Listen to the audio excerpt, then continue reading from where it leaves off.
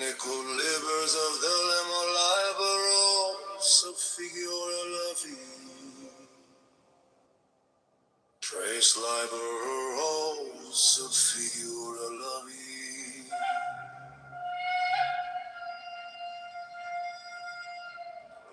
Salva. Medalla da Alistair Crowley. Liberos of figura la vie. Concordance. Alistair Crowley, liberos of figura la vie. Alistair Crowley, liberos of figura la vie.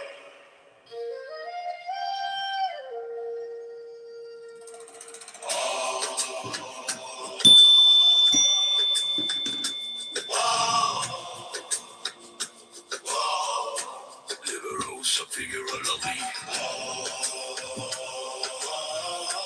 Libero, the love of the strong. This is our Lord and the joy of the world. Do what thou wilt shall be the whole of the law. All I 40. Thou hast no right but to do thy will, do that, and no other shall say nay.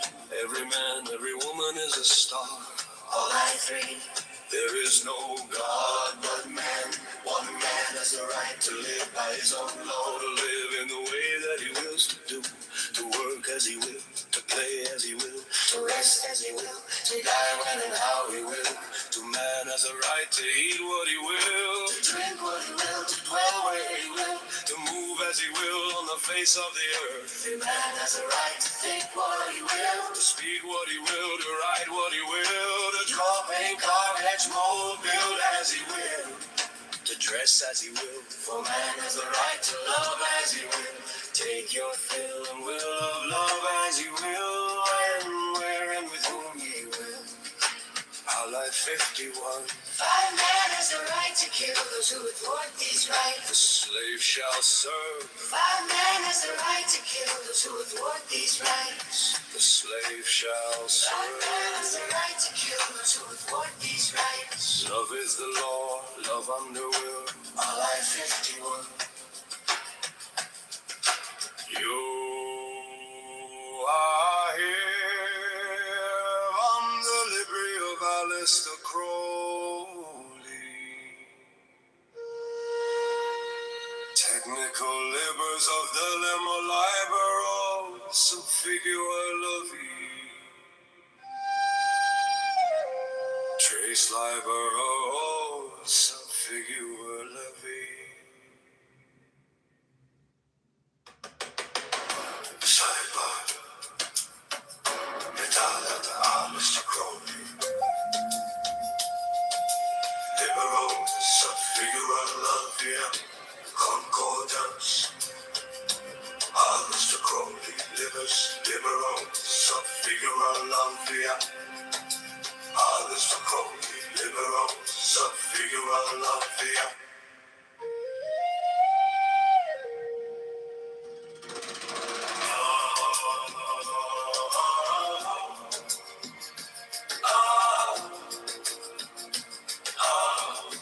Liberos of figura la vie. Libero, the love is strong. This is our Lord and the joy of the world. Do what thou wilt shall be the whole of the law. Wow, shooting from the stage Thou and had hast him no right but to arrested. do thy will, do that, and no other shall say nay. Every man, every woman is a star. All I 3. There is no God but man. One man has the right to live by his own law, to live in the way that he wills to do, to work as he will, to play as he will, to rest as he will, to die when and how he will. To man has the right to eat what he will, To drink what he will, to dwell where he will. to move as he will on the face of the earth, Every man has the right to think what he will. to speak what he will, to write what he will, to draw, paint, carve, etch, mold, build as he will, to dress as he will. For man has the right to love as he will. Take your fill and will of love as you will, when, where, and with whom ye will. All are 51. 5 men has the right to kill those who would thwart these rights. Slave shall serve. 5 men has the right to kill those who would thwart these rights. The slave shall serve. 5 men has the right to kill those who would thwart these rights. Love is the law, love under will. All are 51.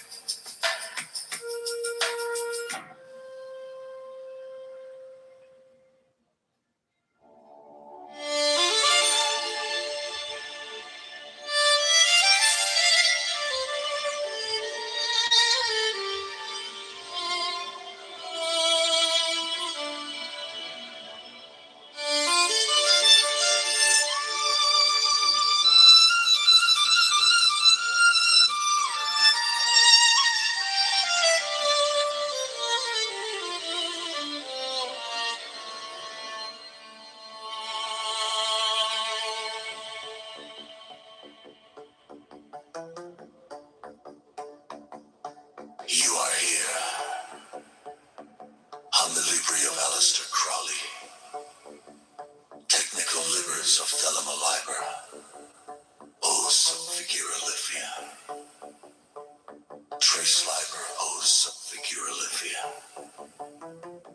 Sidebar, Metadata, Aleister Crowley, Libers, Liberos of Figura Lithia, Concordance, Aleister Crowley, Libers, Liberos of Figura Lithia, Aleister Crowley, Libers.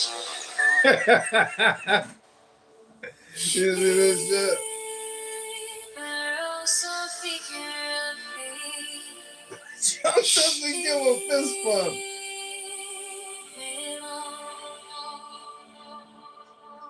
The law of the strong. This is our law. And the joy Oh, I don't have YouTube on this one. of the world. Do what thou wilt shall be the whole of the law. I like 40. Thou hast no right but to do thy will, do that. And no other shall say nay. Every man and every woman is a star. There is no God but man. One has the right to live by his own law. To live in the way that he wills to do. To work as he will. To play as he will. To rest as he will. To die when and how he will. To man has the right to eat what he will. To drink what he will. To dwell where he will. To move as he will on the face of the earth. Free man has the right to think what he will. To speak what he will. To write what he will. To draw, paint, carve, etch, mold, build as he will. To dress as he will. For man has the right to love as he will. Take your fill and will of love as you will. When, where, and with whom you will. LI 51. 5 men has the right to kill those who thwart these rights. The slave shall serve. Love is the law. Love is the law. Love under will. LI 57.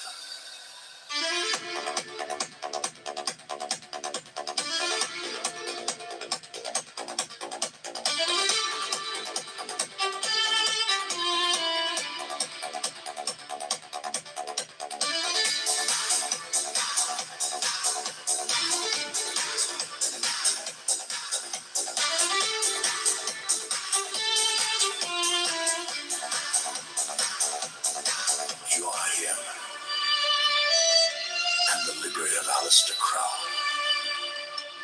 Technical livers of Thelema Liber. O's of Figura Lithia. Trace Liber, O's of Figura Lithia. Sidebar. Metadata, Aleister Crowley, Libers. Liberos of Figura Lithia. Concordance, Aleister Crowley.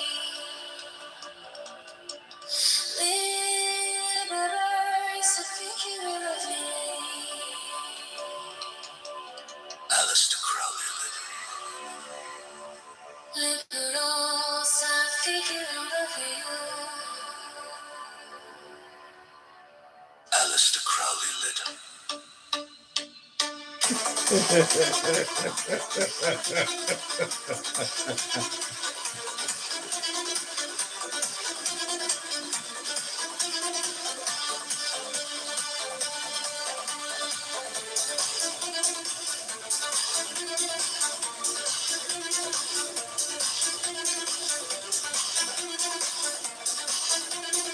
Alistair Crowley.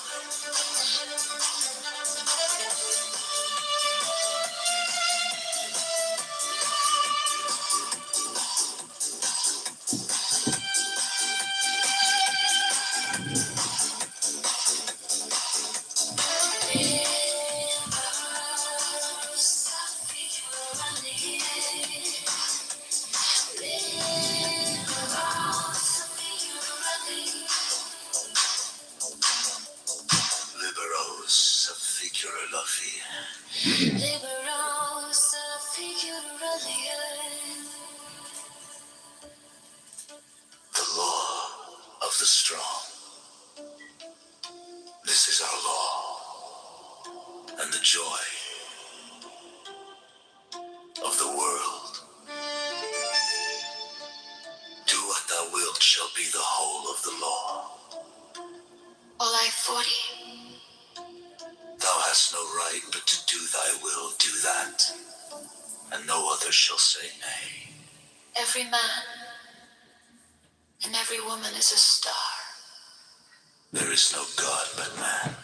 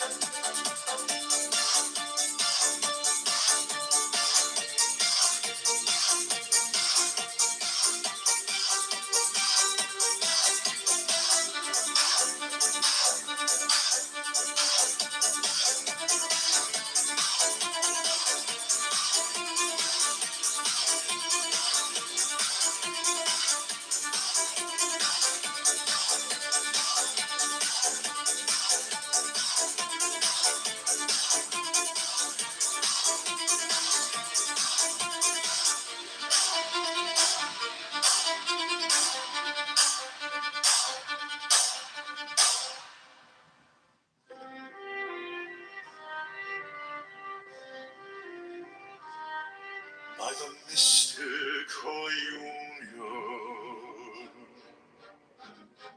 of fairy and fawn,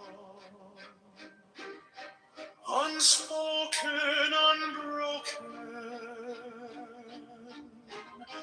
the dust to the dawn, a secret communion, unmeasured, unsung, the listless resistless, tumultuous tongue, through shadows that shimmer, through whispers that haunt, an echo eternal, a heartbeat, a drum, a secret communion, unmeasured, unsung, the listless, resistless, tumultuous calm, beneath moonlight's mirror, where stars softly weave the vow that was uttered, still buried so deep, a secret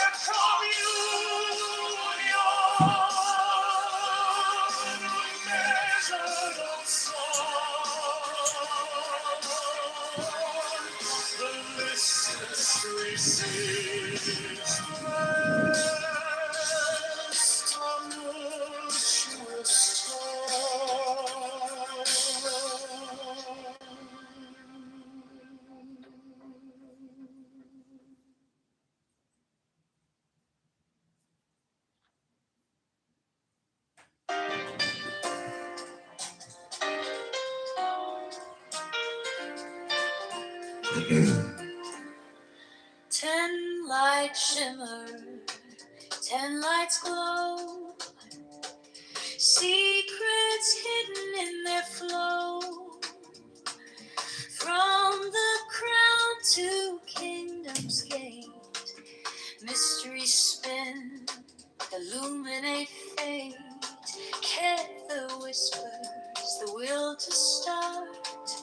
Chalk my answers with a wisdom's heart. The 10 lights, oh, the 10 lights, guiding through these endless nights. Beauty and mercy, strength so true, the splendorous path to journey through. Vine ponders deep and wide, understanding walks by her side. Chessed's mercy, soft and kind, Deborah's strength will sharpen the mind till far it shines. The jewels gleam, the harmony of a dream within a dream. Victory dances where Netsack stays, splendor in hoard and gilded rays. Yes, grounds the trembling soul. Malkuth stands the ultimate goal.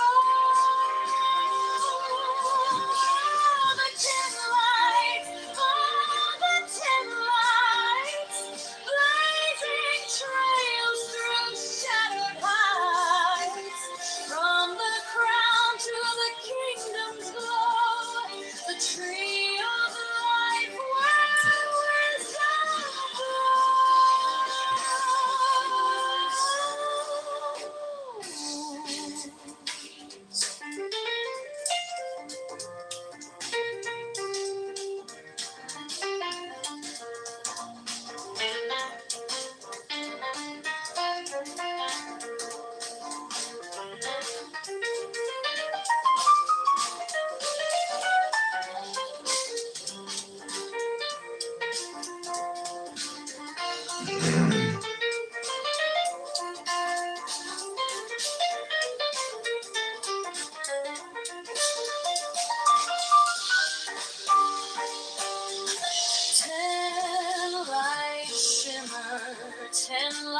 fade, guiding hearts through paths they've made, circle by circle, step by step.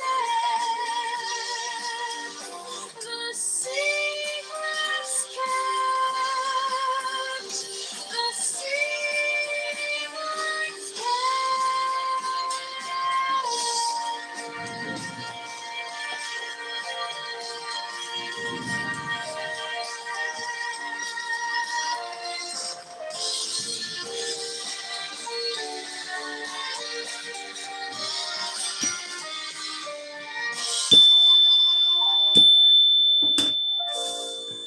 So if you are a conjoined twin, does that give you 4 personalities?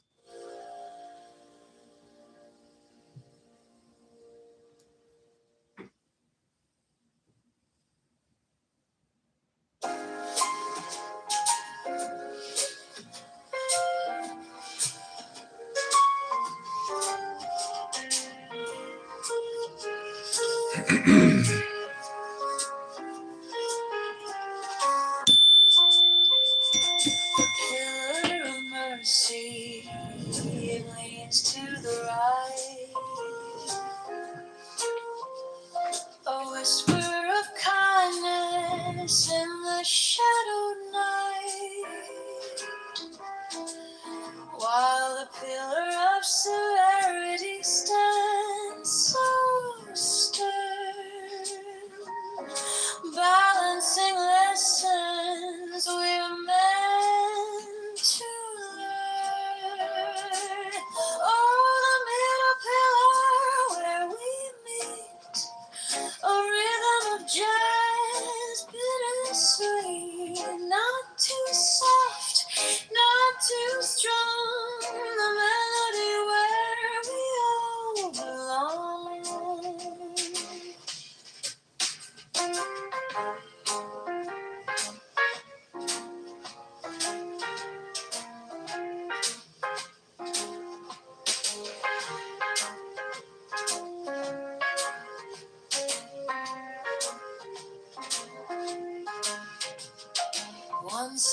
forgives like a mother's embrace.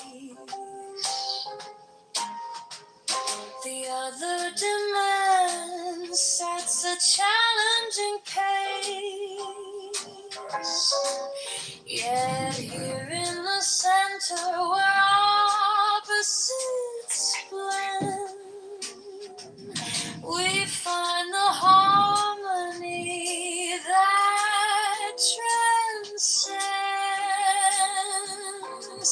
Do you hear it sway?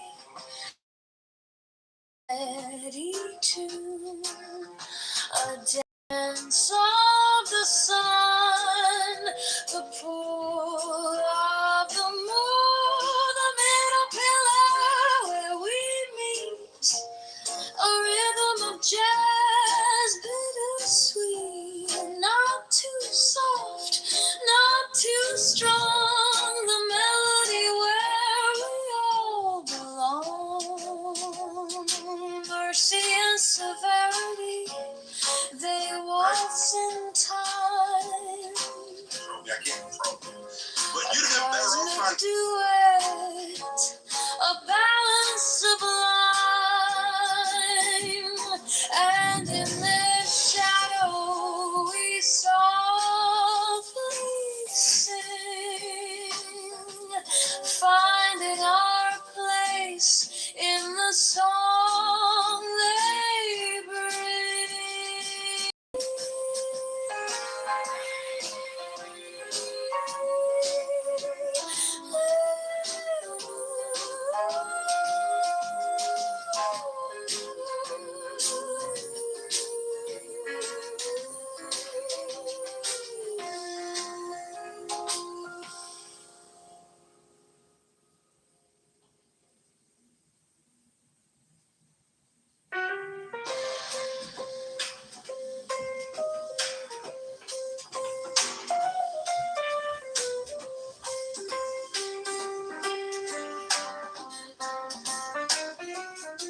Ten lights shimmer, 10 lights glow,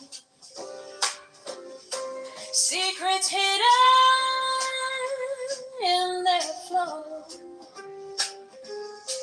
From the crown to kingdom's gate, mystery spin, illuminate fate. Care the whispers, the will to start. Choke my answers with wisdom's heart.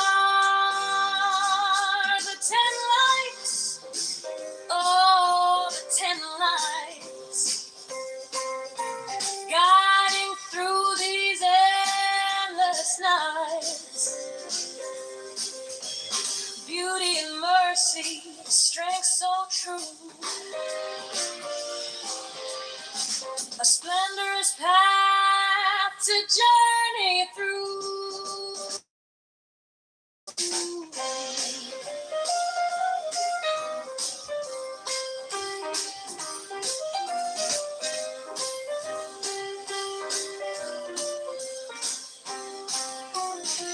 Vina ponders deep and wide,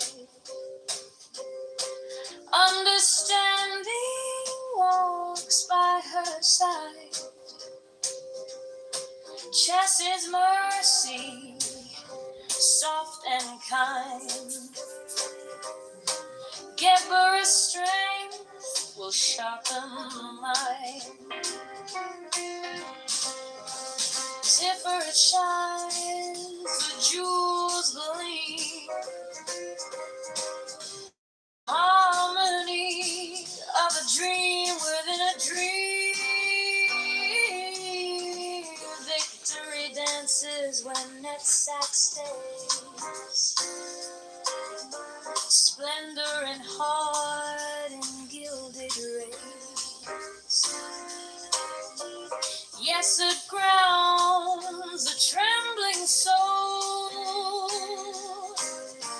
Malkuth stands the ultimate goal.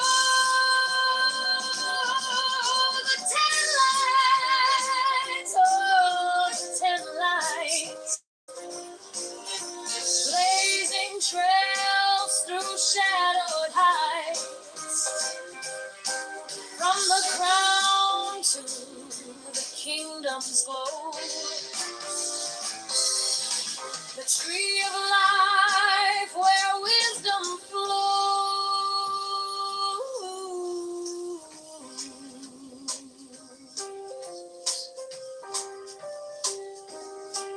Ten lights shimmer, ten lights fade,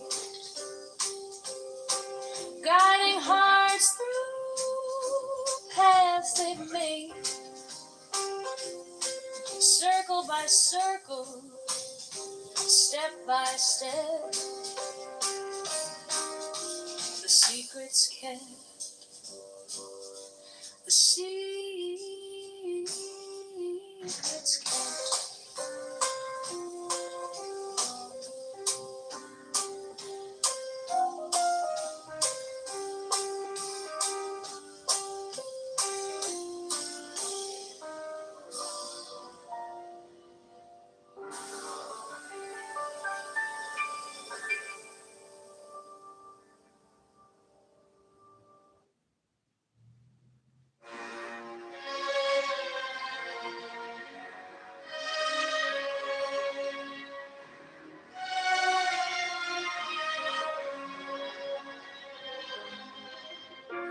By the mystical union of fairy and fawn, unspoken, unbroken, the dust to the dawn. A secret communion, unmeasured, unsung. The listless, resistless, tumultuous tongue. Through shadows that shimmer, through whispers that hum, an echo eternal, a heartbeat, a drum, a secret communion, unmeasured, unsung. The listless, resistless, tumultuous time. Beneath moonlight's mirror, where stars softly weep, the vow that was uttered,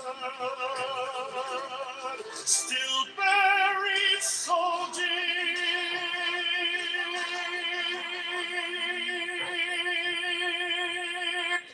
A secret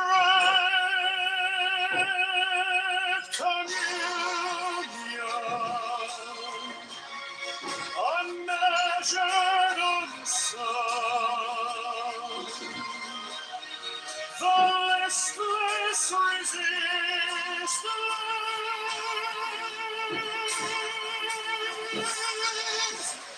tumultuous time.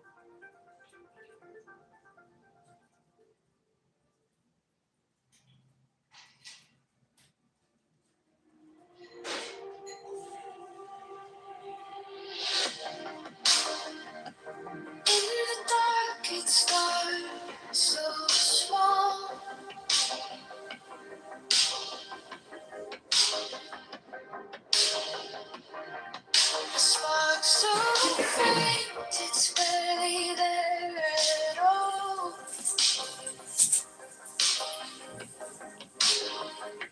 Tiny hands hold the universe in place.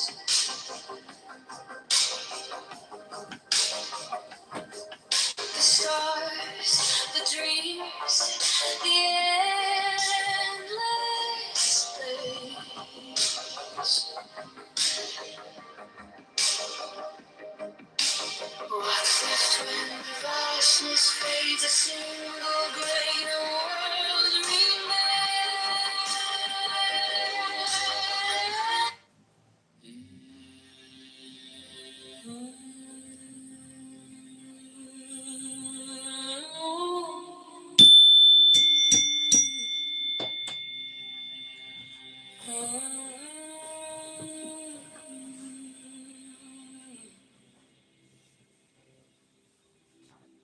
Man has the right to live by his own law,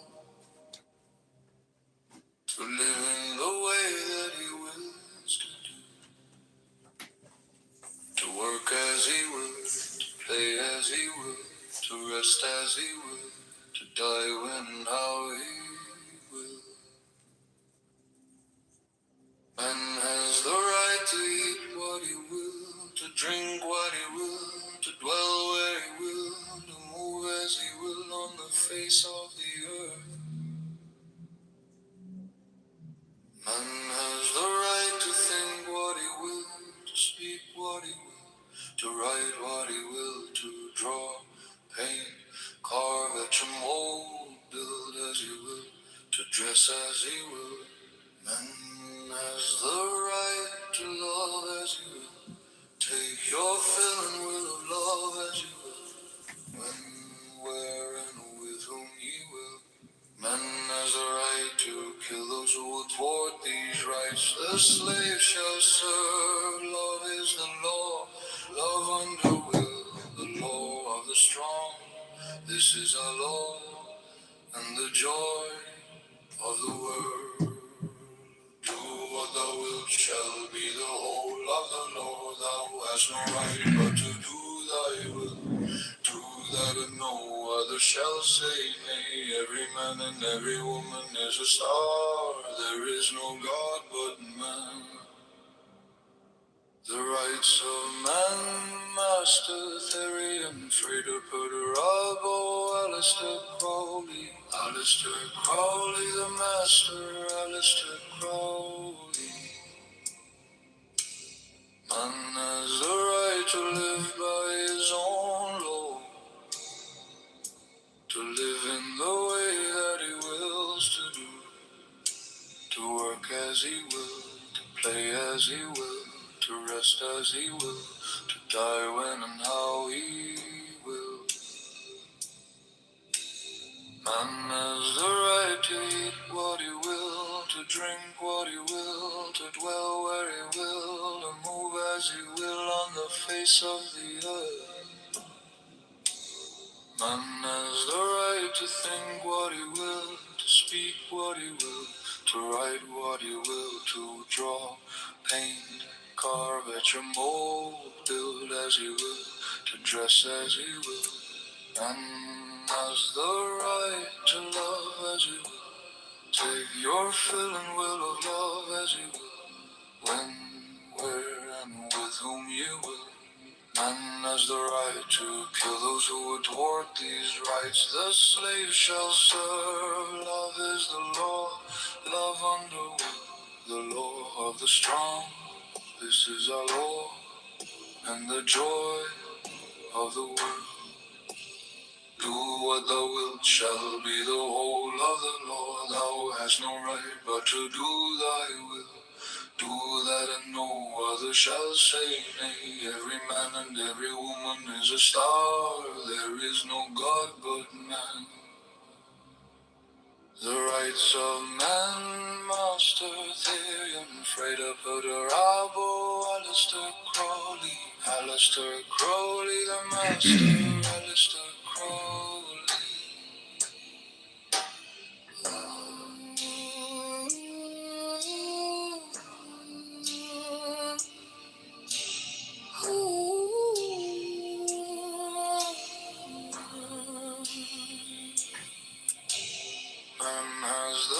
to live by his own law,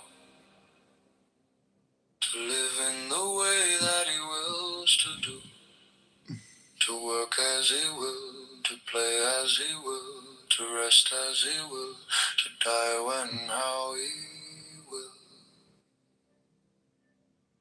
Man has the right to eat what he will, to drink what he will, to dwell where he will, to move as he will on the face of the earth.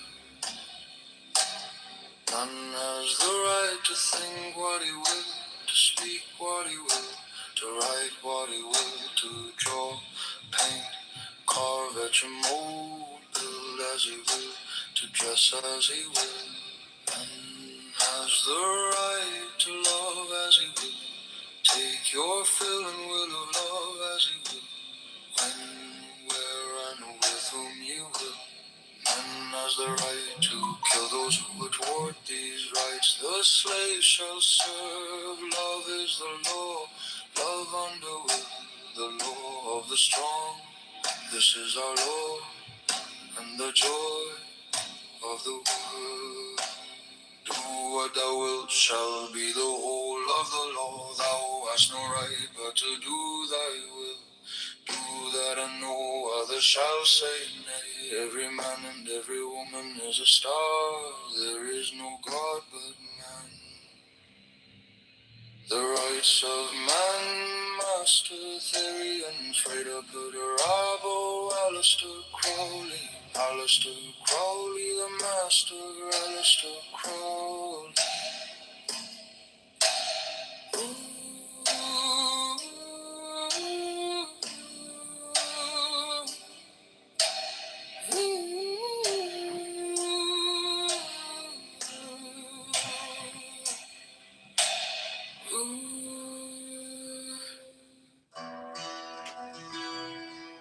Carthage, though a commercial republic, was the aggressor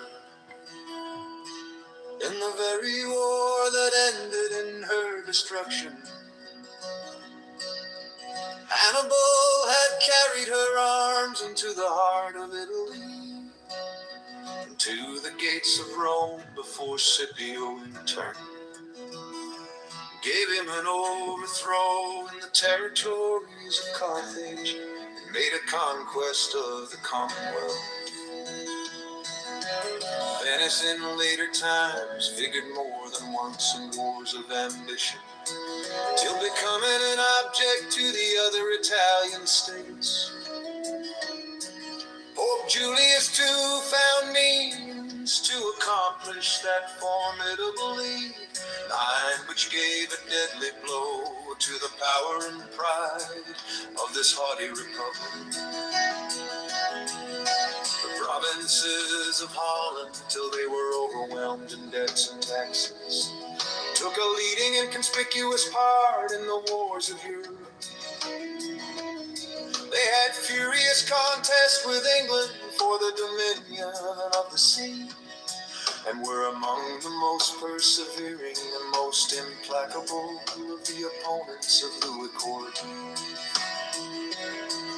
In the government of Britain, the representatives of the people compose one branch of the national legislature. Commerce has been for ages the predominant pursuit of that country. Few nations, nevertheless, have been more frequently engaged in war.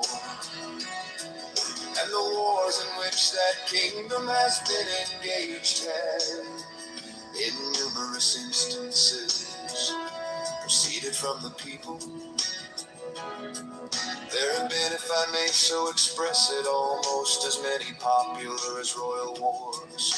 The cries of the nation and the importunities of their representatives, upon various occasions, dragged their monarchs into war, or continued them in it, contrary to their inclinations,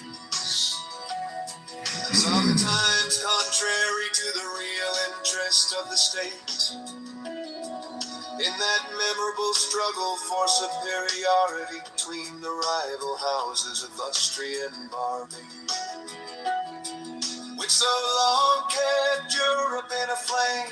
is well known that the antipathies of the English against the French, seconding the ambition, or rather the avarice, of a favored leader, then protracted the war beyond the limits marked out by sound policy, and for considerable time in opposition to the views of the court. The wars of these two last mentioned nations have in a great measure grown out of commercial considerations, the desire of supplanting and the fear of being supplanted, either in particular branches of traffic or in the general advantages of trade and navigation. From this summary of what has taken place in other countries, whose situations have borne the nearest resemblance to our own, what reason can we have to confide in those reveries, which would seduce us into an expectation of peace, cordiality between the members of the present Confederacy in a state of separation? Have we not already seen enough of the fallacy and extravagance of those idle theories which have amused us with promises of an exemption from the imperfections, weaknesses, and evils incident to society in every shape? Is it not time to awake from the deceitful dream of a golden age and to adopt as a practical maxim for the direction of our political conduct that we, as well as the other inhabitants of the globe, are yet remote from the happy empire of perfect wisdom, perfect virtue? Let the point of extreme depression to which our national dignity and credit have sunk, let the inconveniences felt everywhere from a lax and ill administration of government, let the revolt of a part of the state of North Carolina, the late menacing disturbances in Pennsylvania, and the actual insurrections and rebellions in Massachusetts declare.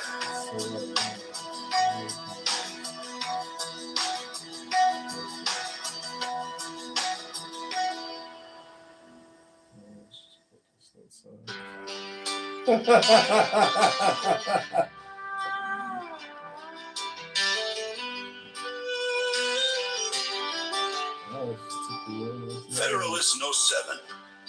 The same subject continued, concerning dangers from dissensions between the states. For the Independent Journal, Alexander Hamilton. To the people of the state of New York, it is sometimes asked, with an air of seeming triumph, what inducements could the states have if disunited to make war upon each other? It would be a full answer to this question to say, precisely the same inducements which have at different times deluged in blood all the nations in the world.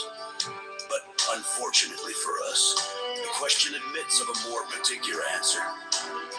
There are causes of differences within our immediate contemplation, of the tendency of which, even under the restraints of a federal constitution, we have had sufficient experience to enable us to form a judgment of what might be expected if those restraints were removed.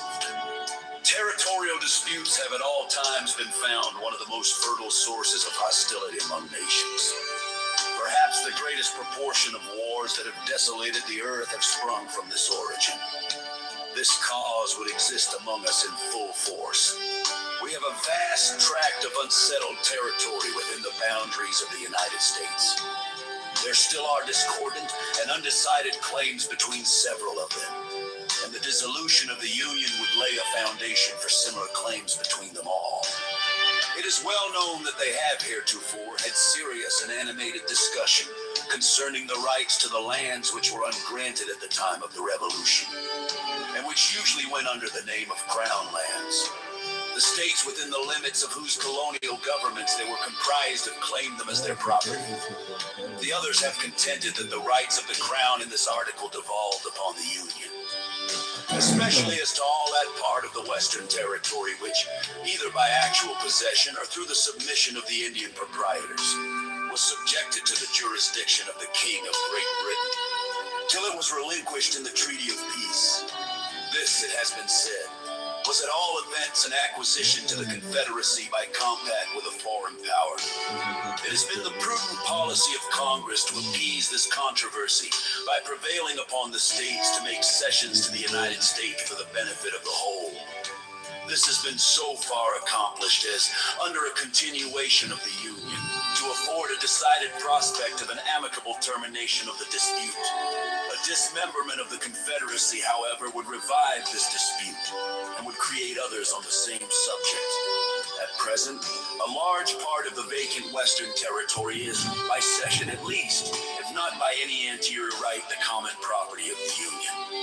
If that were at an end, the states which made the cession on a principle of federal compromise would be apt when the motive of the grant had ceased to reclaim the lands as a reversion.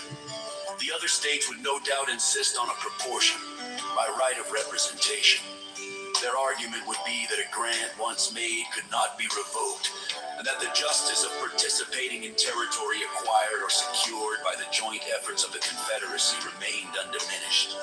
If, contrary to probability, it should be admitted by all the states that each had a right to a share of this common stock, there would still be a difficulty to be surmounted as to a proper rule of apportionment. Different principles would be set up by different states for this purpose, and as they would affect the opposite interests of the parties, they might not easily be susceptible of a pacific adjustment.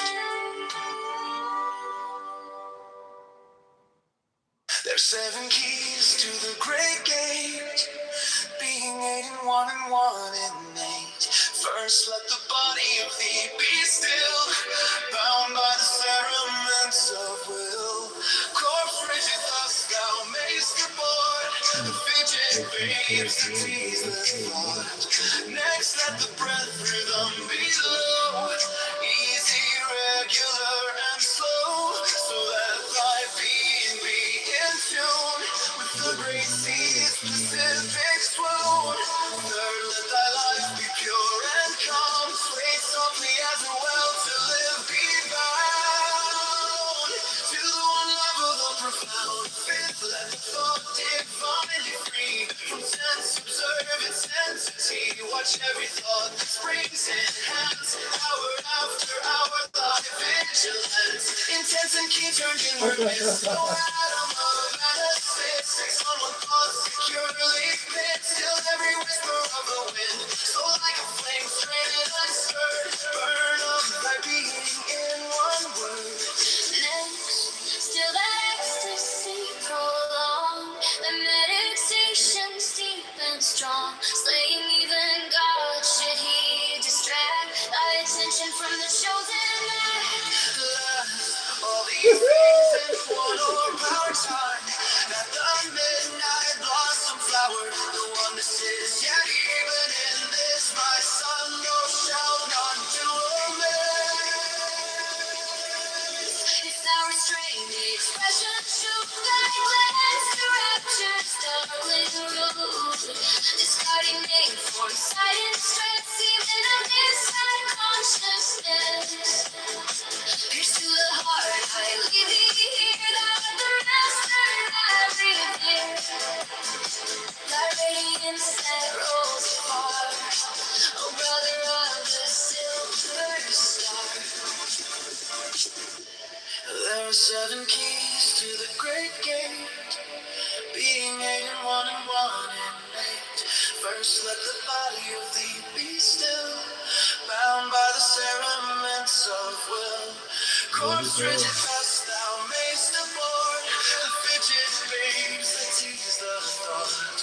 Next let the breath rhythm be low, easy, regular, and slow, so that thy being be in tune with the great sea's Pacific swoon.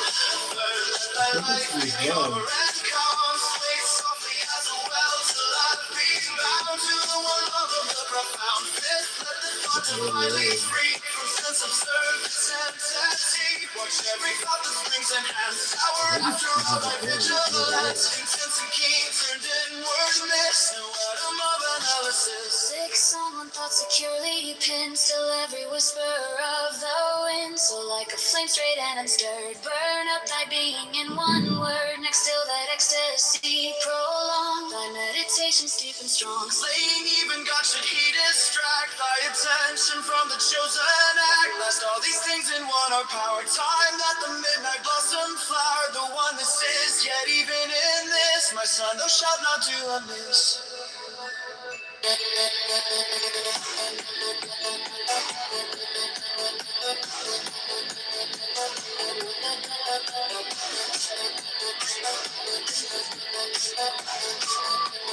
So like a flame straight and unstirred, burn up thy being in one word. Next to that ecstasy, prolong thy meditations deep and strong.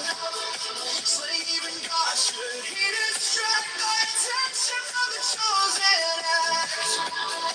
Bless all these things in one with power. Time at the midnight blossom flower.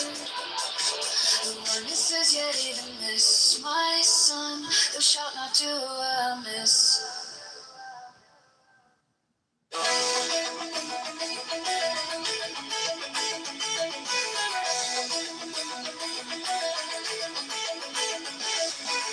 Utility of a confederacy, as well to suppress faction and to guard the internal tranquility of states, as to increase their external force and security, is in reality not a new idea.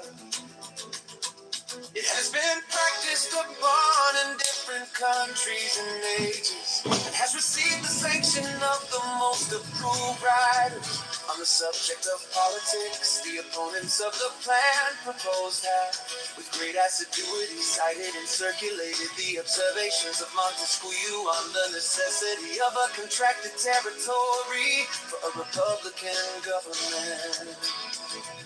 But they seem not to have been apprised of the sentiments of that great man expressed in another part of his work, nor to have adverted to the consequences of the principle to which they subscribe with such ready acquiescence.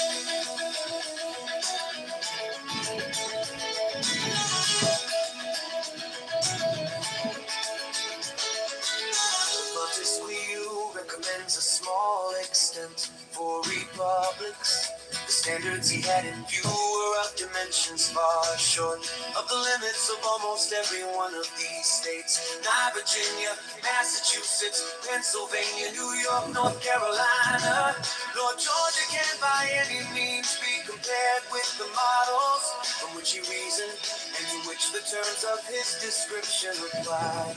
If we therefore take his ideas on this point as the criterion of truth, we shall be driven to the alternative, either of taking refuge at once in the arms of monarchy, or splitting ourselves into an infinity of little jealous, clashing, tumultuous commonwealths, the wretched nurseries of unceasing discord, and the miserable objects of universal pity or contempt. Some of the writers who have come forward on the other side of the question seem to have been aware of the dilemma, and have even been bold enough to hint at the division of the larger states as a desirable thing. Such an infatuated policy, such a desperate expedient might, by the multiplication of petty offices, answer the views of men who possess not qualifications to extend their influence beyond the narrow circles of personal intrigue. But it could never promote the greatness or happiness of the people of America.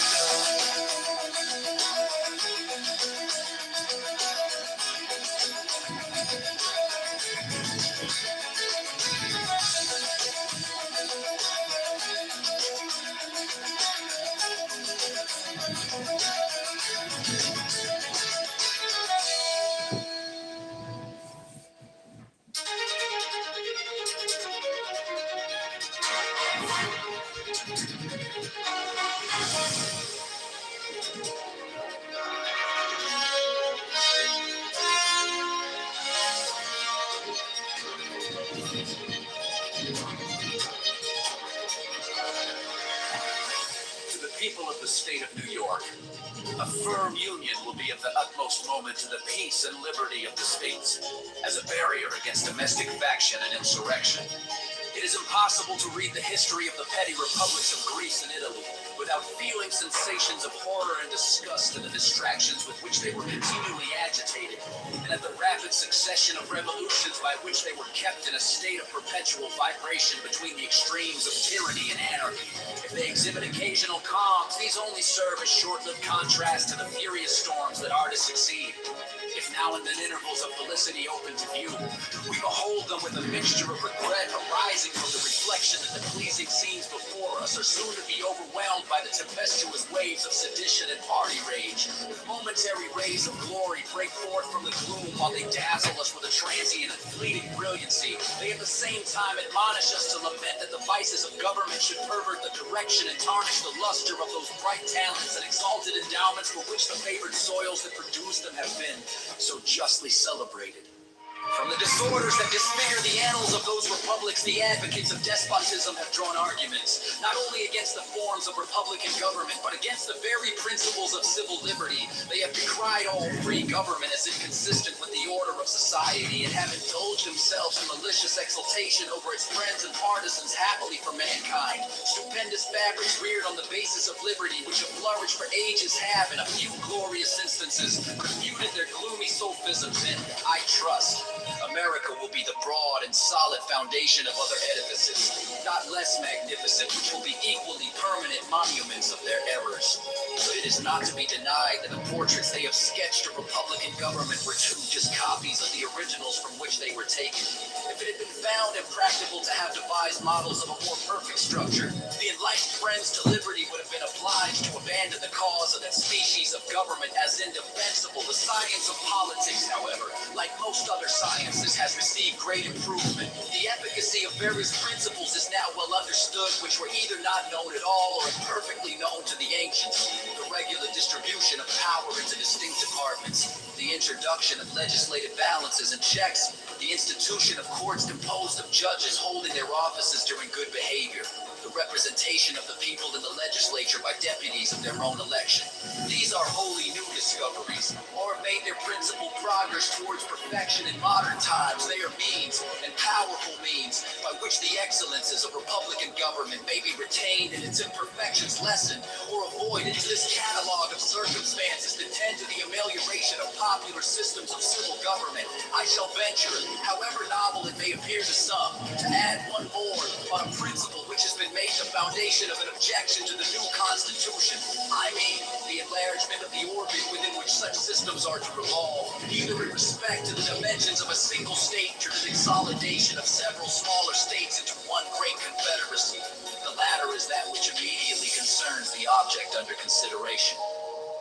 It will, however, be of use to examine the principle in its application to a single state, which shall be attended to in another place.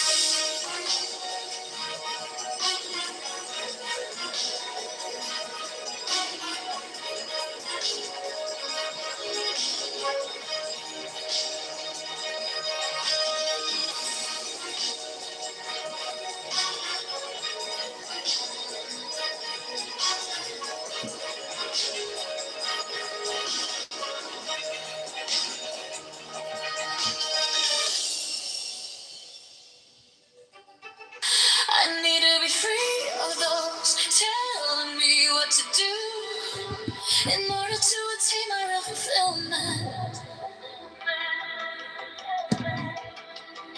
If I suppress my sensual impulses and urges, I may do harm to my natural development. I am a mature person. I can read whatever I wish, or watch whatever kind of TV program or movies. Because when once an efficient national government is established, the best men in the country will not only consent to serve, but also. That was supposed to be that's right. Well, real quickly, I want to get Blake in here. Right. I want to give Blake, you up here? Yeah, he's up here. So, Blake, you were just talking the other day, 2 days ago, with Goat about the crime stats, and I don't know if you found out by now, but Pamela, the same day, Pamela Smith was exposed for manipulating the numbers. Her command, the people that's under her, was basically saying, hey, yeah, she's told us several times to, not report the crimes. So you guys was right, ironically. And of course, Goat, which he doesn't give a shit, the rest of his base, they knew that the numbers are false. Like, they knew this shit is happening. The same thing for crime stats. The list goes on. There's so many false stats. Matter of fact, I've debated Goat several times on the aspect of Asian hate crimes. Being false. He gave me some article that said Asian hate crimes occur more from white on Asian than black on Asian, which is a blatant fucking lie. The article was bullshit. It just basically said when whites and Asians have a dispute, they register as hate crimes. So basically, if a white guy have a conflict with an Asian person, it's considered a hate crime. Well, it's not. It's not even a fucking arrest. Like, what do you? So how you get these numbers? Oh, there's so-called reports, and reports are something you can just make up. But you're not talking about actual people, killing people, robbing people, assaulting people, etc. So they go off a lot of shit. It's just not true. But I just thought I'd bring that up because you guys had that conversation a few days ago, and I just want to know if you knew that because I knew you was going back and forth with him. Well, they had the conversation started because they read an article that was tiptoeing around that point. So I don't know if a news story had broke after. Oh yeah, literally a news story that night. That's a new story. So y'all had it earlier that day. That same night, that story broke. Yeah, I'll give it to you. I'll message you the story. That's cool, man. That's crazy, and I'm glad that some things are coming to the light. But I just, I ain't gonna lie. Brad know, Sid kind of know, man. What's up? Shout out to Sid. What's up, Blake? Merry Christmas, brother. Thank you, man. Yeah, Merry Christmas, man. Merry Christmas, man. You got your present already. You got you God's greatest gift, a girl. A baby girl. Welcome to the Thunderdome. There you go, man. Yeah, Blake. Now he's gonna find out why I am the way I am. Blake, he's gonna find out exactly why I am. He gonna find out why we so unhinged. Like he got to figure it all out. Like, you think you cool now, bro? You just so cool. You know what I'm saying? Cool still, but bro. Yeah, it's on, dog. Welcome to the Thunderdome. Yeah, man. It makes you crazy because the world that we gotta bring them up in. It's just crazy, man. I wasn't surprised at all, man. They were in that room starting that conversation based off of an article that came out where they were tiptoeing around that, like trying to admit something, and maybe they were just trying to get ahead of the story. Now that you say that, an article broke, because the news article was by CNN, and they were just basically trying to, how they admit stuff, but try to lightly justify it, like give you reasons why it's not nefarious that it happened like that. It's just a mistake, and this is a factor, and try to give you a bunch of factors that may be plausible, but for the most part, it's just trying to get ahead of the story. Yeah, plausible deniability. Yeah, you know what it's like? It's like you at the trying to mitigate the fallout or create doubt before it breaks. Yeah, go ahead. Yeah, you at the bar, right? And then you're saying you find yourself trying to holler at some, you got some girls around you, a little lady or something like that, and then your girl's best friend walk in.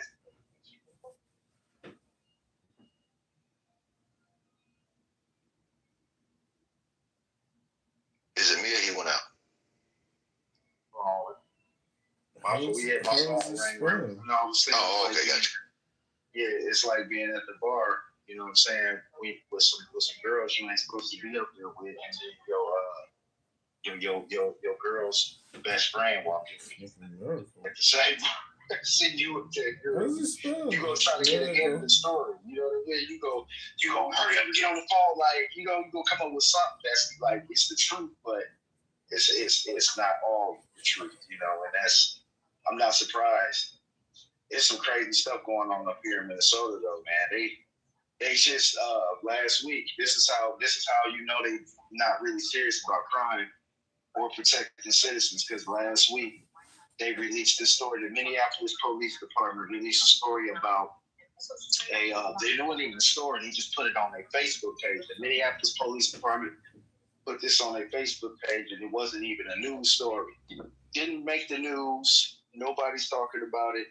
But they basically released a statement saying that if you see a missing 35-year-old Somali man, Hassan Khalid, has been missing, last seen at the Hennepin County Medical Center in an orange scrub.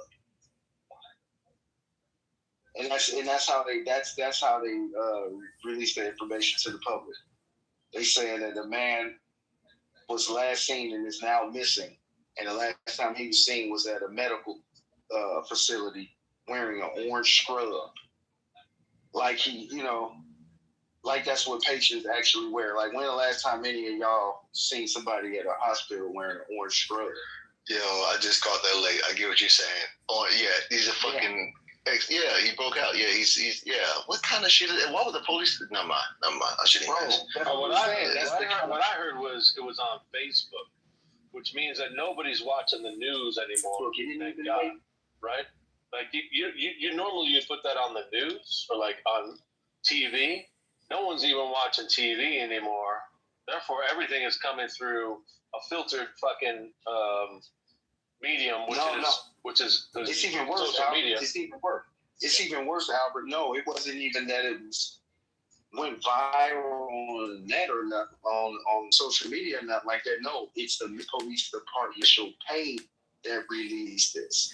Instead of it being a to the public, and hey, we just got out of this book out. We gonna, but instead of just keeping it real like that, they gonna say, like you're saying, missing, and want us to be all sympathetic, like this some missing 10-year-old kid. We talking about 35-year-old grown missing 48 hours. What's the rush? What happens when one of our homes cousins go missing for one of our police department? They don't tell you locked up. He was locked up. I'm saying that took him to the hospital. Look, they took him to the hospital for some care, and they wasn't watching him, and his ass escaped from the goddamn hospital. The people are stupid, man. They will believe any fucking thing that you fucking feed them if you plate that shit right? Motherfuckers will believe any fucking thing. That nigga is a fucking escapee at the end of the day. Yeah. I'm surprised you ain't heard nothing about that, Brad. I heard. I'm actually being asked to take a look at the situation with over $1 billion in missing appropriated claims and stuff like that to try to figure out where and what went wrong. So it's really weird that even Minnesota's a governing body, unbeknownst to Waltz, is like reaching out and asking for entities to come in and take a look at these misappropriated medical claims and policies that they've had going on to see how this was able to be done. But I mean, we'll see how this develops. But I'll probably end up having to go up to Minnesota at some point to go meet with all the parties involved and figure out why this is, because Brad's gonna solve it. He's gonna go meet with all the parties. See me in a room where motherfucker's a judge. People have gotten hurt because of somebody. He's gonna bring all the Somalis to town and say, "We got to meet up, everybody. We got to talk about this." This fucking goofball. What the fuck is he talking about? Dearborn. I know that's another little hot pocket. You know that story. Brad, you should see over in Massachusetts they're doing some SNAP investigations. They just found 2 convenience stores that have logged like $750,000 each in SNAP benefits, and they don't have anything on the shelves. I was gonna say, I actually think there's a high possibility they let that fucking dude go. Like, not even escape. They probably, like you said, they could have dropped the ball, been negligent, not giving a fuck. Or, because keep in mind, if you word it that way, it's not like you put in a sense of urgency on catching this person. It's like you were kind of okay with them being gone. You're just covering bases. Like, yeah, we told the public, we put on our Facebook, but you didn't say, hey, inmate escape. That would be direct language. You made it seem like this person just happened to be lost, like it's a fucking position of concern. They don't want to categorize him as a fucking fugitive because it will reflect bad on the community, and it will reflect bad on them. So they're trying to do a PR damage. Not PR damage. I know what the fuck I'm trying to say. Yeah, CIA mode. And guess who in town right now too? You know who in town up here, right? Omar. No. Guess who? We got some visitors in town right now. Who?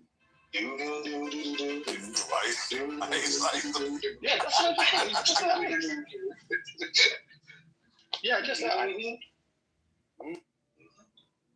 yeah, they up here. They up here right now. And the mayor of Minneapolis, the mayor of St. Paul, and the governor have got on, and the chief of police of Minneapolis went on stage and spoke to them. Now they can go on stage and speak to the Minnesotan public about this to let the Somalians know, we got your back.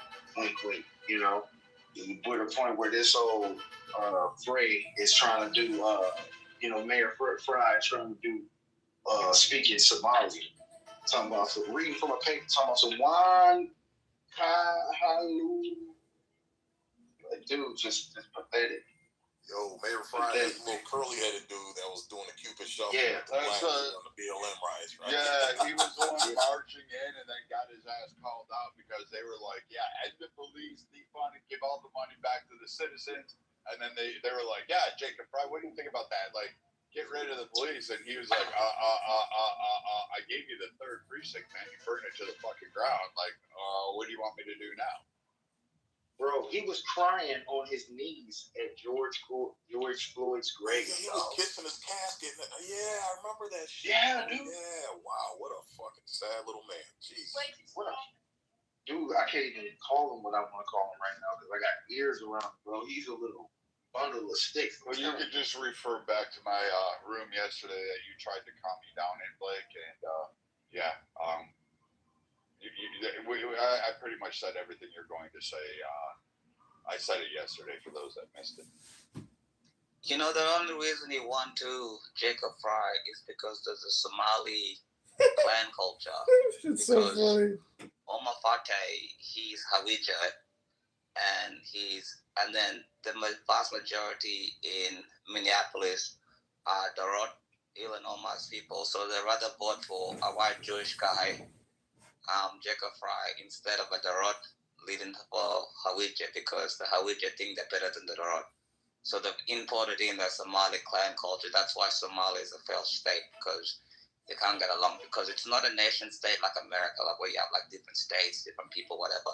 It's a clan-based society. So when people are like, well, how did a white Jewish guy win in Minneapolis? I'm like, he didn't win because he's such a good mayor. He won because the other guy happened to be the wrong clan of the vast majority of Somalians in that in the little city.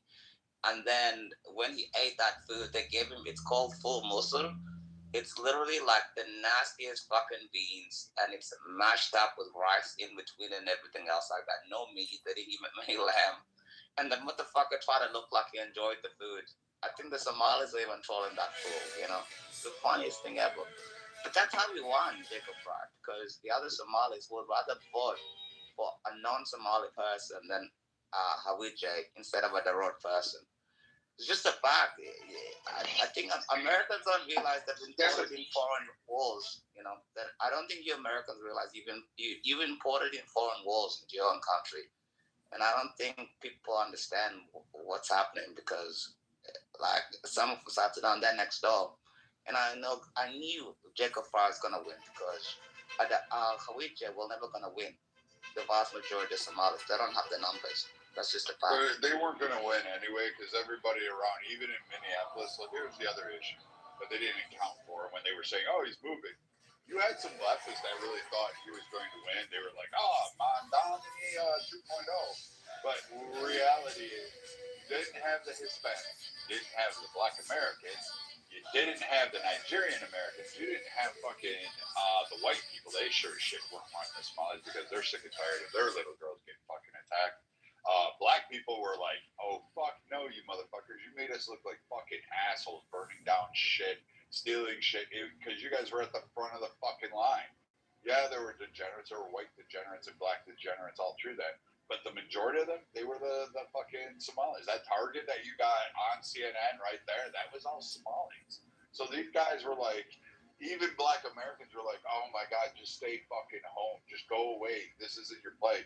And they're out there screaming, oh yes, racism, racism. And they're the only group in America that got a carte blanche. They got ESL classes, they got housing, they got money, they got utilities, they got clothes, they got fucking medicine, they got education, they got educational grants, they got college grants, they got homes.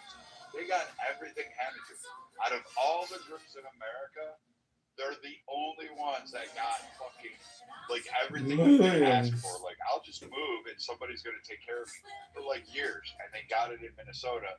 And now they're like, they were the ones out there going, BLM, let me steal your TV. And like everybody knew what was going on, but it's just I really wish Shipwreck was there because he would have had a field day. He'd have been like, all right, here you go, let's boil some popcorn and let's fucking get this shit going. And Sig and I would have sat there and said, all right, I got your flanks, and you're good, buddy. Like, go ahead, have a heyday, because we could have popped them off, and they did nothing. They're the ones that shot at the National Guard.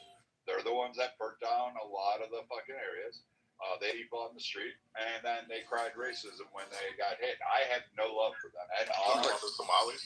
But the thing is, Somalia. Hey, Brad, I'm just waiting for the tires to be lit, and then we can shoot artboard in that whole thing. You know what is funny? Somalis are the only group in Africa that don't even call themselves black. If you call a Somali person black in Africa, else, they always say, well, yeah, we're not black, we're like, Arab, we're not like, we're just Somali, whatever. And then when they get the heat, they're like, all of a sudden they're black because they want the black American community to protect them. But the black American community is too wise. They've been through this bullshit before. Other people hijacking their movements. Yeah, they're too wise to this bullshit. Yeah, we've been used so much, AJ, and I'm starting to be glad that black people aren't falling for the okie doke anymore. We've been used like every single move, bro. Yeah, it's exhausting, man. I get so sick of it. I'm glad black people are waking up and realizing that they've been used all these times, and they're starting to get smart. Yeah, so you're right. Yeah. Well, that's because of the left. Identity politics is the cornerstone of their ideology. Like you said, when they get to America, they preach blackness, but in their own country, on their own continent, it's a delineation, tribalism, and proudly so. But when they get here, no, you're my brother. We got the same skin. We both black. Yeah, as long as it benefits, Adrian. Yeah. Exactly. That blackness only benefits the immigrant class that comes here and wants to fly under the umbrella of black. They want to receive all the resources and stuff like that, be ushered to the front of the line, become a protected class and all of that other shit. But then when it's time to get down to the mud and really fight for black progress, right? All of a sudden, it's, no, I ain't black. All right, cool. Fine. Yeah. So and it's true, like in doing that. In Africa, they have a special word for black people in Africa. They call us Jarias, which just means dark slaves and stuff. Right. And then they call us Jarias. Yeah. This always confused me because, like, I don't get it. Like, I've been rolling with Blake, Adrian, Sig, like, fucking, hey, holy shit, Sig's like my brother. Like, by now, I don't even know if we have different mothers at this point. But I mean, overall, like, I don't get the whole, like, tethering thing of these, like, black immigrants that come and be like, oh, yeah, so we have racism. Like, motherfuckers, you were the one that set up chattel slavery. Like, you sold people for beads to 6 Portuguese sailors in a fucking canoe and said, yeah, definitely take these 100 people and go back and auction them off. You'll be rich. Like, you said that shit back in the day. And now all of a sudden you come up and you're like, oh, yes, we suffer oppression from around the world. Like, no, you didn't suffer oppression like Caribbeans. You didn't suffer like Black Americans. You didn't go through Jim Crow. You didn't go through redlining. You didn't go through forced relocation packages. You didn't go through manifest destinies. You didn't go through eminent domain. You didn't go through fucking slum relocation centers. You didn't do any of that. HUD targeting programs. You didn't go through medical any of that shit. Yeah. Why do you think Black Americans get so pissed off for a good reason? Because they're like, what the fuck, They know better. and they realize this. But it always fascinates me to hear them like jump. Like there's a guy named Odie Ware. There's a Canadian Somali who's like, I don't know. She like runs around here thinking she's all that, and I'm like, no. Like personally, I'd pack your ass up on an inner tube, send you back across the Atlantic, and say, here you go. This is, you know what? Let's resurrect one of those old slave ships and fucking throw you on that and show you what that's like. Like let's put you on a coffin ship and say, hey, here you go. This is part of reparations. Oh no. And I'm like, fuck. I just don't get that shit and how they hold these rooms and say, oh, yes, they get a pass. Like, you're going to give the people that actually enslaved on both sides of a continent. One side cut off the balls, the other side chained and fucking strapped them down and said, here you go. And then said, hey, to white people, like literally a small crew, here you go. Have these 1,000 people and go south. Like, Brad, was so unique about Somalians talking about their oppressed, right? If you look back at what they did in the country, excuse me, and look how their country is ran, they did it to themselves. Their own oppression is self-imposed. They did it to the fucking self. They ran their own fucking country into the goddamn ground, right? Which means, why a lot of them are fleeing their country and don't want to go back. It's because they understand the destitute, right, that is happening in that goddamn country to themselves, in which they cause, right? And what trips me out about them is that when we get here, they try to tell us who the fuck we are. Bro, I'm Black American like a motherfucker. I got roots in this bitch. The fuck you mean? I'm not like you, bro. You cannot tell me who the fuck I am. You yourself don't even know your own birthday. How the fuck you gonna tell me I don't know who the fuck my father is? By the way, I have his last name. He's on my birth certificate. We talk almost daily. I know who the fuck my father is. You motherfuckers don't even know when the fuck. But in Somalia, the father is usually the uncle. But that's besides the point. I know, right? Because they believe in first and second cousin marriages and shit like that, right? But you cannot tell a motherfucker who the fuck they are when you don't even know when the fuck you got on this planet. You don't even know your own birthday. A lot of you motherfuckers are goddamn New Year babies. You have to make up a fucking birthday because you come from a fucking country that does not have adequate record keeping, that does not have a fucking infrastructure set up to where you can keep accurate records. Average Somalians. Edward, sorry to cut you off real quickly. We deported 1 million North Sudanese, and 500,000 of them, their birthday was the 1st of January. So I just wanted to point that out, but go on, sorry. Yeah, they're New Year babies, right? A lot of them, before the whole immigration shit and they started making up birthdays, when you would ask Somalians when they were born, they would give you an event around the time when they were born to try to calculate how old they are. For example, 25 years from now, you ask a motherfucker, when were you born? I don't know, COVID-19? And that give you a rough estimate of when, because when COVID-19, the pandemic happened, around 2020. So they would say COVID-19 as the event around the time when they were born to try to calculate how old they are. That's how they would do it. Dude, this is crazy right now. Crazy. I'm stuck in traffic. Mercy flight. I'm literally like 1, 2, 3, like I'm about to say 10, 15 cars back. Mercy flight just landed on the highway with a down pole and fucking wires all around. I gotta give hats off to this fucking copter pilot. Like, holy shit, man. This guy's got balls of steel with shit flying all around, wind, and he lands that thing on a dime. Like, I don't know if I can make as much fun to the Air Force guys as much anymore. You might have to. I bet you he got hired off of Mary.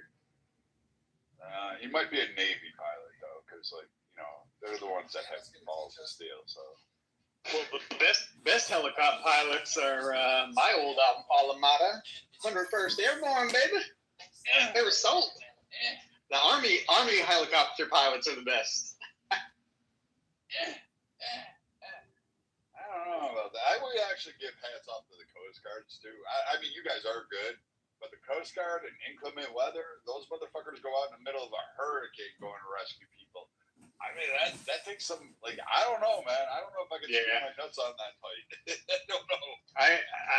I'll give it up to the Coast Guard guys. I think probably the only ones who might have it over them is group night stalkers, especially Hawaii. They're nuts, dude. They do pond skipping. It's when they like come in real low and they kill their engines and they kind of bounce as the blades are slowing down. Pretty funny to watch. Yeah, that's true. But I mean, fuck, I'm just blown away by this. I hope everybody's okay, but clearly they're not. If they brought in mercy flight, so I mean, there might be a chance to save them. So hopefully they can pull through, but it'll be sad.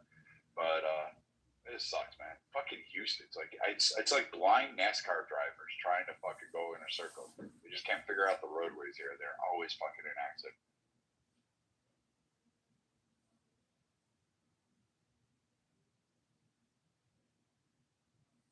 But anyway, back to the African despair, the diaspora wars. Like, I don't know. Like, I do feel bad for a lot of Americans. I feel bad for Jewish Americans too, because they have to atone for like whatever Israel decides to do. Like, they're like, I'm Jewish American, but they're like the only group that's really tied to like, hey, you know, Israel farted this week. You guys need to be fucking, you know, gassed out of chambers and shit like that, put in the ovens all of a sudden. Like, everybody's going nuts. And I'm like, Jesus Christ, these poor guys can never get a break. That's true. We just had 15 of them shot in a Hanukkah thing in Australia, in Sydney. I think it was like 2 days ago. It's horrible. And I think it's one of the... Look, I can't stomach anti-Semitism. I think it's a worse disease. Anti-Semitism, racism and stuff. It's so horrible, you know. And these guys from Pakistan just shot Jewish people at a Hanukkah festival. What? Just being Jewish? You know, it's a horrible thing.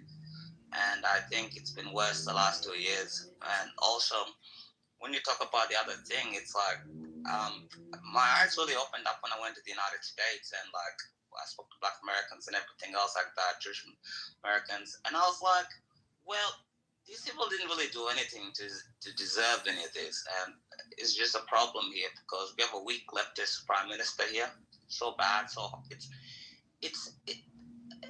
I'd rather. I don't even know how to break it down to you, Brad and guys. This prime minister is so bad, it's worse than... We get arrested here for... So, the police came to my house because I called Muhammad a pedophile and a sex offender on Twitter. They came to my house and they arrested me, and I went in and got booked and blah, blah, blah. I went to court. I had to defend myself in court, and then I got pretty good lawyers and I got off. But this other person... one of my good friends, he got 2 months in prison because he said Aisha was 6 and then she was raped when she was 9. We don't have freedom of speech here, so, you know, protect your civil rights, what you got there. But yeah, we, Jewish people here in Australia is just horrible, and they've imported in so many Islamists, Muslims, I should say. It's bad for cohesion in society because Ilan Omar, if she ever goes back to to Somalia, she will never talk like this, or any of them at all whatsoever. They don't have freedom of speech. They have nothing, you know. And then when they get to America, they're like, they abuse your constitution to change your constitution. This is what I hate the most. And it's got me feeling sorry for the United States. I'm like, you have to deal with these people. Then I realized in Australia, even in South Sudan, at least we can deport people because we're not Jews, no news, as the old saying goes. That's why nobody cares that 500,000 people have died in North Sudan. Nobody protested for people in North Sudan. Nobody cares. Nobody protested for 300,000 dying in Yemen, 500,000 dying in Syria. It never happened. The second the Jews defend themselves, all of these radical Islamists, leftists, Kusumkum, people from campuses, they come out of their woodworks. Nobody puts media attention. I'm pretty sure a lot of people in this room don't even know 500,000 people.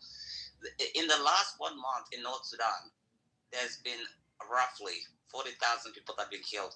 Nobody talks about it. If the state of Israel had shot these people, everybody would be talking about it, like you said, Brad.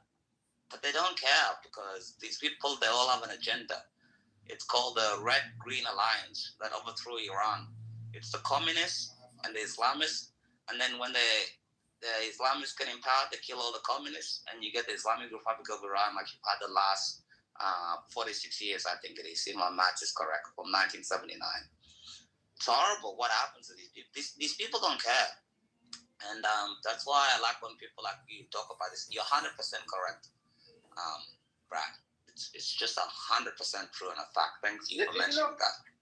That's the one thing that confuses me about, Africa throughout its history is, if anybody had the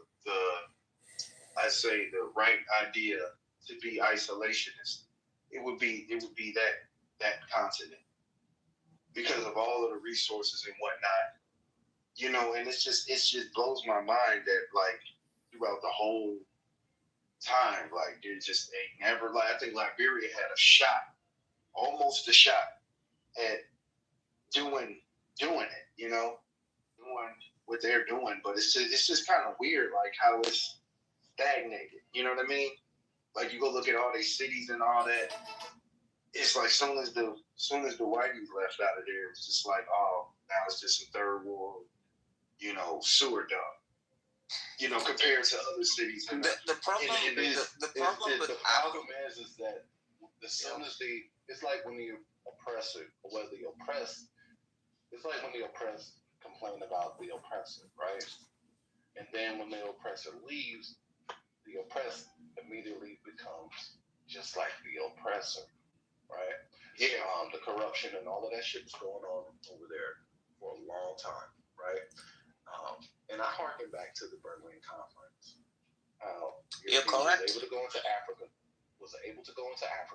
and they carved it up for themselves, right? They had their way with Africa. They carved it up and said, yo, we're going to take this swath over here. Y'all can take that over there and do whatever the fuck you want. And how they did it, over the years, Africans and xenophobia. Core version of the love tribalism, leading rampant tribalism. tribalism This has more of a weeping style than Amaranth. There are essentially 54 to 55 countries, right? Over 3,000 plus tribes, which means different languages, different cultures, different set of practices, all of that shit. And if you're not of a particular tribe, guess what? Your ass is slated to get exterminated by another tribe. Xenophobia, right? Tribalism. And the Europeans understood this. The tribalism is so fucking rampant and so ingrained that it causes whole genocidal wars. So now, if you see these countries and you look at who is in power in these countries today in 2025, guess what? The governing body looks just like the citizenry, but there's a distinct difference. The governing body may not be of a tribe of the citizenry, meaning that the governing body is only going to look out for their tribe. This is why you see hoarding of resources, right? This is why you see corruption, right? And all of that shit is because they're looking out for theirs and theirs only. They don't give a fuck about if you're in another fucking tribe. I will kill your whole grandmother and all of her fucking children because you're not of my tribe. And that's what's happening in Africa. This is why you still see the destitute that is going on in Africa today in 2025. And it seems like it has stagnated. Well, that is because the rampant fucking corruption. They have become just like the motherfuckers that they said was oppressing them. It's 100% true. Like in Africa, if somebody builds a road, let's say in South Sudan or Kenya, Morocco, whatever, right? It's not like, yeah, you're building infrastructure. It's like, yeah, what tribe does that road benefit, sort of thing. It's why the Hutus killed like almost 1 million Tutsis in 1994, Rwandan genocide, horrible thing that happened. And that's how you have problems in all sorts of, for an example, see, this is why Somalia is the most fascinating one. It's the only country in Africa that has the one language, the one religion, pretty much the one people. And they even can't get along because they have sub-clans. This is the problem. Africa is not a problem of like intellectualism or blah, blah, blah. It's about corruption, favorism, and sub-clans and everything. That's the problem. That's how it gets so complicated. And that's why, like in 1998, there was like, 38 civil wars going on at the one time. That's the reason why it's so corrupt and nothing works, because as soon as you get your tribe in charge, nobody cares about infrastructure and other things or who it benefits. It's like, yeah, I'll get what is mine and then I'll like leave or do whatever I can do with it. This is the major problem that my biggest enemies in life are not even white people. It's my own people. They're my biggest enemies in life because they're the most corrupt people that I know. They're my biggest enemies. I don't live in the West. I'm not Black American or anything else like that, but that's just the fact that I'm saying, and that's the issue. I just hope that. That's why when I go to countries like America, I'm just so glad. Like it's so split up. You can have different states, different valleys, and other things. You can kind of work it through. But in Africa, it's horrible. Like you can't get anything passed. All the donations that come to Africa, it gets like laundered into NGOs and other things. Nothing ever goes to the people. And I go there 3 months of a year. And it could be fixed if the politicians went corrupt. It's got nothing to do about colonialism anymore. Colonialism stuff died a long time ago. It's the people in Africa, my people right now, even my own country. They're just so corrupt, bro. They steal everything, and there's no such thing as nation building. It's a clan-based society. There's no such thing as a nation state. Like in my country, there's 64 tribes, and nobody agrees. It's like America before the United States of America, essentially. So that's why it doesn't work. Yeah, it's like it's true. Alan is correct. It's like Native Americans and stuff, but there's no centralized government, and whatever money you can get, that's what you use to get your people ahead, and that's why it's so bad. But when you mentioned the Berlin Conference, Adrian, you're 100% correct. I want to disagree with anything you've said. You're correct, 100%. Yep.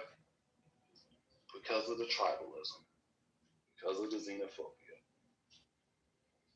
This is what is essentially is keeping Africa from uniting as one big nation state. Imagine what will happen if all 54 to 55 countries united, just like the United States did, where all the different states form a union, right? It's true. It'd be a superpower, essentially. Yeah. It will essentially be a superpower, but it can't because of the rampant tribalism and xenophobia that is inherent and that is cultural on the continent of Africa. Yep, and you can't get rid of it. I'll give you a principal example. So, I used to date a woman that was Nuer, my ex, which is South Sudanese. My mother hated her. My new missus, she's Black American, loves her to death. And the reason she hated my ex because she was a different tribe to me. So she would rather me marry somebody foreign than somebody from my own actual country that just happens to be a different tribe, Adrian. That's how absurd it is. That causes so many problems. So it's like you can't even marry within your own people because they're different tribes. So I'd rather you go elsewhere, and that's how insidious it is. It's the most insane thing. Just because they can't speak the same language as you, or they're different tribes, because it goes back hundreds and hundreds of years. It's stored down. It's hard to break. It's crazy. Now, is that because, like you just said, historical tensions between tribes, or because of cultural differences between the tribes? Historical tensions. It's actually both, but true, it's both. I mean, when we went to bail them out and send supplies in, and they were stacking bodies like cordwood out there, that was like fucking. Oh my god. Ooh. Wow. Oh, so you experienced the same shit, Brad? Okay. No, I just passed the two bodies. One looks like it's a small figure under that tarp, so that kind of sucks. And fucking truck drivers. He's standing there shaking his head. I don't know what happened, but just be grateful, I guess. I don't know. But anyway, yeah, it's cultural by a lot of it, and like old grievances, like tribal, who stole whose goat back then, and who slept with whose like grandmother. It's all like fucking weird, polycultural. So, like when you go back there, there's all these like things that just don't make sense. And you know, they had a saying, they tried to coin it in a movie, but it would be like TIA, this is Africa. Like, the more shit you try to change, the more and more gruesome and the new horrors you discover, you know, like, like cutting off women's breasts, violating them with machetes, doing shit. Like, these guys will do that shit. They don't give a fuck about FGM and stuff, yeah. Yeah, they don't care. Like, you guys heard about Rwanda. Like, really? Go take a look at it. Like, I'm always amazed, and not picking on you, Nye, but when Black Americans talk about, like, oh, we're from Africa, like, you ain't from Africa. You aren't African. You are not anywhere near This Africa. goes into the diaspora of the delineation, right? This is why we stress the delineation. That's why I say Black Americans. Yeah. Right. And so when you talk about the cultural practices and stuff, I tell motherfuckers, yo, Black Americans are so fucking far removed from the cultural practices of Africa, it is not even fucking funny. Because there are cultural practices and things that go on the continent of Africa in those different countries that Black Americans do not resonate with, right? You just brought up FGM. Black Americans don't cut off the clits of their women. We don't do that, right? We don't even sew up their vagina to try to goddamn preserve their chasteness, right? Their chastity, right? We don't do shit. We don't engage in dowries. We don't engage in goddamn getting our women fat so we can marry them off, right? On purpose. No, we don't engage in shit like that. There is cannibalism that is actually practiced in some countries in Africa. Like, Americans don't believe in no fucking cannibalism. Goddamn. Yeah, it's practiced in the Congo. Right, it's hard enough to try to goddamn get a Black American to eat some pork, let alone a fucking human. Unless it's ribs. Unless it's ribs. Right. So when Africans and Somalians and stuff like that come over here and say, "Oh, you're my brother," no, the fuck I am not. I'm not. We don't believe in first cousin marriages, right? First and second cousin marriages.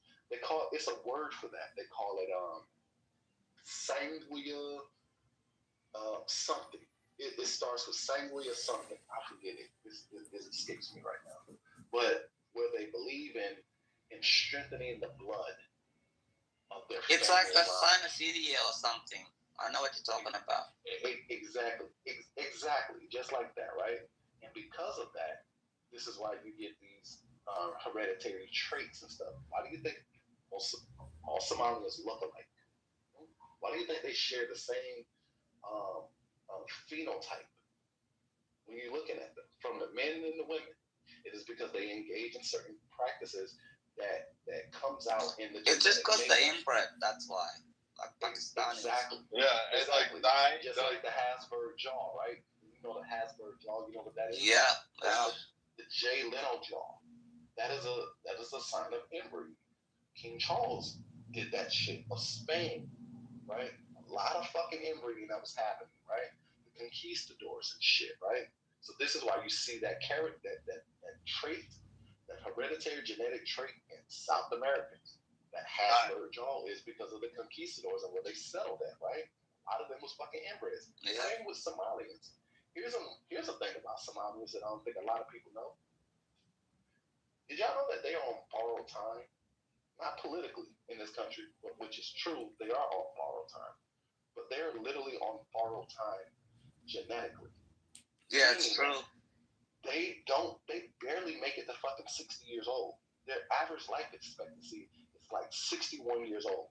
Why do you think you don't see any Somalian senior citizens? Because a lot of them don't live that fucking long. They barely make it to 60 years old. If you don't believe me, look it up. Well, the other thing too, like Nye, is like when you go in there into the interior, and I've seen it because I've been to Africa multiple times. I've been to like South Africa. I've been to Sierra Leone. That shit's a whole shit show back in the day. Like nobody went there. Everybody was running from there. Sierra Leone is a fucking hellhole, man. It is. It always will be. So like when you go into these places and you're like trying to get people out and you're trying to get assets and you're dropping off medicine and supplies and food and you're watching guys just fucking rip through people and you're just like, there's nothing I can fucking do. And you're like, all right, well, let's remove the bodies. And you got the UN guys there because, like, the Pakistanis and, you know, everybody that's in the UN sending troops around, they don't give a fuck. They're more corrupt than the African warlords. So, like, it's TIA. This is Africa. It's a hunting ground. That's all I know it sounds sad. It sounds racist for a white guy to say this, but it literally is a hunting ground. Everything in Africa is designed to kill you, or you are designed to kill it. Because that is the only way you survive Africa. Like, for the political climate, for the tribal climates, for the animals, the flora, fauna, everything there is not built to do what it is. And here's the weird part. Africa could be the most powerful continent, nation on earth if it would unify, ratify, just baseline human rights. There would be no stopping it. But because they can't, because they believe in child soldiers, because they believe in diamond brides, because they believe in, you know, patriotic prostitution by drug child marriages and stuff, child marriages, and then murdering. Like, I thought humanity, I thought there was a God at one point, or at least I had questions about a God. It took Africa to take God away from me, because I said, if we were created in man's image, or God's image, and this is man and the horrors of man, why wouldn't God allow women and children to be carved up by a machete? Like, when you look at those bodies and you see the breast ripped off and the woman bleeding out and trying to just cling to life with that vacant look, horrible. You're not. You no longer look. You don't see God. You don't see Jesus. You don't see any of that fucking biblical bullshit that I call it out there. What I saw was red. I saw the smell. I saw the blood. I smelt it. I could taste it in my throat. I can tell you that I will forever be fucking marred by what those sites are. That is fucking true to a T. I do not put Black Americans in that category. I will never do that. Black Americans don't belong in that category. You were the peaceful people. If you want to go back in history and say, hey, you were peaceful fishermen and farmers and all that shit.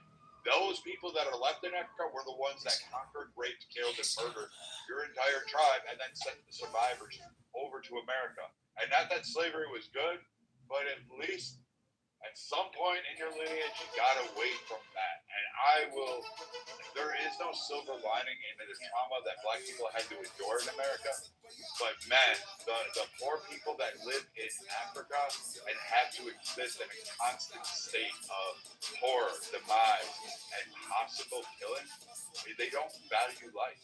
They're not worth it. To me, it's a continent that is not worth saving. It's a good vacation, but really at this point in time, until they get their ass together, it's not worth my time to go over there and risk my life, my family, my country's life to get involved in it. It's just really not. And they aren't going anywhere. There's no one stopping them. No one can stop them.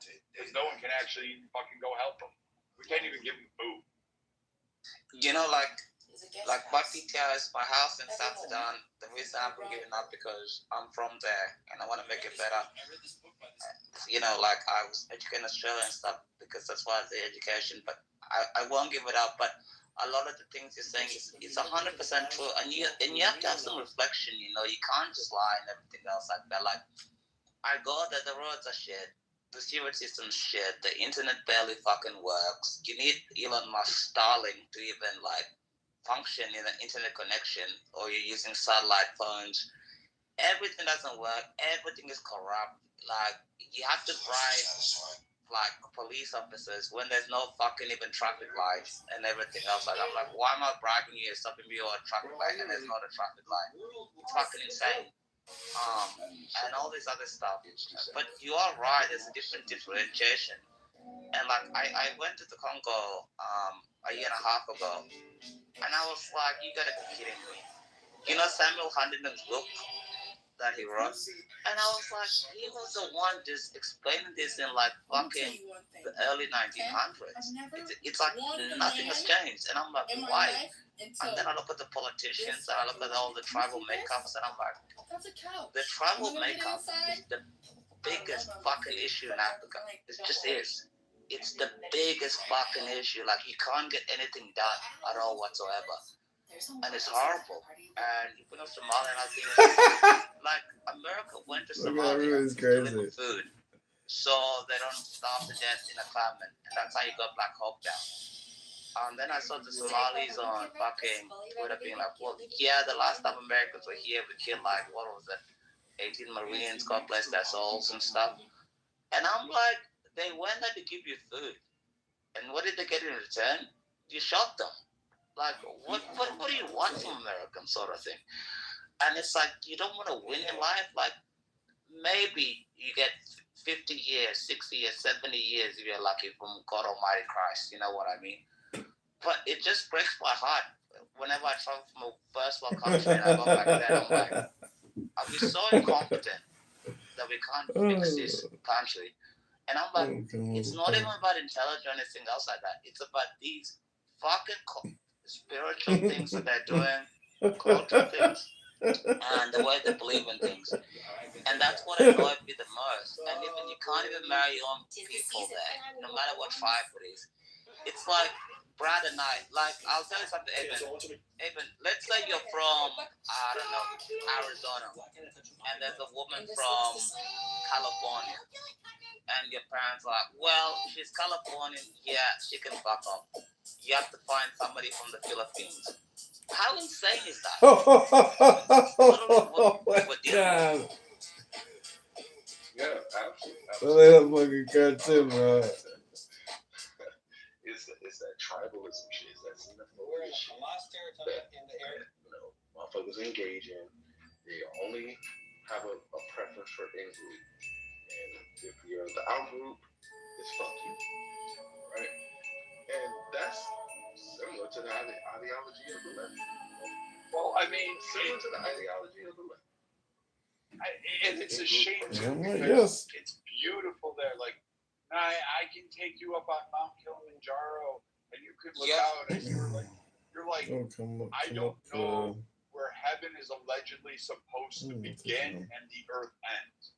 You will see things that are just hard, like they touch your core. That red dust will get in your soul, and you will like. It'll be a part of it. I'll take you home after. You'll breathe it in, and you'll be like, yes, I can feel it. It's alive. It's electric.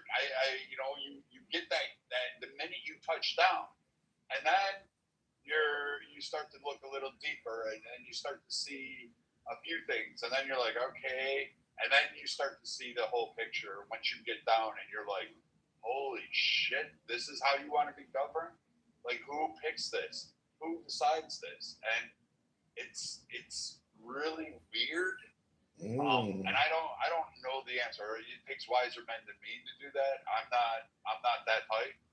But I can't imagine that this is a place. This is the birthplace of humanity. This is where allegedly people crawled from the ooze. This is where religion was founded in the Middle East and Africa. This is where wars for peace and stability were alleged to have.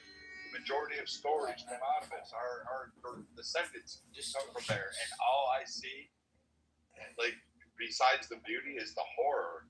And unfortunately, the horror won out on me. I love Africa, but I took my kids there. We lived there, and I took them out. I couldn't do it anymore. You can't. It's a shame. The most beautiful continent, most diverse, most like resource rich, the wealthiest continent on the fucking planet, and they're cutting off young girls' breasts so they can't breastfeed their babies. I don't fucking understand it, and no one can give me God's lessons in that. You can't throw the Bible, you can't throw Jesus, you can't throw God. You can't. I don't buy it. I don't. After seeing that, never. Yeah, of course, I'm never. Go ahead, Nye. Sorry to cut you off. No, I was going to co-sign what Brad was saying. I don't buy that religion either.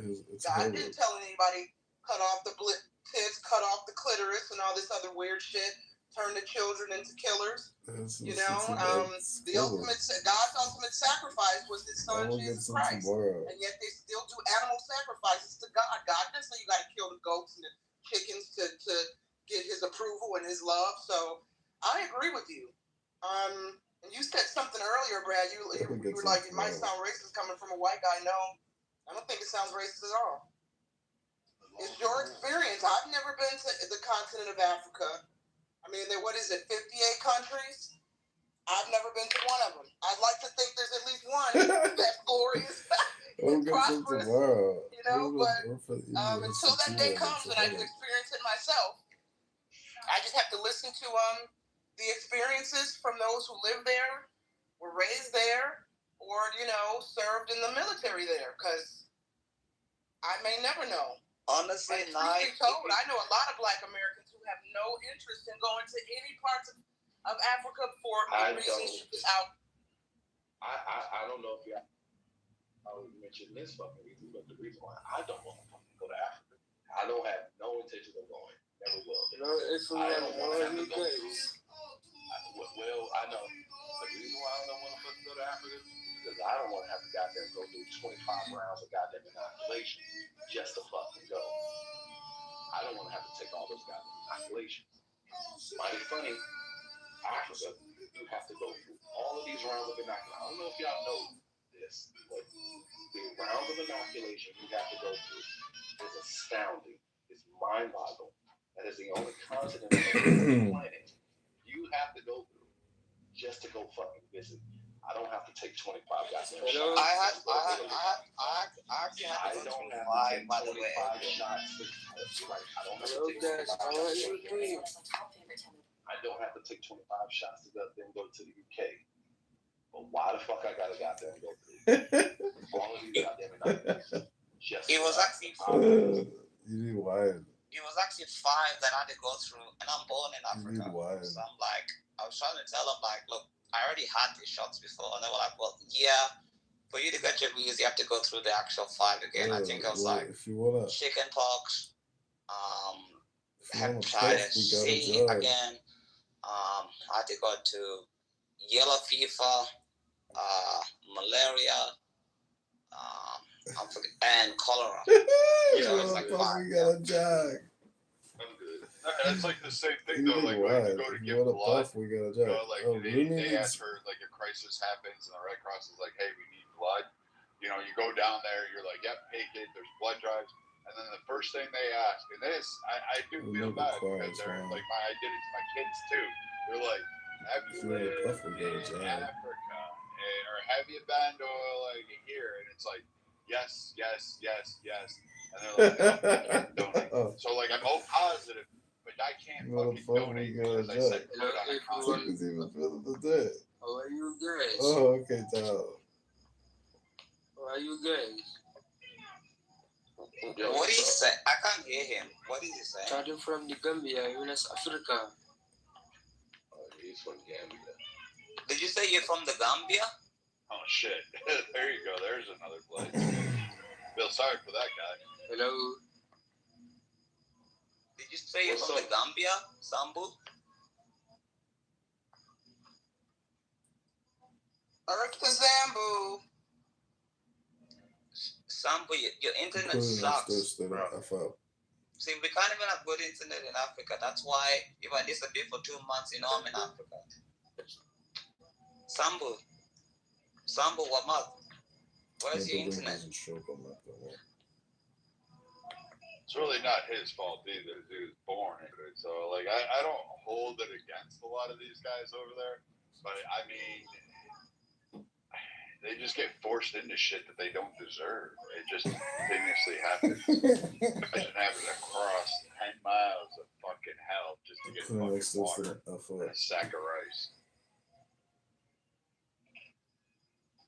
Yeah, but still, we can do something about it. That's why I invest back home. Because I don't want my kids to be like, well, yeah, I have to go to a different continent, you know. We can't, like, KK's here. She's usually the better, like, out of the two of us, she is most assuredly the 3/4 better half of me. But, like, Jesus Christ, fucking drive. But like, I don't know how you would fix it. Like, I really don't.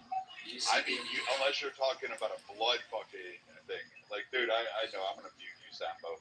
But I'm sorry, dude. Like you're kind of noisy.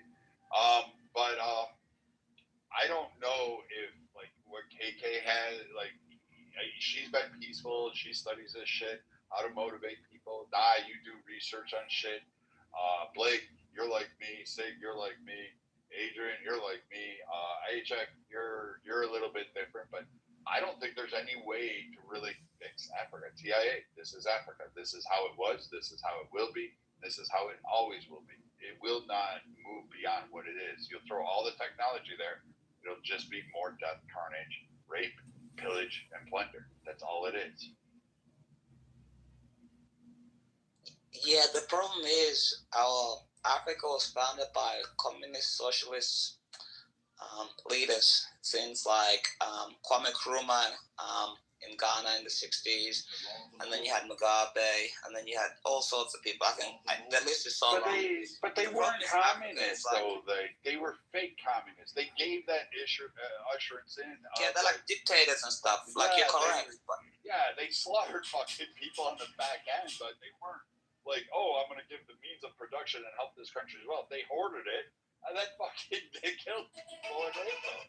I'm like, come on, man. And then they hated Christians who advocated for like a democracy of some type or a parliamentary fucking governance, and still fucking wanted to. I don't know, H.X. Like I know people say they're communists. Those guys weren't communists. They were just fucking dictators. Like they were weird. They were Kim Jong-uns with like the ability to fucking walk up to a guy and just shoot him in the head in front of his kids for no reason other than he was looking at them. No, it's horrible. Like, Brad, when I joined, I realized after like 2 years, I was like, this is bullshit. Everybody's just serving just to steal money and get corrupt and everything. Because when I was like 18, I was like, I didn't actually before I went. And then when I got there and I realized after a while, I was like, we're not doing anything. And when you talk about FGM, all the women and stuff that would go to the frontline medical hospitals and stuff, FGM, vagina sewed up, all sorts of horrific shit. And I was like, this is horrible. And I was like, I don't understand why they... Look, this is my thing, Brad, and other guys. America needs to stop all foreign aid into Africa. Let us fix. We existed for thousands of years before any American dollar ever landed in Africa. Let us fix our own issues because you will become dependent, on aid or one of the things. And when they know US dollars are coming, for example, America gives $1 billion to Egypt every single year. Why? They give billions of dollars to South Sudanese every single year. Why? It doesn't go to anybody. Let people sink or swim. I don't think it's America's job to save the entire world. I think you have too many veterans in your street. You have too many problems. And I think it's about time the United States realizes that, it's like having hopefully you guys don't, it's like having an addict in a family. You got to cut off the supply. And then you got to let them figure it out. Like, you don't make sure they die or something. But before you get Rob Reiner. Exactly, you got to cut off the supply, sort of thing, like Africans always saying like, yeah, we built this, we built that, and we built this, and I'm like, well, yeah, I just went to South Sudan and I slept in a fucking mud hut. There's actually hotels and everything else like that, but you just got to cut off the supply and let people do what they have to do. As the United States of America, build your own country, sort of thing. And when yesterday President Trump put South Sudan on the immigration ban, I'm like, great, because the people are coming there are lying in their papers. We can't even vet them in South Sudan. We don't know who they are. Some of them are Islamic extremists. Some of them have been in terrorist camps in the north that are lying to be Christian South Sudanese. You're bringing in terrorists in your own country. They're causing you problems. If we can't vet them in South Sudan, how the hell can your State Department vet the exact same people, guys? They can't. This is the thing. So, I don't want to sound shrewd, but insensitive. But I think know what? I'm gonna sound like an asshole either way I say it. You want the white guy to say it? Because I'll say it. Nah, I think Rob Reiner is what happened to him in his life. It should be a cautionary tale. I think it's an allegory for what's happening to America. True. I mean, you're being. Imagine being killed by the very thing that you gave birth to. Unbelievable. I think that is fucking indicative of the left. They're enabling these creations of theirs, and it's only going to blow back into their faces, and they're going to pay for it. I'm sorry, but that's just how my brain works. That's just how I see things. I mean, fuck, man. It is what it is. But the thing is, you're 100% correct. If we had just focused on his son and on the other bullshit, I can't imagine stabbing my father in the fucking neck and my mother, especially in the fucking neck, unless something is mentally ill and wrong with you, whatever. But it's you gotta cut off people like, especially drug addicts, especially the most. You cannot subsidize someone's addiction forever. And I use that as a metaphor for Africa. Africa has got like $3.4 trillion since like 1964. What has it done? Nothing. Absolute sweet old. Drug addict kids put their parents through the worst shit. They destroy families. They're usually manipulative and everything. I'm not saying they shouldn't get help. Obviously, there should be help centers for people, especially veterans and other people. You should have help.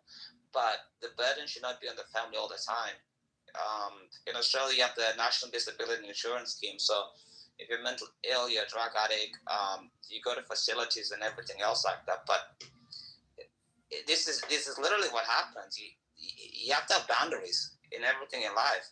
And I think if you don't learn how to be self-sufficient as a man or a woman, I think your life is going to be shit. No matter what you do in life, it really doesn't matter. And especially when you have turmoil happen in your life, how the fuck can you expect somebody that's always been has been given everything to cope with a traumatizing situation? They're not a cop. You know that, and that's why people just keep giving them more money. It's just the way it is.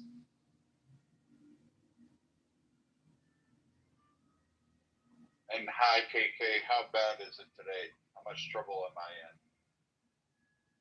Hello, everyone. Why are you in trouble? What did you do now? He's innocent on all charges, by the way. Oh my God, said no one ever. Innocent. I just was thinking back to those two Democrats in Minnesota who got killed. Ironically, after they voted to end illegals. And they were killed. Yeah. Imagine that. They were killed for the wrong reason because they supported the overall premise of it. They didn't like the way the bill was structured on particular formats. So someone killed them because of the funding fucking pulls on it. And they actually had qualms about how that mechanism was going to work and how the state was going to pay for it. And they had concerns about auditing checks and arbitrary language that basically allowed for administrations to basically police the system. And there was no regulatory body that was given the provisions to actually seek out, authority or ability to go ahead and audit all these places. So, like, there was a lot wrong with that fucking bill alone. And, because they voted against the shitty bill, they got killed. And then they're held up like, see, this is what MAGA is.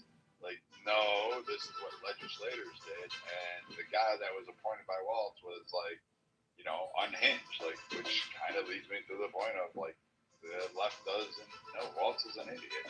Like, I mean, if anybody thinks he's the one that's fucking doing all this shit, like, the man put tampons in men's bathrooms.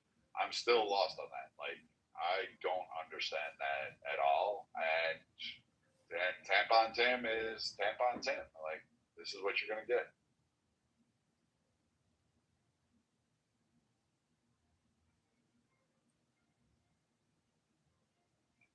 Imagine that. Right. I wouldn't be surprised if it comes out in the years to come that Waltz is a plant. Think about, like, there's so many inconsistencies when you talk about his history, his personal, his military, his service. Like, where did he come from? So how did you go? If you look at if you look at his career path and how he got into education, why he had to leave education. There's a lot of shadiness going around, and how much time he spent in China as well. So, and then he allowed all this to happen. I definitely think. I think that there's potential. And he was a master sergeant that couldn't work a gun. I was shocked. Well, he wasn't even actually that. So, but that's a whole nother conversation. Yeah, I think he got compromised in some sort of way, and China had blackmail evidence on him. It was like, yo, motherfucker, we will out your ass unless you do the fuck we tell. Look, which is it's crazy that you bring that up, KK, because I tell people all the time, Kamala Harris did the exact same fucking thing that Hillary did. Yeah. The exact same thing. What she did was pick unassuming old gray-haired white guy named Tim that was incapable, that was a fucking imbecile and spineless as fuck. She did the exact same thing Hillary did. Wouldn't overshadow him.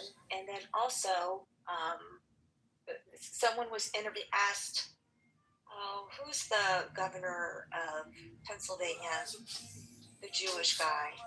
He was high on the list. Josh Shapiro. Yes. Yeah. So they asked, so in Kamala's book, she writes about, how he picked or who she picked, why she picked, and da-da-da-da-da. And then she talks about Shapiro, whatever. And he's like, none of that happened. It didn't happen that way. And he made some comment. I'll have to find the interview audio of him saying it. He basically said, well, if you look at it, like, there's only so many days into this presidential election. If you fail, which history says that you are going to, then how does anyone survive that if you want to have a future for the presidential bid in 2028, right? So that's basically the reason why. He basically said, like, well, that's the reason why, like, he's, he basically pulled his name out of it, he said. And basically because the left, they have an anti-Semitic issue embedded in the left, right? Because, like I say, it boils back down to identity politics. Now, what it would have looked like, she is a black woman who is married to a Jewish guy, and she picks another Jewish guy as her running mate. That is two Jewish people that are within the heartbeat of the presidency. It's too close to the fucking seat of power, right? And the left couldn't have that, right? Identity politics, mind you. I don't know if a lot of people paid attention to this, but after that abysmal, historic meltdown of Biden on the debate stage, I watched The Spin Room on MSNBC, all channel. MSNBC, make sure niggas behave correctly. You're a masochist. Right. They that an acronym is wild. Adrian, that was wild. Oh my Lord, I've never heard that. I'm sorry to interrupt. I'm like, what did he just? I'm just gonna take that and I'm gonna admit that now.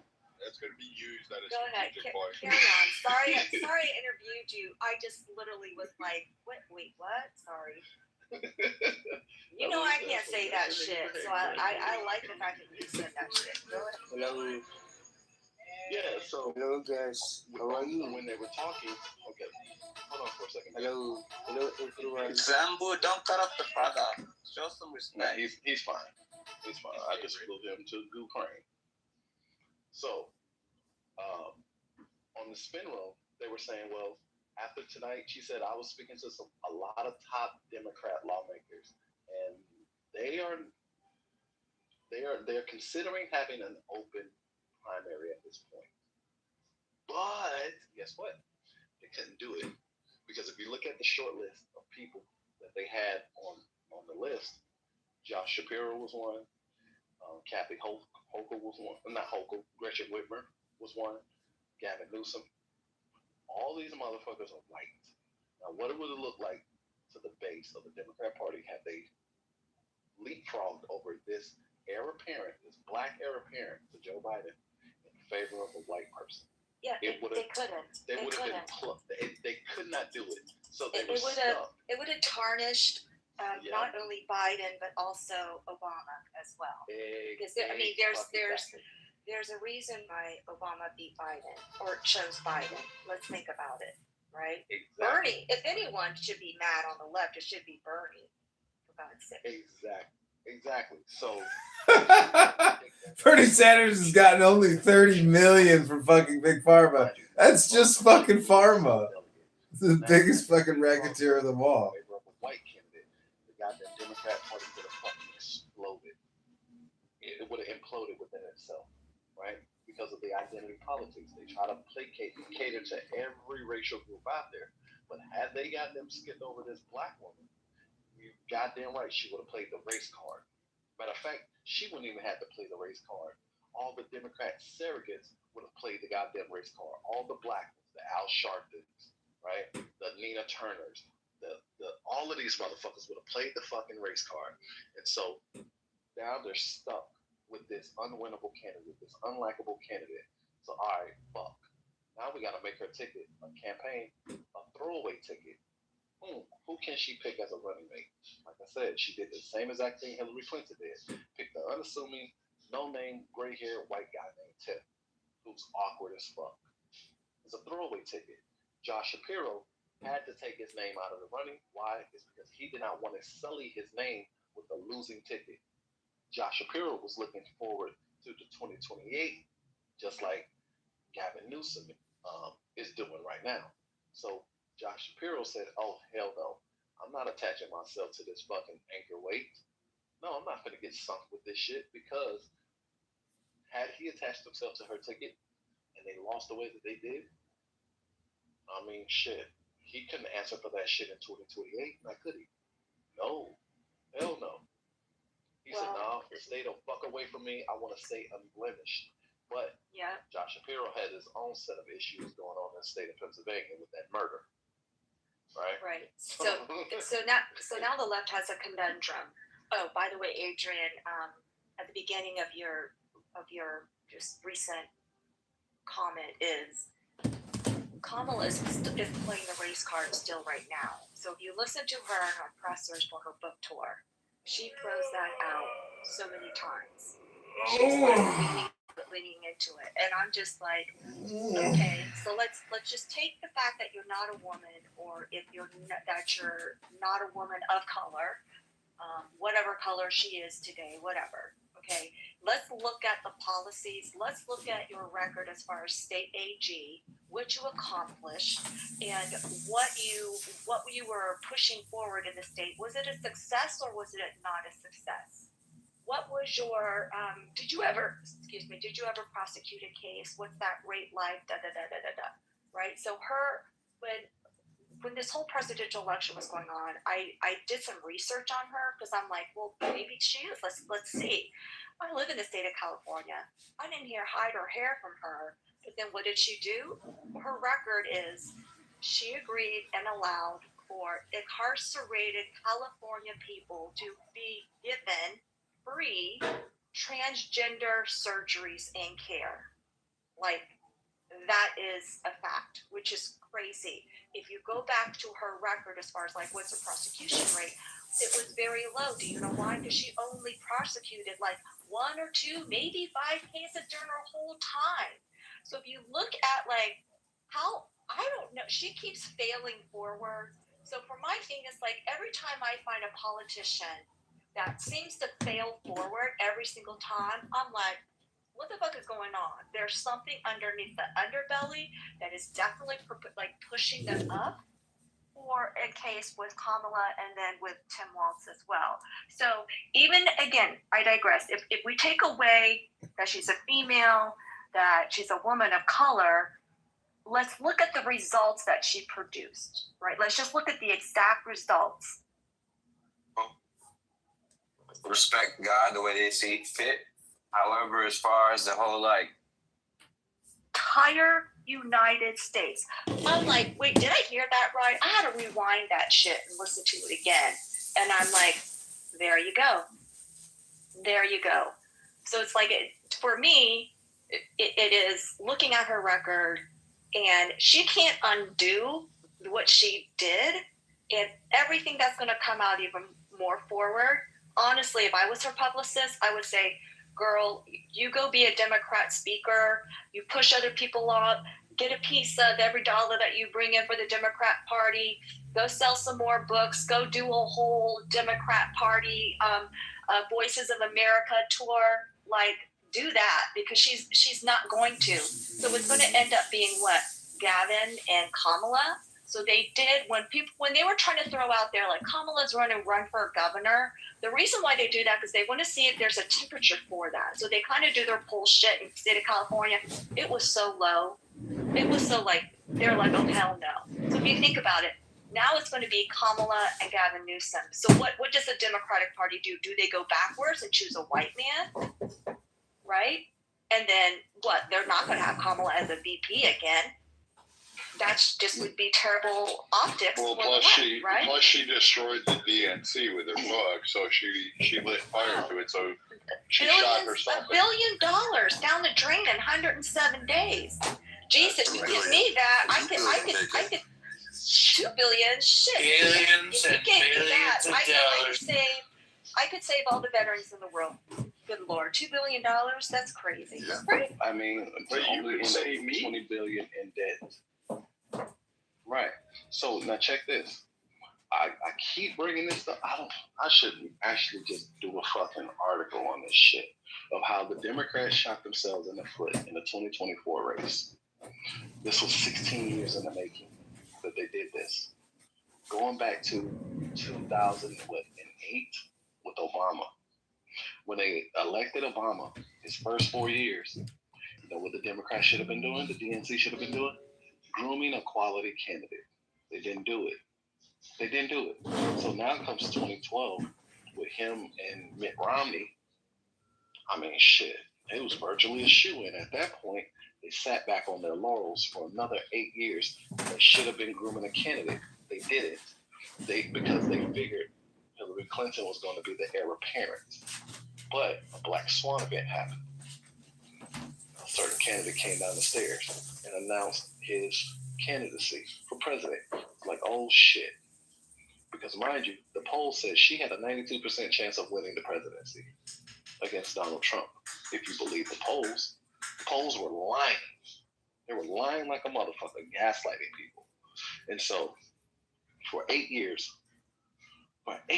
they sat back on their fucking laurels and did not groom a quality candidate. They never thought, what if it don't work out? What if she loses? They never thought that. It never occurred to them because they only thought that, hey, we could just knock his ass out of the fucking race with all of this other bullshit. And, you know, if he happens to win, we can just play the nuclear option, which was the Russia, and all of that other bullshit. They spent 4 years of his administration investigating instead of legislating. They spent 4 years investigating instead of goddamn creating a quality candidate for the 2020 race. So mind you, this is 12 years at this point. Up until 2020, it's been 12 years. This is why when you look at the Democrat primary, it was like over 26 candidates in the field, and none of them panned out. Joe Biden, they had to goddamn go to the depths of the Crypt Keepers' catacombs to bring out Joe Biden. Obama knew that was a bad idea. This is why he said, Joe, you don't have to do this. He said it jokingly, but he was serious. He said, yo, do not underestimate Joe Biden's ability to fuck shit up. Now, mind you, this was his vice president. You don't think Obama knew that early on? He was one of the first people that knew Joe Biden had a mental decline going on. He had a cognitive problem. He knew. His wife knew. And a lot of people of the Obama inner circle knew This is why he said you don't have to do this. But fuck, we just got them shafted Bernie, and after the Iowa caucus, because it was looking like Bernie was goddamn going to get this shit. But they couldn't have a fucking uncontrollable socialist at the helm of the Democrat Party. So hey, kneecap this motherfucker. They did it twice. Hillary, highly fucking unpopular. So with Joe Biden, mind you, he didn't have a record to run on. He only ran on nostalgia and Obama's record. And dumbass voters thought, okay, we get Joe Biden in, it's going to be the Obama years all over again, because Obama will be right there in Joe Biden's ear. Literally, keyword you said, Adrian, control. They couldn't. Exactly. They couldn't exactly. control. Little did they know how right they were. He was going to be in their fucking ear.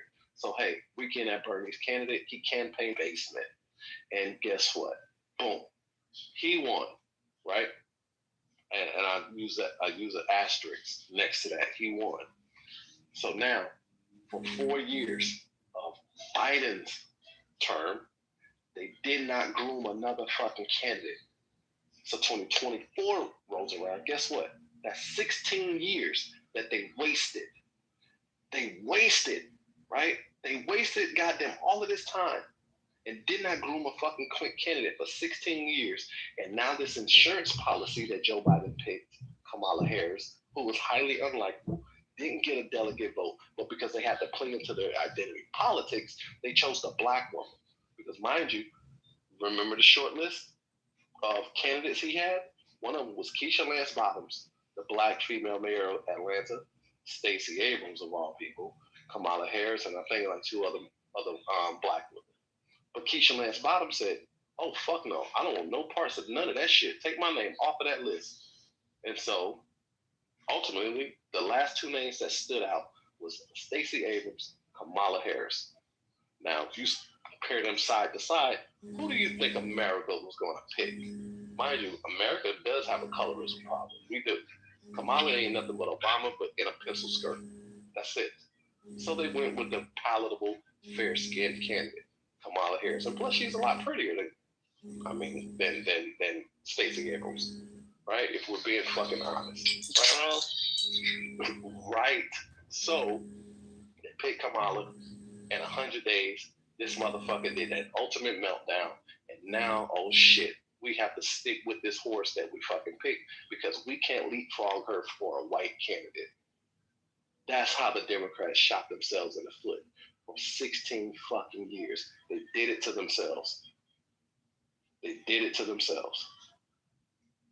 And it's true, and things have changed. Like in my generation, like I can't vote in the American elections yet, but my generation is absolutely pissed because we grew up with all these terrible people be like, well, you men have to do this, the future's female, me too, all the bullshit. Even when the first time I actually started my business agent real quickly, I'll shuffle.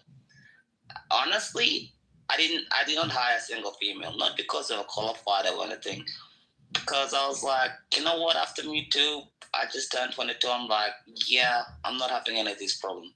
But in terms of the Democrats and everything else like that, when I was in the United States, I was thinking, you really had so many years, like TDS, the Trump administration has got them for the last 10 years. Even Rosie O'Donnell has gone back to Ireland and everything else like that. So I just think that candidates come and go, but when they pick Kamala Harris, I actually put $1,000 bet that Trump was going to win. The day she was nominated as the Democratic, because she never got any vote, because I remember in 2020, what she get, like 0% or 1%, something was so low. And I was like, there's no way she's winning this fucking election because nobody voted for her. Nobody nominated her. Yeah, there's enough insane women, and it's becoming a divide and stuff between men and women and everything else like that. But we can sort that out, obviously. We've always sorted that out. But as soon as Kamala was the front runner and she became the nominee, I'm like, the Republicans are going to sweep everything. It just came so clear because there's no way that she was ever going to win, in my opinion. And no way. Same with Hillary. And think about this. The DNC, they knew they had to goddamn cut bait, right? They knew they had to cut bait with her. They knew that she was an unwinnable candidate. So what do? Fuck, let's just saddle her with this unlikable ass fucking candidate, Tim Walz. Don't nobody know who the fuck he is, and for the next 60 to 70 days, we're gonna have to explain to the public who the fuck Tim Walz is. That's why they ran coverage. You know, Edwin, sorry, Tim Walz was so funny. Like even in Australia, and it's after everyone's calling him Tampon Tim because they couldn't even like load a rifle. It was the funniest thing. And that plays into the strategy. That plays into the strategy of the DNC. They sabotaged her on purpose, which is why I think this is why her book is coming out the way that it is coming out. And she's talking all the shit that she's talking in the book because she found out that they sabotaged her. So I'm going to burn this shit the fuck down. I know my political career is over. She will never win another fucking race. And so now she is going to make all of her money on speaking engagements and book deals and shit, right? Which is the natural route that motherfuckers take after they lose a prominent race, right? So now she's burning the DNC down because she understands that they sabotaged her. She had no chance in hell because, mind you, what I said about the anti-Semitism problem that the left had, she knew that, hey, she had a fighting chance had she picked Josh Shapiro, but they don't like Jews within the goddamn party. Josh Shapiro had a fighting chance in Pennsylvania. It's an anti-Semitism that got to her. Right. They have a Jewish problem in the Democrat Party. This is why they splintered over the Palestine shit. But wait, Adrian, let me ask you something really quick to that point. Because Marjorie Taylor Greene has talked about this. Tucker Carlson has hosted guests that talk about this, political guests. The Democrats have a problem with Jews, but don't they all, both sides, Republicans and Democrats, have to essentially bend the knee to the Israel state, right? And to Zionist leaders? You talking about AIPAC and all that? Yeah, so what's up with this? Well, I have an answer for this. Isn't that how Cori Bush lost her race? Right? Because she didn't bend the knee, right? I mean, that. Hey, Adrian, can I answer? Yeah, go ahead. I want to answer this because everybody keeps saying like, well, yeah, AIPAC and you have to bend the knee to like the Jewish community. No, it's not true because in 1948, when May 14, 1948, when President Harry S. Truman was the first country in the entire world, the United States, recognized the state of Israel as independent. The next day, he embargoed all American weapons to go to the state of Israel. From 1948 until 1967, it was President Johnson was the first one that actually helped lift the embargo. And then after that, Nixon. So the United States and the state of Israel have always been like this. By the way, the AIPAC is the 10th biggest contributor into the lobbying. So they'll be like, well, yeah, you're influenced by AIPAC. Qatar spends far more money, China does, Iran does, so many other countries does. So when it happens in 1967 and Israel wins the Six-Day War, the United States don't get involved. The reason why the United States have sent the F-35, and the F-35 actually flies, I think, about another 400 miles, is because the state of Israel helped develop it. And the person that signed the deal that sends the state of Israel $3 billion every single year to buy American-made weapons is actually Barack Obama that signed that when it's his presidency. I think it was in 2014 that he signed that too. So a lot of this is all a hoax. The state of Israel doesn't have all the money that people think that it has. But the anti-Semitism problem is a big, big thing. But in terms of the state of Israel existing, the state of Israel fought its biggest wars without the United States. And frankly, after the United States took off their shackles after Joe Biden, that's why the hostages are home. And that's why the war in Gaza is finished. I think if Biden didn't put the shackles on the state of Israel, that war could have been finished in like 3 weeks. Like they finished 6 Arab states in like 6 days, you know. So it's a massive anti-Semitism problem. But AIPAC is not a big political pack. I went to DC and I went to like an AIPAC thing and I was like, these people don't even have influence. They really, really do not. It's an all anti-Semitic tribe, comes from the Third Reich, comes from the protests of Elders of Zion being like Jews control it. The Jews, if the Jews controlled everything, the media coverage on Jews would be so fantastic. The BBC would be saying nice things. CNN would be saying nice things. MSNBC, but no. I think they're getting a hard time for historical differences, but I really think anti-Semitism, to me, it's the world's oldest disease, and anti-blackness too, same thing. But I just think that, no. I just think that she fucked up on that, because most people in reality, because social media is not reality, most people are not anti-Semitic, and AIPAC really doesn't make a big fucking difference. It really does not. You see, Jasmine Crockett. Look, and this goes into what I was saying about them not grooming a quality candidate. Because after the 2014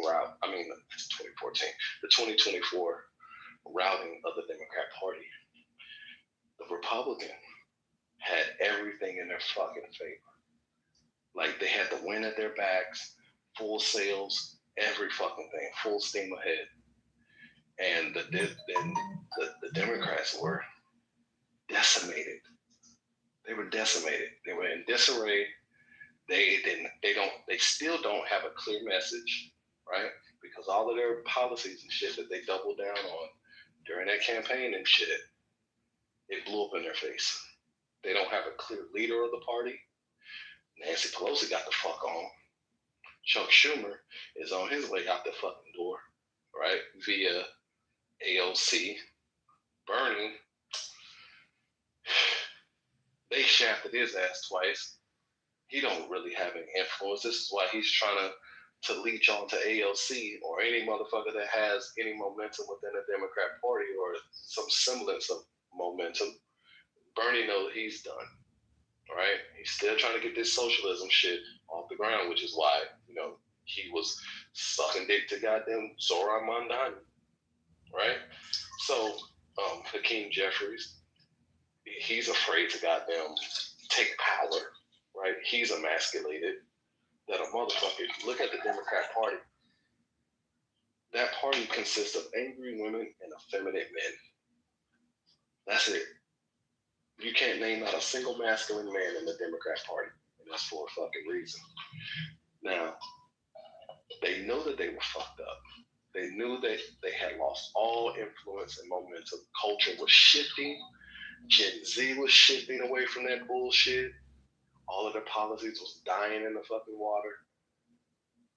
Oh shit. Mad scramble. We gotta do something.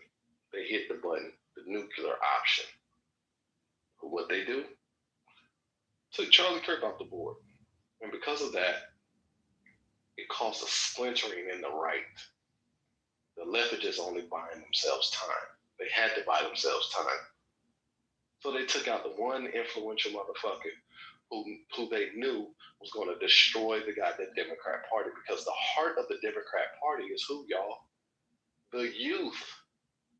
It is the youth.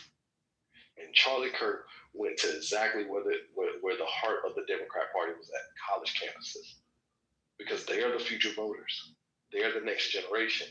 Because one thing about the youth and the activism and all of that shit is that when they eventually come into power, they have a tendency of bringing their activism with them. Remember, AOC was 25 years old when she went to Congress. Everything that she's been advocating for was her worldview of what the fuck she sees, how she sees the world. And it reflects in her activism and her policy making in Congress. So they knew that the goddamn youth was a sacred demographic and their future to the party, because, look at their policies. They do not reproduce. They only have to recruit. You're 100% correct. And so Charlie Kirk went to where their fucking future was at, and they said, hands off. And they killed him for it. They killed him for it. You're 100%. They understand that, they understand that looking at that brutal murder of Charlie Kirk in their innocent eyes, in their futuristic eyes, guess what? It's going to radicalize them. So that's what happened. The Democrats had to buy themselves time to figure out their next game plan. And shit, they still don't goddamn learn their lesson. They double down in all of their ideologies. If you don't think that's true, look at Portland, look at LA, look at San Francisco, look at New York, look who they just elected, look at Chicago. All of these places that are Democrat strongholds, they're doubling down in their goddamn ideology. They don't learn. They're political kamikazes. They will destroy themselves, even if it means they will destroy you in the process. That's just my assessment. I could be wrong. No, I think you're 100% correct, because I think the last election, NBC called it the pros elections because people actually cared. Well, like the young man, you know what? You don't even have to agree with these blue hair feminists and all scum like this and stuff. You can love God, you can get married, have kids, have a good life, and everything else like that. And that message was getting through. And I think that was the problem that they're killing for, because a lot of young men in my generation, especially in our mid-20s, we grew up with every single teacher was a fucking woman. Every single thing was leftist and everything. University, same shit. It's the same ideology. I don't even know how the fuck I survived. Honest to God. Like, I remember in like 2020, I was like almost like an ultra leftist because university, but thank God I have my dad in my life, you know. He just kept me on the straight path. If I didn't have my dad in my life, I'd be fucked. Honest to God, I'd be one of those leftist weirdos that's talking to me right now. But it's the whole indoctrination that happens and stuff. And I think Charlie was getting the message through. It's like, well, yeah, shit happens, but like you can be a man about it and you can do other things. And they realize the voting patterns are changing. Have you seen the different voting patterns? It's like in Gen Z, it was like 70% of women vote left and 70% of men vote right. So it's like it's split equally. And they're like, well, why is Gen Z not dating? It's like, yeah, because nobody likes each other. And nobody wants to date a liberal leftist lunatic sort of thing, you know? And we were raised by that. It was always like, your toxic masculinity. They make up all sorts of terms for bullshit just for being a man. And you realize that, and you're like, these people are retarded. They're evil. They're sick and sadistic. And then when they realize the message is not going through, they just kill you. You know? That's what happened to Charlie. Political kamikazes, man. It's horrible, man. They're political kamikazes. They will kill themselves in the process of killing you. This is why I say, yo, look at that party. You were talking about masculinity and blue hair lunatics. That's the base. It's true. That is the fucking base. Who's the one that said that the Democratic Party is a party of like radical women and weak men? Well, I just said it's a party of angry women and effeminate men. Because you can't name a single masculine, not a single masculine man you can name in the Democrat Party that comes to mind right now. Tim Walz is a masculine to you, Adrian? What the fuck are you talking about? Sticky got jugs. I saw that guy changing oil in his car and he just had to do his air filter. You know, that was the most manly man thing I'd ever seen. Yeah, it's like Jamal Bowman thought he was part of the squad, a squad of women. Think about that. He thought he was a part of the squad of all women. He called himself a squad member. What was his name? Jamal Bowman. Oh, yeah. That's the same motherfucker that pulled the fire alarm. Oh, yeah. Single mother home. Yeah, raising a single mother home for sure. Yeah. What's going on, y'all? Merry Christmas, KK. What's up?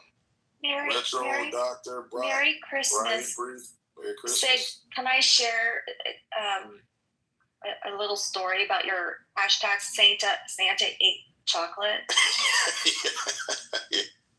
Okay, so you know, my late husband was Black, and he did not have the Christmas family traditions that I was raised with. And I said, well, let's do stockings, because I've never gotten a stocking in my life. Like, what are the stockings for? And I was like, well, yes. And then Santa comes and and puts the presents, so we gotta hide the presents. And he's like, oh, no. I am not gonna allow a fat, out of shape white man take all the credit for all the hard work that I have done to ensure my children have presents. Their presents will be love daddy, period. He's like, absolutely not. We did compromise, and we said the stockings were from Santa. He was okay with that, but he was like, absolutely not. I didn't think about it in that capacity, but when he shared that with me, I about died. I was like, oh my God. Yeah, that's definitely a black thing. That's definitely a black thing, KK. Yeah. Well, I mean, that's a real man. That's how I used to do my kids. I'm like, ain't no fucking Santa, no nothing, man. I said, Dad's got to go to work and break his fucking back for all this shit under the street. Goddamn, you gonna recognize and appreciate that shit. I have little brothers, and I used to eat their cookies and drink their milk at night. And it took until I was like 14 years of age to realize it wasn't the case. Fuck. That's why they say I saw mommy kissing Santa Claus under the Christmas tree. I didn't get you. Hey, you damn right. She was kissing me. God damn it. Yeah, man. What's going on, America? Sergio, Merry Christmas, guys. Merry Christmas to you. What's up, Dr. Long? Merry Christmas. Yeah, tell me you said. Yeah, that's funny as hell, man. Yeah, I'm trying to preserve our white Santa culture, KK. I'm tired of seeing black Santas and brown Santas and yellow Santas everywhere. Santa is fucking white. We're going to stick to that. We're done black washing and brown washing every goddamn thing. Santa's a fat, jolly white man. And he's either white or black. Have you ever heard anyone argue that Santa's Asian? Well, not one. Yeah, not one time, but I'm nipping it in the bud before it starts, because in 2025, that's going to be the next narrative, KK. Santa was actually an Asian man. He was a fucking Asian man. Man, right around. I was launching a GoFundMe to get more Asian Santas. So. Well, how else are you going to justify? How else are you going to explain how he's able to slip into people's homes at night undetected? I mean, sort of kind of like a ninja. Instead of a sled, he's got a what's some damn things in Chinese or rickshaw? Yeah, a rickshaw. A rickshaw instead of a fucking sled. But it's a flying rickshaw. Right. Check yourself, Sid. Come on. Flying rickshaw. Yep. So hey, very stealthy. Very stealthy. That's funny as shit. You got all your Christmas shopping out the way, KK?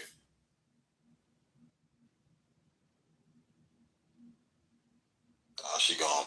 But yeah, I got to tell you, man, KK is awesome. Her, Thunder, Abby, and freaking Rydell, man. They sent a package to the house. Just beautiful gifts for the baby and everything, man. They did an amazing job. So just that is forever etched into my memory and my heart, man. Those ladies did an amazing job. KK, got everything together and sent the package. So just very thankful and grateful. But just got to keep shouting from the mountaintop how thankful I am. And those ladies did an amazing job, man. So KK is all.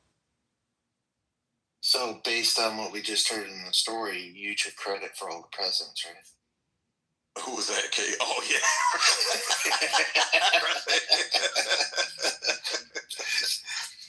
These are all from Daddy. Right.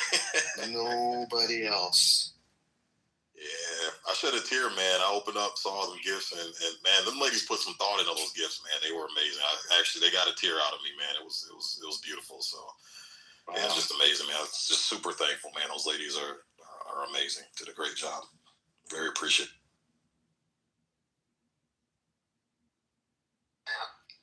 Sick. I realize as an adult, Christmas becomes when you stop expecting the gifts. And then you're the one that your wallet is empty. That's when I realized I'm the adult now, Yeah. So, yeah. That's really nice to hear. My brother's wife just gave birth 3 days ago too, by the way. beautiful baby boy, you know. Congratulations, so, man. So you got a new you got a new nephew? Yeah, I got 2 now. One is awesome, 2 years of age, and one is like 5 days of age now. Beautiful, man. Like fresh, brand new. Yeah, bro. And then my niece bugging me. She's like, "When are we gonna have babies?" I'm like, "Why don't we get through Christmas first, okay?" And we can talk about it after Christmas, sort of thing. But baby fever is a real thing. When I first met her, she was like, "I'm never having babies." And then she met my nephews, and that's all I can hear about her now. It's. I think that's humanity, you know. Like you meet babies, like when my nephews run up to me because I've been there when they were kids, and they like hug me and everything. And she's like, "Well, you know, like," she's like, "Well, you know, I think we should have kids." And I'm thinking, well, hang on a second. I think we should have Christmas first and hang out and like, you know what I mean? But it changes your whole world. It changed my brother, man. My brother became the most upstanding guy. He became so beautiful, you know? And I just, congratulations, Sig. I really appreciate what you said, man. Thanks, brother. Congratulations to you, man, and your new nephew, man. Yeah. I'm telling you, dude, like, as much as everybody rags on the manosphere, they're telling the truth. The manosphere is bullshit when a little baby hugs you, bro. Honestly. No. The manosphere is on point when it talks about where the priorities are for men and women. And women get their fulfillment from children and family, not careers and jobs. And it's so true, man, because I'm more observant now. And I pay attention to when there's family gatherings, what the women talk about and what the men talk about. Dude, I don't hear women talking about careers and degrees, bro. It's always about recipes, family, vacation, arts and crafts, you know, activities. It's so, 100%, man. Women get their fulfillment from fucking family and children. And because they're communal like that. Yes, 100%. And when you see these women talking about the family and the gatherings and family members and you know what outfits we knitted and what blankets we crocheted, and dude, you can look and just see the joy on their face that they're talking about that stuff, because that's what matters most to them, you know. So yeah, man, get married, bro, have a family. Hey, check, I'm telling you, man, bro, and I think a lot of men they get so happy, Sig. You know what I mean? I never seen my missus so happy about this. Yeah. And so just think, in 12 short months, you'll have your nephew, and you'll be sitting around for Christmas waiting for Ninja Claus to show up. Hopefully I don't fire blanks, you know? And it works. So, but I never seen her like, she was like, wow, this is so, because she'd be talking about her career, I'm a lawyer, blah, blah, blah, blah, blah.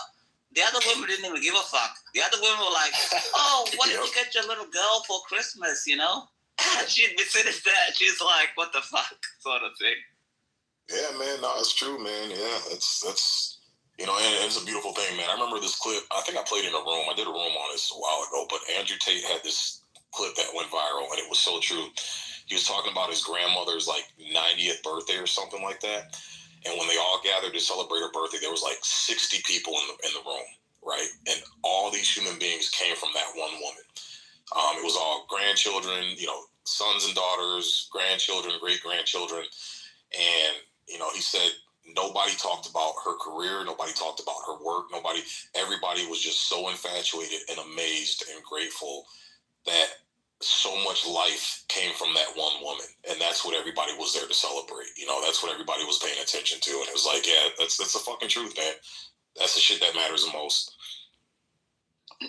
No, it's so true. Like, if anything ever happened to my dad and my mom's not here, she'd be straight at my house 100%, because mothers are so special, and it actually makes you grow up, Sick. It actually makes you grow up, because you're like, you have something more important than you.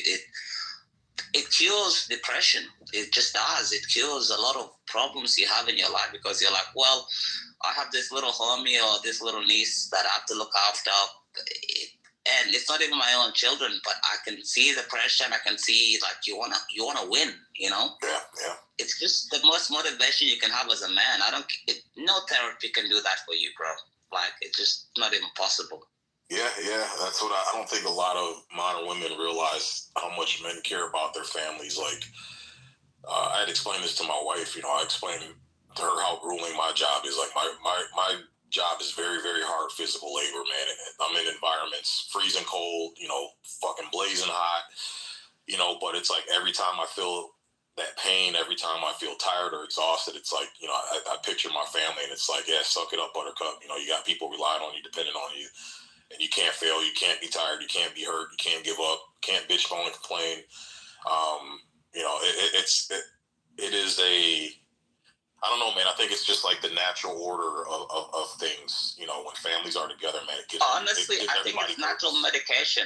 To be honest with you, that's a great phrase. Yep, I agree with you 100%, A-Check. But yeah, no, man. Kids do something to you, man. I've had my moments where I've been down in the dumps, bro. I've literally been sitting cleaning my guns and been depressed to the point where I'm like, yeah, I can put one of these motherfuckers in my mouth and pull the trigger and just let it all be done with. But when you start having those thoughts, man, you think about those kids, you think about your family, and it's like, I can't do it, man. I can't let these people down, you know. There's no fucking, you have something to live for.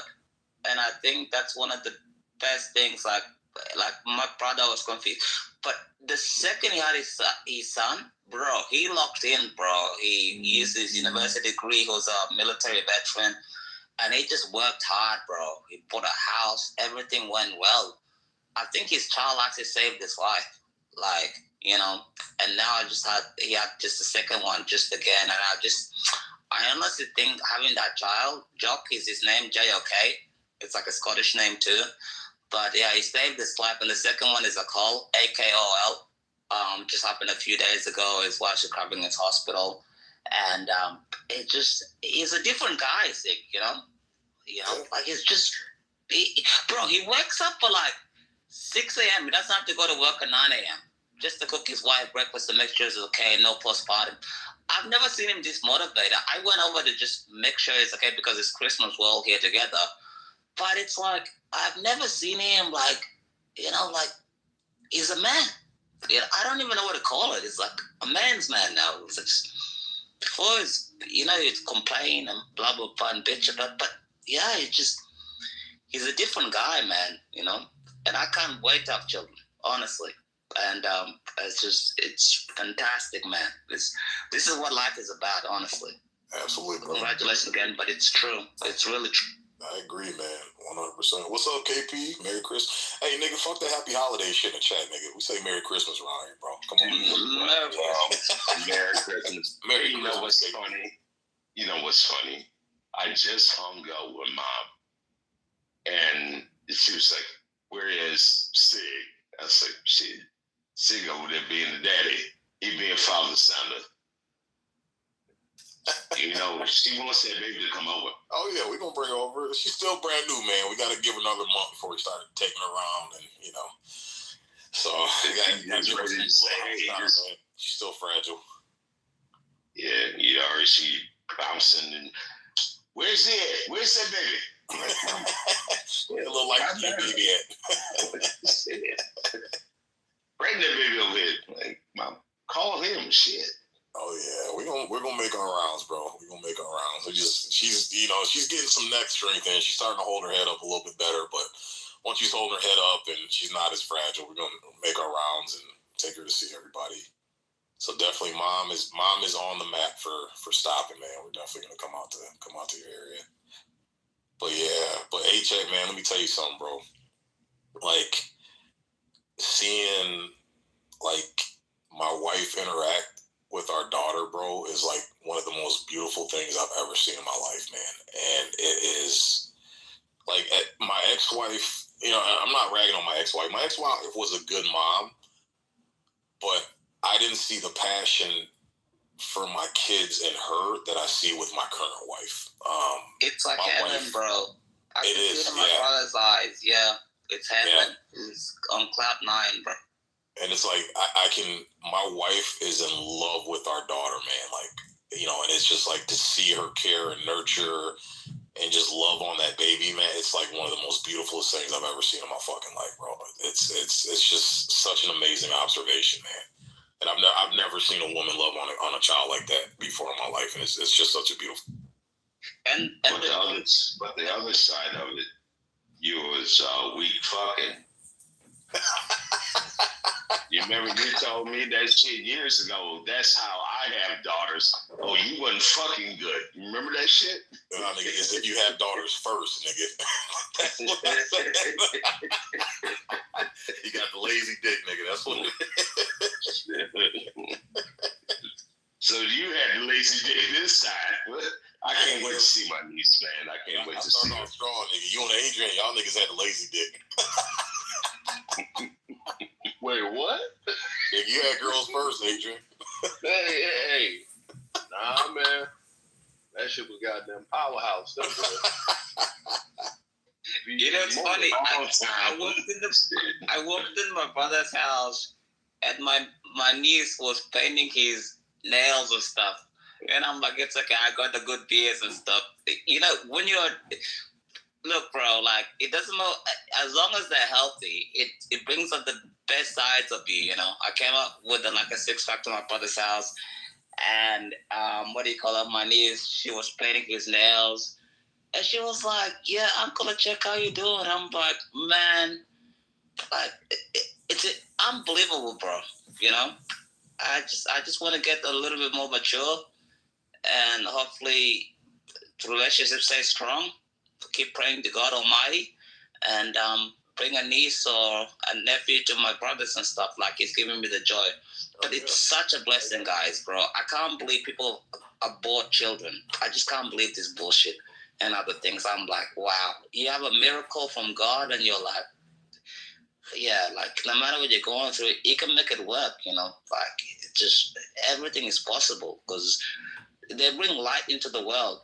You know? Oh, yeah. And you have enough experience, yeah. How old are you, AJ? Me? I'm 25. Oh, yeah, you're good, man. Yeah, I plan, man, do the next few years while you're young enough to still run around and, you know, have a bunch of fun. And yeah, the older you get, man, I when I was coaching baseball, my kids were in baseball their whole lives. And I used to see the parents that waited till they were like 35, 40 to have kids and shit. And so by the time they got to the baseball field with my kids, you know, we're in our damn 20s and these parents are in their fucking 40s and 50s and shit. And they're just struggling, man. They can't keep up. So, yeah, you're young enough, man. Do it within the next few years, bro. You got the energy to run around and be silly with the kids and just have a great time and make some good memories, man. You're good.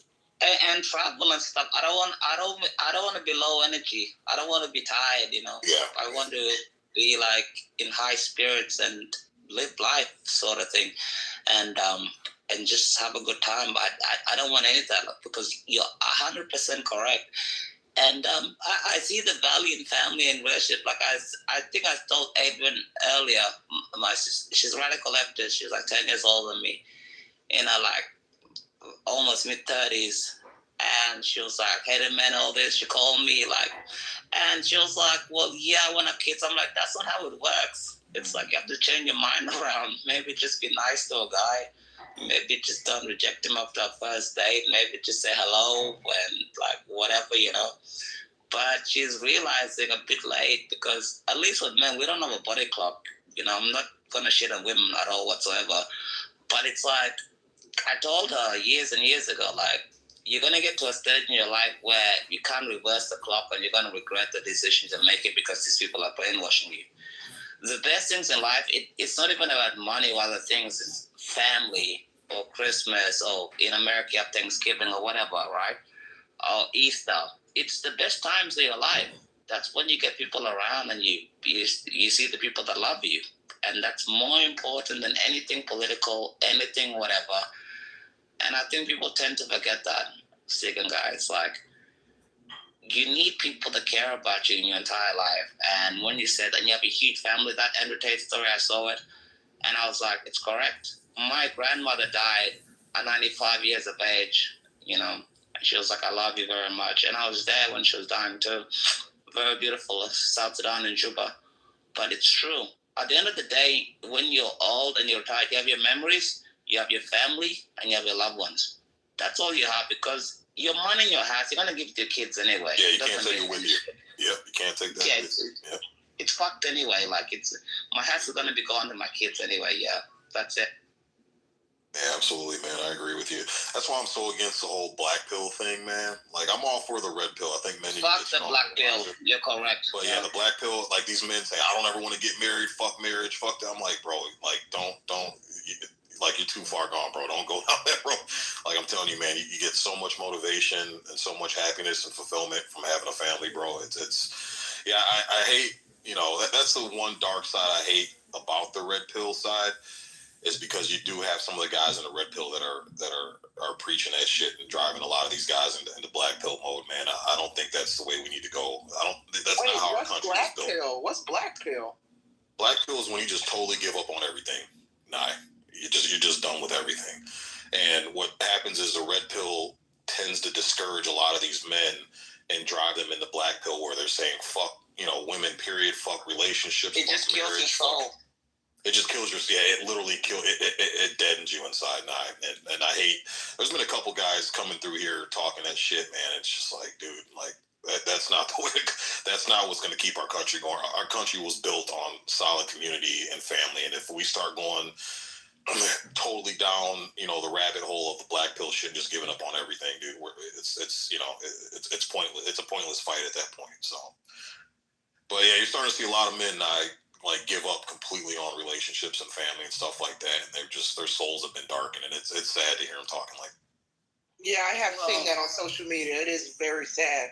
I think those men will regret that at some stage in their life too, because just like women, I think men, y'all can correct me if I'm wrong. I think some men, probably more than I know, get to a point where they're like, man, I should have had a family. I should have had a wife. I should have settled down. Because you're right. At the end of the day, none of this worldly shit matters. Love, God, and family. That's all that matters. And even if you don't believe in God, love and family and that human connection, that's what matters at the end of the day. Right. Yeah. I agree 100%, man. I agree 100%.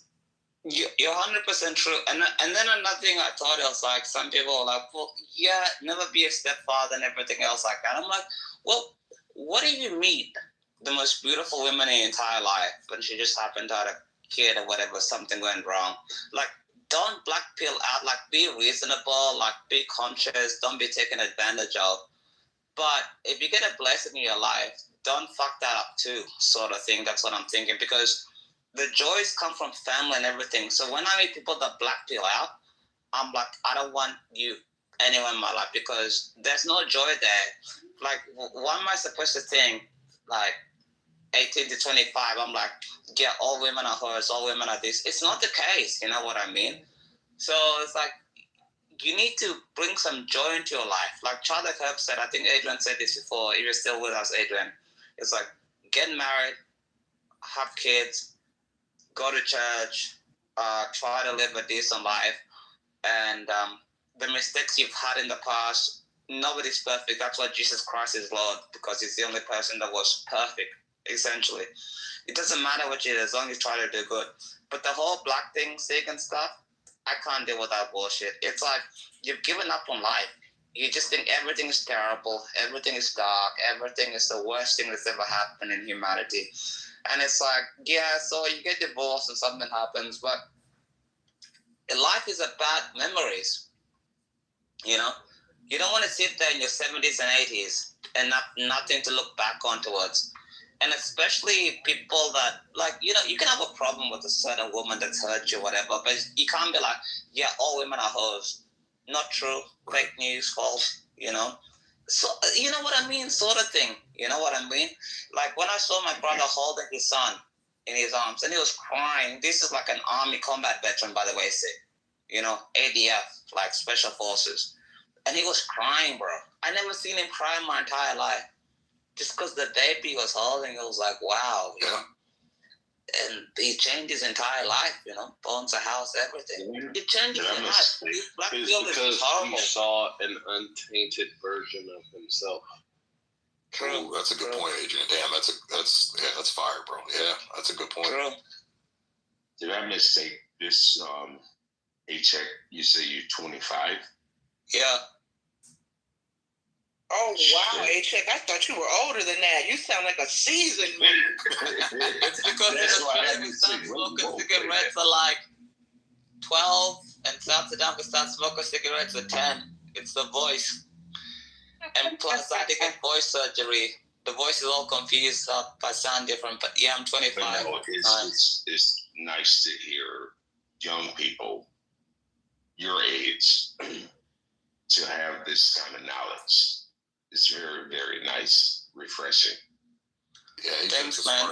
My dad beat it down to me. He was correct. Yeah, A-Check is very sharp, man. Very, very wise for his age. That's his. If you look at his PTR, that's his property. He's building. He's got property. He's building, homes and stuff for his family. And yeah, he's a good kid, man. He's got a good head on his shoulders. We need more like you. A-Check is absolutely amazing. Yeah, he is moving through life the way life is supposed to move. But I will tell you that I believe what Sig was saying. There are men out there that throw in the black pill, right? I dealt with one of them today.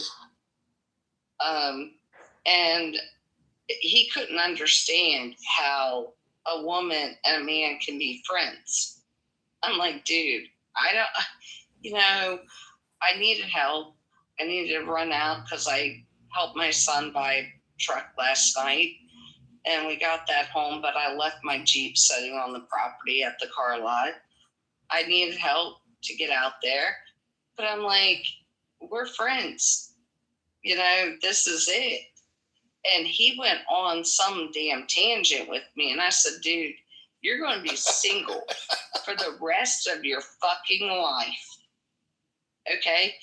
Because whatever you're looking for in somebody, he's very rude about the way he speaks about women. He is so jaded in his life about, getting divorced. And why is he so transactional? That's sad. But I'm like, why can't we be friends? Like, our kids are friends. They're best friends. Why can't we just be friends? I don't look at every man and say, hey, by the way, I'd like to sleep with you. No, I don't say that. That is not what I feel for every man that is in my life. But that doesn't mean we can't be friends. This guy is on a higher level. And I finally had to state it to him. Like, I appreciate you, and I paid for lunch, whatever. Thank you. I appreciate you. I've taken his daughter on vacations. But dude, you're going to be single forever because your outlook on women is so out there that I don't know that you're ever going to find anybody. One, not me. That's for sure. Because I won't put up with that type of shit. And yeah, no, not okay. Well, degrading women to me will push me so far away from you. And especially when you drag my kid into it. You've pushed me so far to a left wall that, yeah, I'm like the movie Dirty Dancing. Don't push baby into the corner. Mm-mm. And to be honest, this is the first time I ever heard the term a black pill. Yeah. Never heard it. It's a term in Gen Z. It's like Gen Z men are crashing out because they think all the women are like on OnlyFans. They think they're like 100 body counts. They've just literally given up on women. They literally think, my generation, honestly, like, they just think every woman is a hoe, except for so many men. There's no point of dating them. Just make money and just sleep with them, and there's no point of getting with them. Get your passport, go overseas, and marry some chick in a third world country that will be subservient to you. Which is a mentality. Can I hire you? That's the black people mentality, yeah. It's horrible, yeah. What'd you say? Sorry, I cut you off. I want to hire. Let me see. Hold on one sec. I want to hire A-Check. I think coming in at the age he is and stating that, because you know what that weirdo said to me today?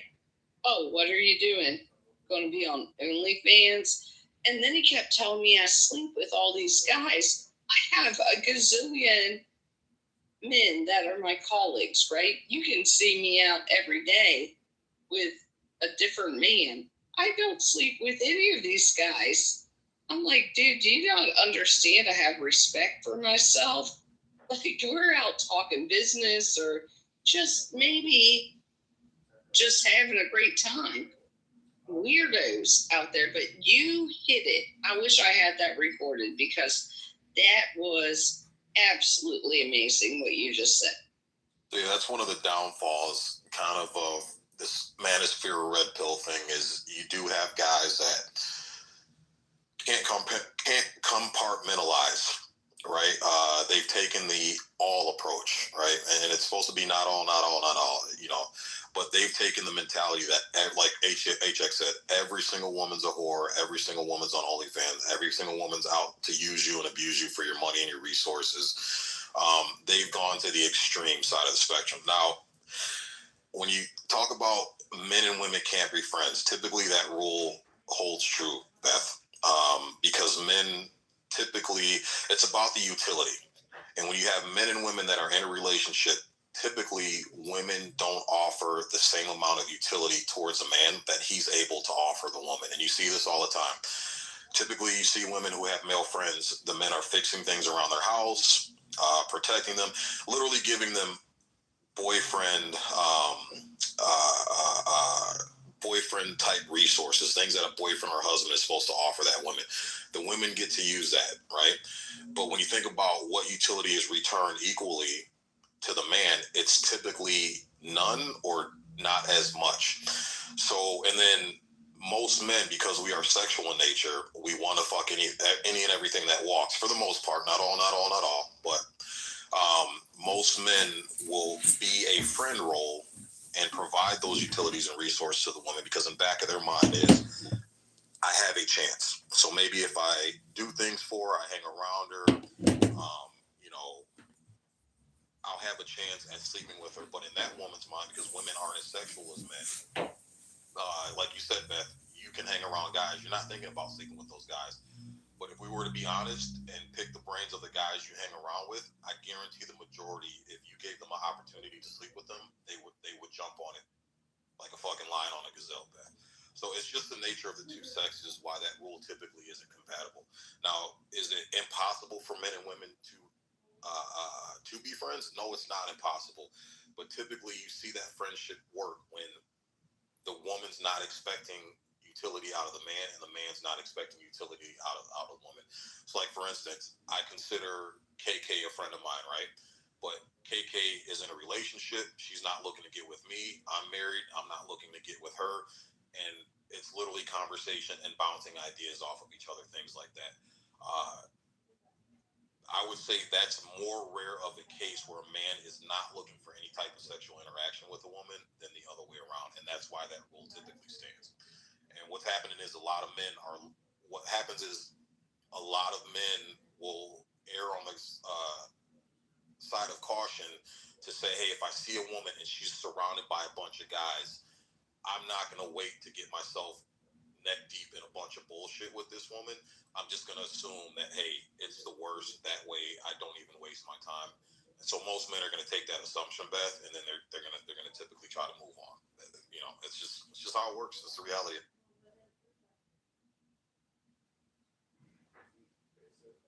I'm just going to tell you, there is no way in living hell that I would be having sex with this man, but our kids are best friends.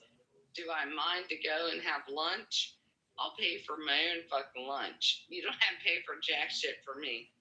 But I think it's okay to have female-male relationships that don't include sex. He does not think that is normal, which is really weird, but he gets very abusive about it. And I'm like, dude, you're going to be left alone for the rest of your life. I'm sorry. But that right there, just your story and his reaction to you rejecting him and turning him down when it comes to a romantic relationship, Beth, that tells you it right there. The fact that he got upset. So he was looking for something more. And that's typically what you see men do. Men will take the friend zone position waiting for a chink in your armor to be able to infiltrate, right, and try to get you. But the thing is, the biggest utility women offer in general is sex. You can't get the best out of a woman, typically. Not all, but most of the time, Beth, you can't get the best out of a woman unless you're sleeping with her. And that's typically how it works. And if most men were honest about that, if you sit in the locker rooms, you sit in the fucking barbershops, you sit in the taverns, and you're a fly on the wall, and you just listen to men talk without any pressure of women hearing the conversation, this is typically what we talk about, Beth. And that's just the reality of it. Most women don't offer enough utility outside of sex to satisfy, being friends with a man. It's just, sorry, it's just the nature of the beast, man. Well, and I understand that, but I did explain it to him that, you know what, you're probably going to get somebody eventually, right?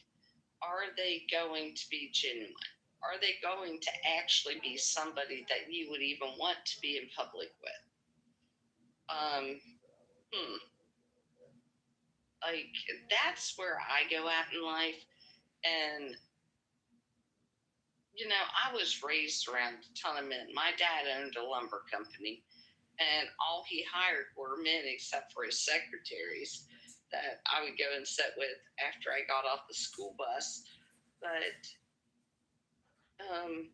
no, none of them, they didn't date or marry like women that were nasty, that were out there just running around like crazy fools. And he made this gentleman that I have to be, divorcing right now. He told him, "Don't you make a fool of my daughter. Just let her go if that's what you're going to do." But I don't know. My son has too much respect. I've raised my son, who's 22. Like, when we were looking at trucks yesterday, we looked at the trucks that I said, "Can you put a family in? Can you put a car seat in the back seat? Can you do all these things? Think ahead of time. Because once we buy this, you are not going to be trading it anytime soon." One, I'm not a car person. I buy cars and I'm done with it. But he was like, "Yeah, let me look at this." And he looked at it. He's like, "I think so." I'm like, "Cool. You're 22. Yeah, you can put probably 2 car seats in the back." Awesome. And we talked about that. But yeah, I think there's some guys out there in the world that, especially our age group, right, that we've already raised our kids. Like, and we're not ready to go back to that, but we're still logical of things we do in our life for the grandkids. Who is coming? The next generation, right? Behind us. And I don't know.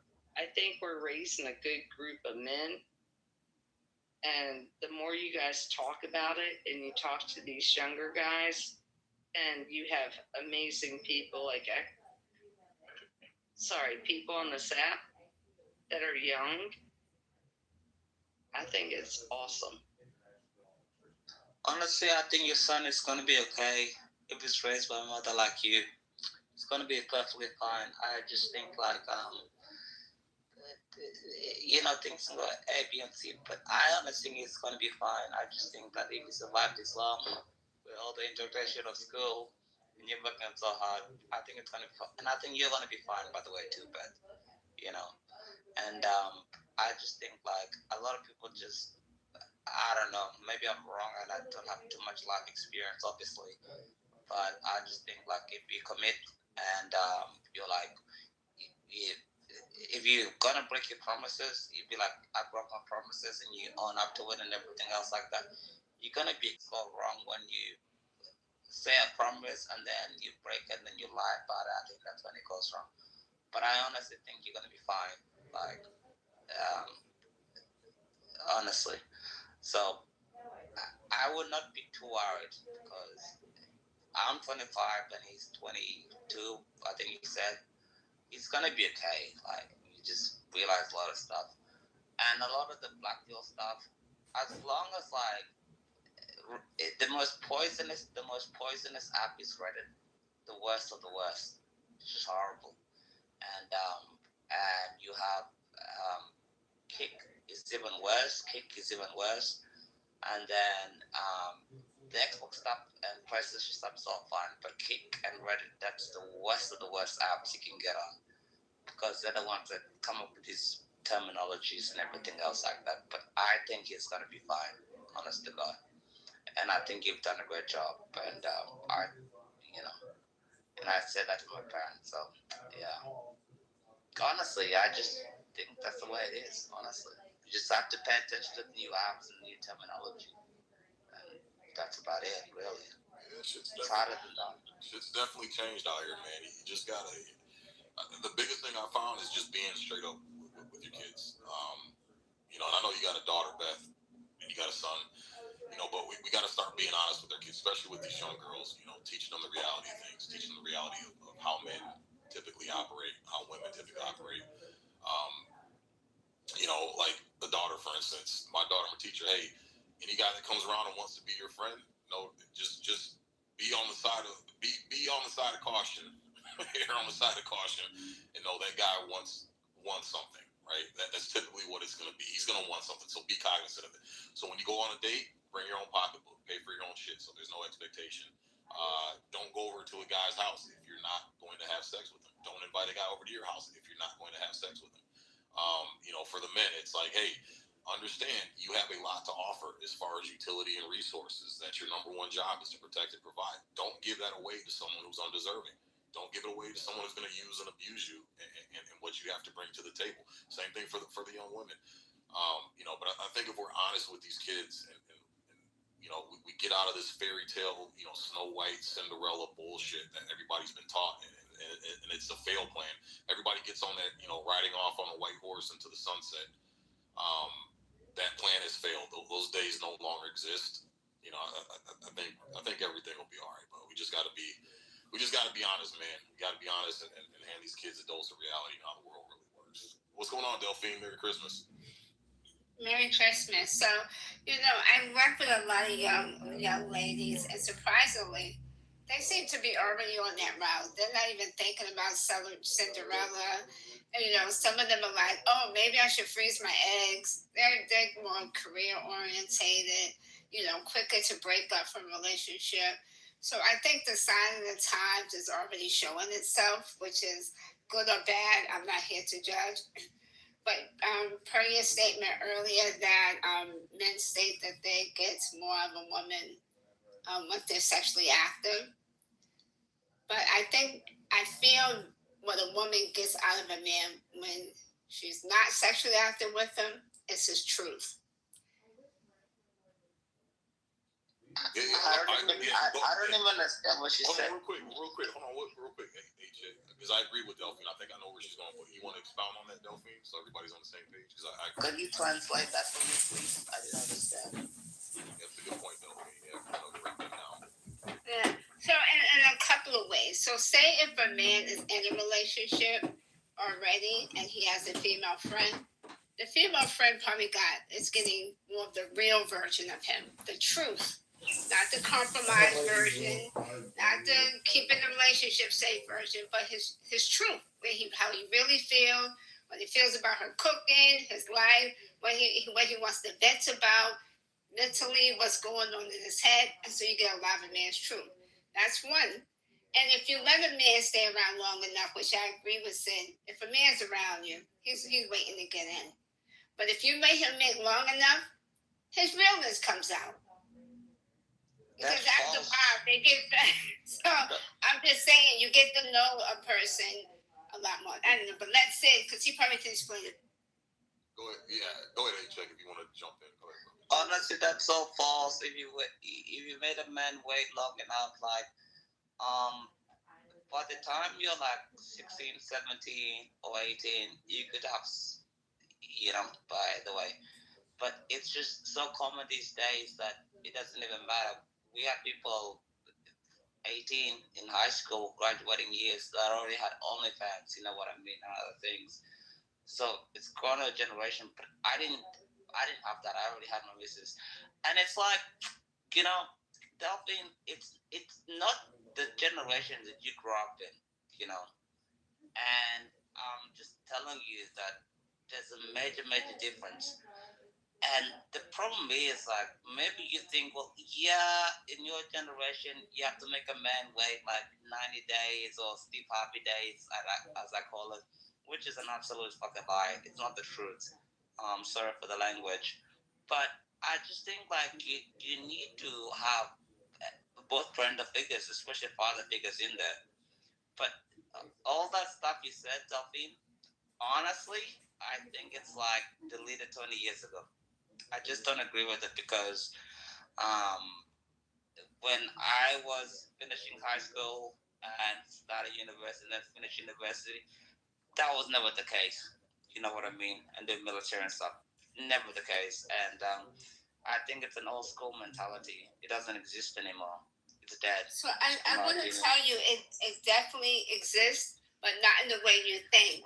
So the man that a woman is interested in is getting it. The man that she's not interested in is waiting. And dudes are still waiting. So, and that's it. That doesn't change. So I just want you to understand that. So of course, the one that she's attracted to is getting whatever you want. But she's going to let that dude hang around. And he ain't going to never get it. And he's going to linger for quite a while. So dudes will always linger. And you're right. And Delphine, let me ask you this question. Why are those dudes hanging around? Because they're waiting for a chance to get in. And then... Why is she keeping those guys around? Because it's like a comfort zone. Because they're like it's like the same. She can talk to them about all her problems. There you go. They can go out on dates. He's paying for it. Yeah, like I said, when it comes to friends between men and women, men offer more useful utility than the woman does. Because the main thing, and by that logic, Delphine even painted it, is that the men are hanging around for sex, right? So that tells you right there that's the biggest utility women offer to men in men's eyes. That's just how we're hardwired. It's just evolution of biology. It sucks to hear, but it's the goddamn truth. And the more we start acknowledging and living in that reality, we can start playing chess and get off this fucking checkerboard we're all on.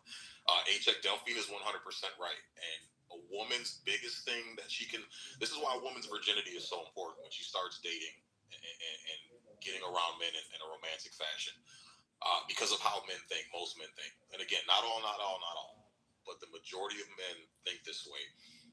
This is why virginity is so valuable when it comes to men. If you look at the sexual black market, as horrible as that market is, but again, this is something we all know about. The women who have their virginity intact, they get the highest dowry. They get the highest offerings. Look at the women who are virgins and put themselves on OnlyFans. There's a bunch of women who have done it. They've kept their virginity waiting for the day that they turn 18 to put it out there on OnlyFans, and those women get the most fucking views and the most fucking monetary offers because men are attracted to untainted women, aka virginity. So when a woman has her V card,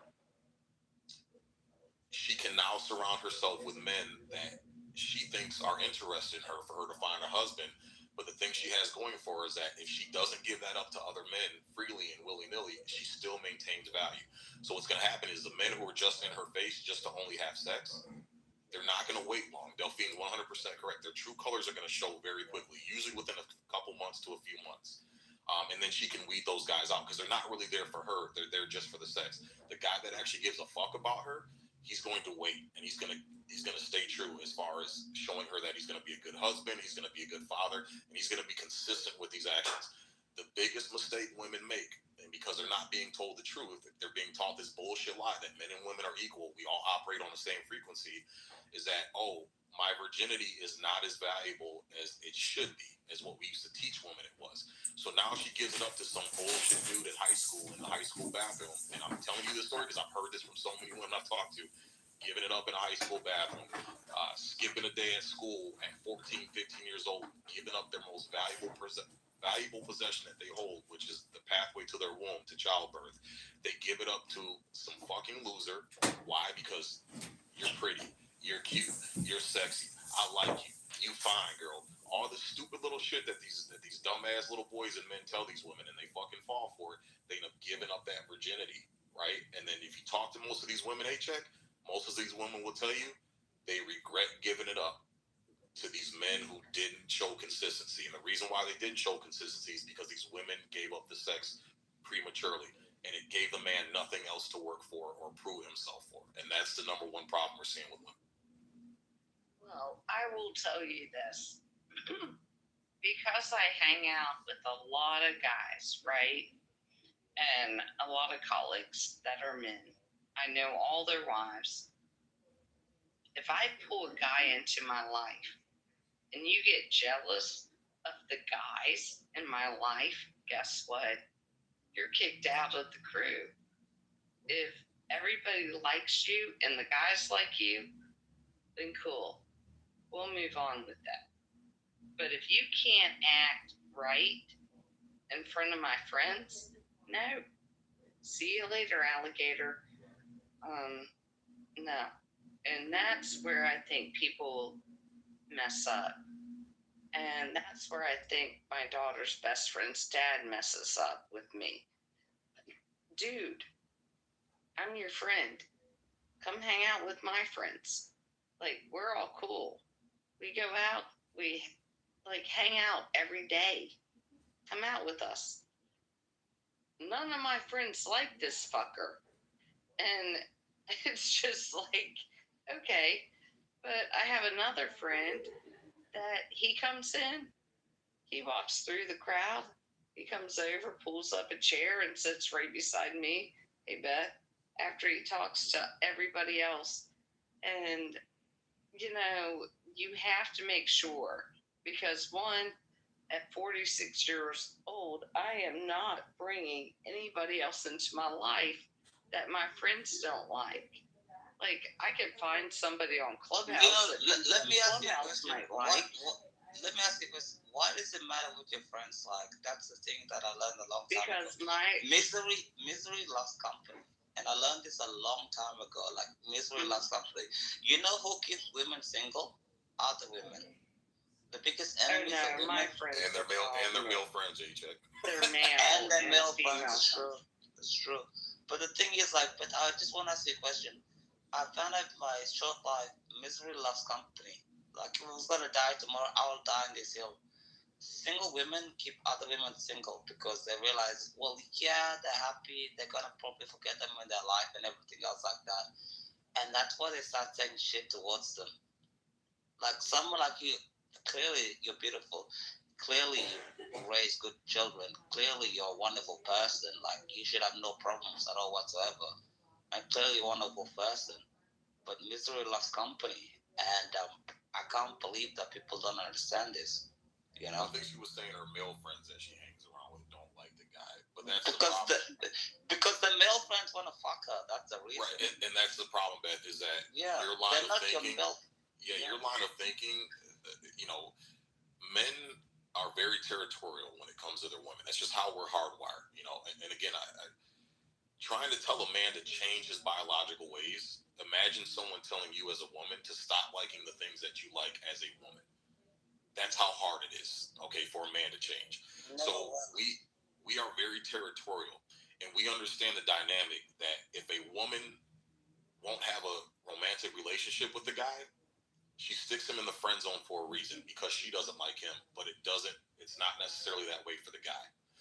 So if we court a woman and we see she has all these male guys around, as a man, it's a safe assumption that now I'm in the vicinity of all these guys. And I know the only reason why these guys, most of them, majority of them are hanging around because they want to fuck my wife. That's not a good feeling to have as a man, Ben. And most men aren't going to want to deal with that kind of pressure or that kind of stress. It's being around other guys, knowing the majority of these guys want to fuck you, but you put up the gates that they can't. So typically what happens, Beth, is if you have a bunch of hungry dogs around, salivating at the mouth, ready to pounce on you the minute you let your guard down, me as a man, I know that threat is always there in the background. So if I fuck up, if I do something wrong, you've got these male friends who you're going to go run and confide in and talk to about our problems. And these guys are going to try to destroy whatever we have, because because their sole goal is to get in your pants. It's not that they necessarily care about your well-being, whatever chance they can get to get that pussy, they're gonna fucking pounce on it, and that's what that man has to deal with. So most men, Beth, and I'm not saying a man has to be like violently jealous or be an asshole or a dick about it, but most men, Beth, are not going to be comfortable with the woman having a bunch of male friends around, not because of you, but because of them. All men. No man is comfortable with having when she's like, well, yeah, I have like a male best friend and everything else like that. It's not true. No man actually believes that. Maybe because he really doesn't believe it. They'll be like, well, yeah, okay, I'm gonna see this through. Maybe you've been friends for like 20 years, whatever. That's okay. But it's a lie. Every man knows, like, the second, like, you slip up, she's gonna be like, well, yeah, I'm gonna be with this so-called best friend, whatever, quote-unquote it is. And that's why the guys get so uncomfortable. It's not because of jealousy, it's not because of anything, because men understand other men. There's no reason ever in a man's entire life for your woman to be best friends with another man. It's not possible. It doesn't exist. It doesn't happen. This is delusional. It's like Disney fairy tale bullshit. It's not a reason to, and it's ridiculous. If my woman ever comes to me and she's like, well, yeah, I have a male best friend, he's gay or whatever, or maybe he's straight, I'm like, yeah, we're done. You don't play games with this bullshit. These games are just done with. It's ridiculous. Yeah. All men know this because we know other men. It's true. It's just a fact. We know this. And if he doesn't tell you, he's lying. I don't think you should bring the opposite sex in a relationship. Just trying to have a relationship with two people is hard enough. Adding more just makes it more complex.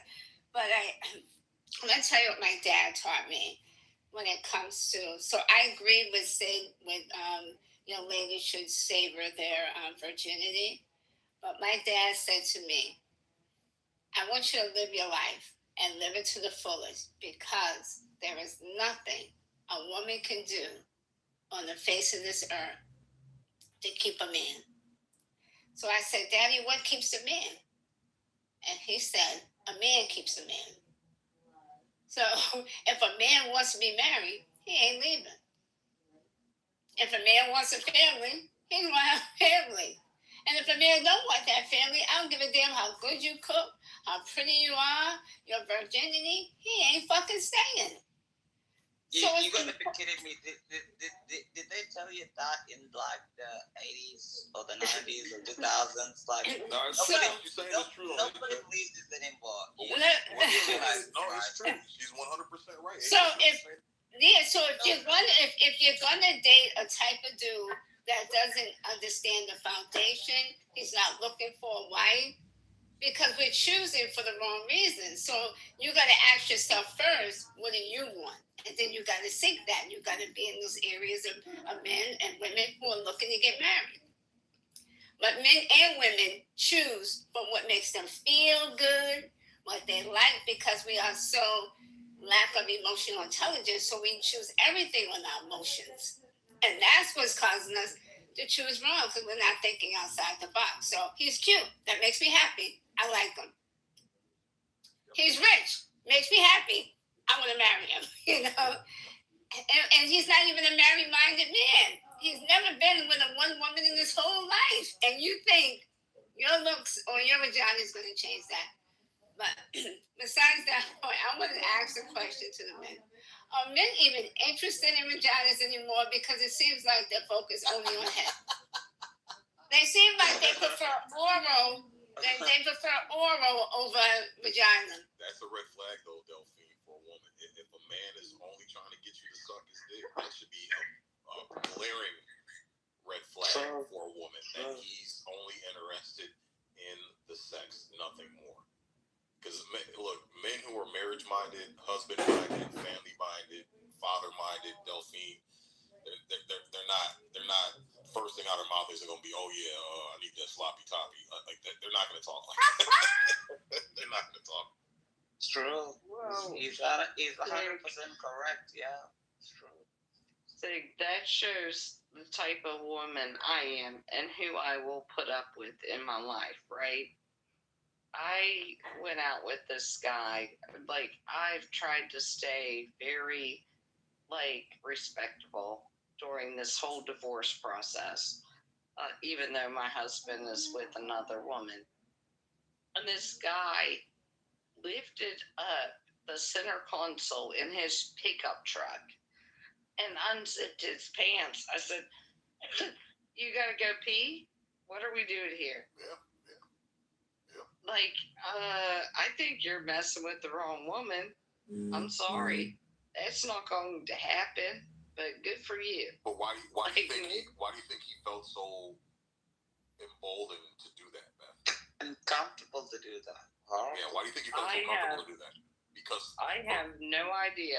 For every one of you, Beth, that says no, there's 10 others that say yes. Well, probably. Yeah. But yeah, no, my integrity is way too high for that. And that was never going to happen. I was like, cool, dude. I'll pay for the gas for your truck. My friends just paid for dinner. Please drop me off at my house. And see you later, alligator. Yeah, but that is right there a telltale sign. And this is what women need to start being more keen to, man. Like Delphine said, and it's both men and women in 2025, but we get these feelings of infatuation early on. It's that honeymoon phase. We're clouded by all the, ooh, they're handsome, they're pretty, they're tall, they're this, they make good money, they make me laugh. Oh my God, they got, perfect white pearly teeth that glisten every time they smile. And we get so infatuated that then 2 seconds later, bang, bang, bang, we're in the bed. And then next thing you know, there's a fucking child on the way. And it never works out. That's why you got so many single mothers out here. What's their story? Almost every last one of them, their story is what? He was a great guy in the beginning, and then he turned into an asshole. Well, did he turn into an asshole before or after you got in the bed? And it's typically after. Yeah, because that motherfucker was only out for sex. He got what he wanted.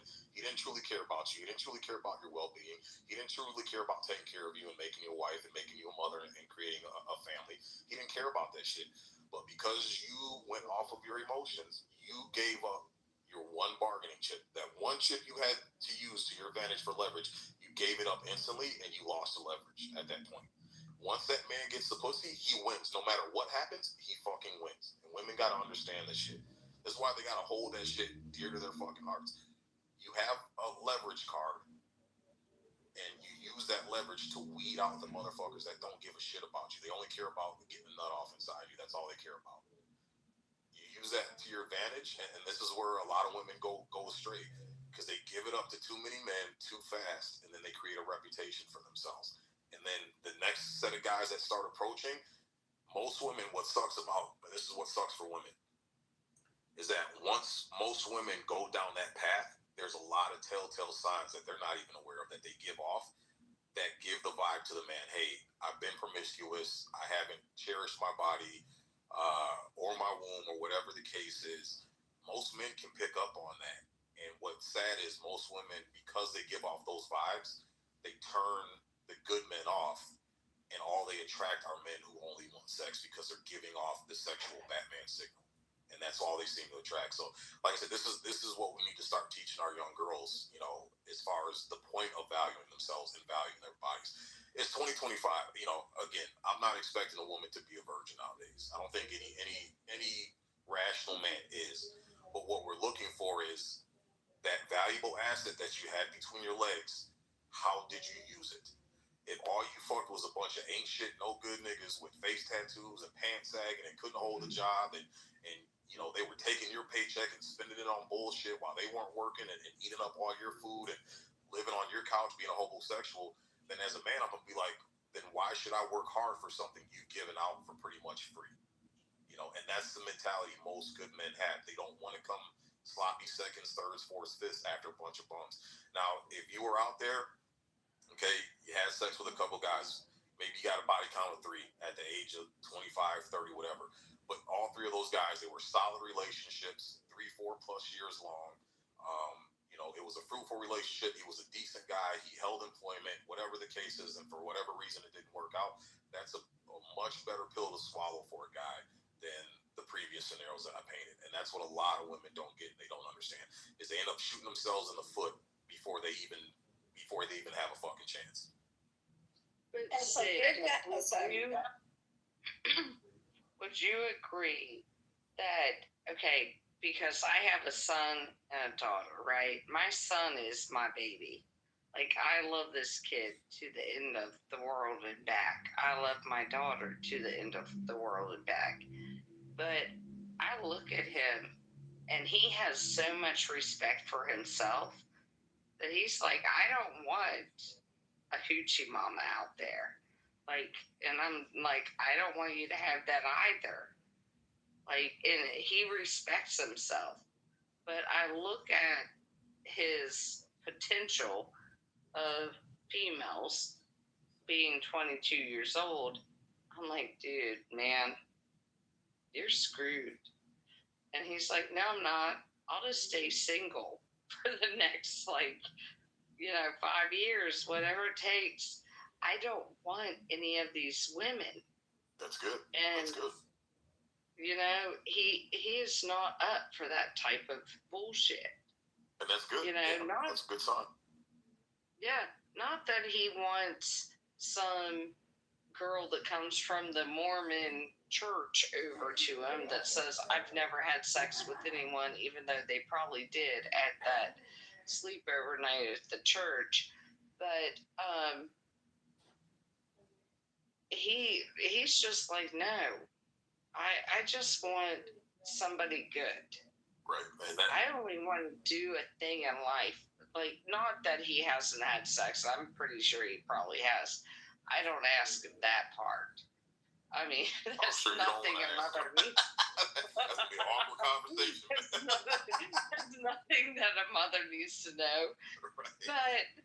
But he's like, when I find the one, that's going to be the one.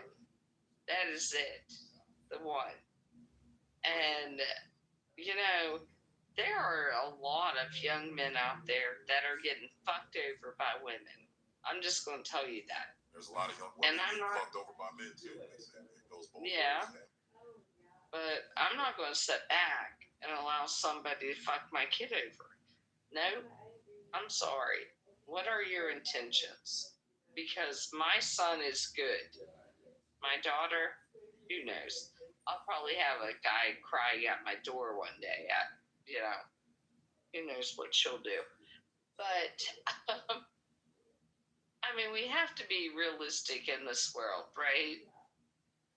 And seeing these young men being so strong and knowing what they want,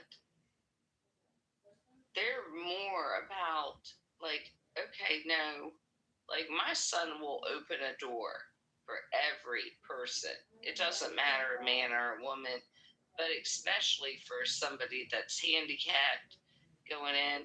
And if he doesn't find a woman that matches up to his level, I don't think he'll give any time or money to him. Well, that's the whole point. That's what these young men need to learn, because us as men, and I'm going through this right now with old ass men that are in their 50s and 60s that are my buddies. I'm having to teach them that the women of today are not the same women as our mothers and grandmothers and great grandmothers. Women have agency now. Women have liberty. Women have freedom now. They can do whatever the fuck they want, right? So those days of the woman being hunkered down under one man, staying in the house, taking care of the kids, cooking and cleaning, those days are fucking over with. So men have to be smarter now with how they navigate and how they vet women, because there's so many shitty women out there. And the majority of these women, from my personal experience that I've talked to, a lot of these women, I think, have hearts of gold. They're very, very sweet women, but because they weren't told the truth, they opened themselves up to so many shitty men that have used and abused and burned them. They have taken on that bad energy, and that's what they're rolling with now. So, unfortunately, these women that have been used and abused, and this is why virginity and low body count is such a hot topic right now, and why men are so interested, because we understand that women take on trauma from sex. And it's not the same way as men. Men can have sex with a bunch of women. We don't take on that trauma the same way women do when they have sex and open themselves up to a bunch of men. What up, Blake? What's up? That point that you was just making about like trauma or whatever. I know you don't do all that people group shit, but do you believe in that whole theory about what they say like exchanging energy or souls or some shit? What they say? Like the sexual energy, or I know I forgot the term, but I know what you're talking about. Like spiritual, like you become slightly spiritually connected to them for like things, you give them some things and they give you. Like I always wondered if I could, now that I'm getting older. Soul ties. There you go, soul ties. Yeah. Now that I'm getting older, like, and I've said it to you in plenty of rooms. Like, if I had a time machine and I was able to go back even as a man, I would lessen my body count down, to be honest, because it's just, I don't know, man. The experience is one thing, but I just think, like, if you get experience with a woman, if you get lucky enough to find a woman that wanna, while you're young or whenever you decide to get married, but both of y'all got a low body count or even none, I wanna say for a man, 10 bodies at the most by the time he's 30 would be a nice count. You know what I mean? Would be a count that I would be like, oh, that's I'm not too ashamed to talk about that. You know what I'm saying? But I think, like, I don't know, it may sound real fucking what do you call it? Damn, I don't know why I can't get out words today, but like hypocritical. Oh, hypocritical. Yeah, and Mike, to me, hypocritical. Like I know it's, and I'm not naive, and I'm not like, I don't have serious crazy expectations, but I do have expectations. And it's a bit disappointing when you get the hunch that she got more than 10 partners. Yeah. And she and then here's the rule of thumb. For every one that she admits to, you have to add one and a possible. And that possible is the nigga that don't count. That one time where he only stuck the head in. That one time where you just want to forget that because, I didn't, I regret it. It's called post, what you call it? Post-nut clarity. They got a little post-nut clarity. Yeah, and they like, man, I'm not calling that dude again. Blake, I've literally talked to women. I've talked to a shit ton of women. And I've literally heard out of their mouths, Blake, is I don't count this one, I don't count that one because he didn't. I don't count this. Right, we didn't get to finish it. I'm like, but did he penetrate? Yeah. Well, yeah, but we didn't finish, so it doesn't count. I'm like, oh, okay, all right, whatever. Look, you know what I told her? You know what I told her? When a girl that tried to pull that same shit on me before. And I told her, well, every time I came under 2 minutes, that don't count either, because I ain't really get a good game in. That game didn't count. Well, here's how you know. Here's how you know it's bullshit, Blake. Because if you went and cheated on your woman and said, "Well, I didn't come," it doesn't count, right? She wouldn't buy it. She ain't going, dog. I just put. Babe. All I did was put the head in. I put the head in, babe. That's it. That's it. Yep, I didn't cheat on you, babe, because I didn't bust a nut. So technically, it's not cheating. So you have nothing to be mad about. Man, bro, and like, man, it's and I do feel bad for the young guys, man, the younger generation. Because I believe our generation was the beginning.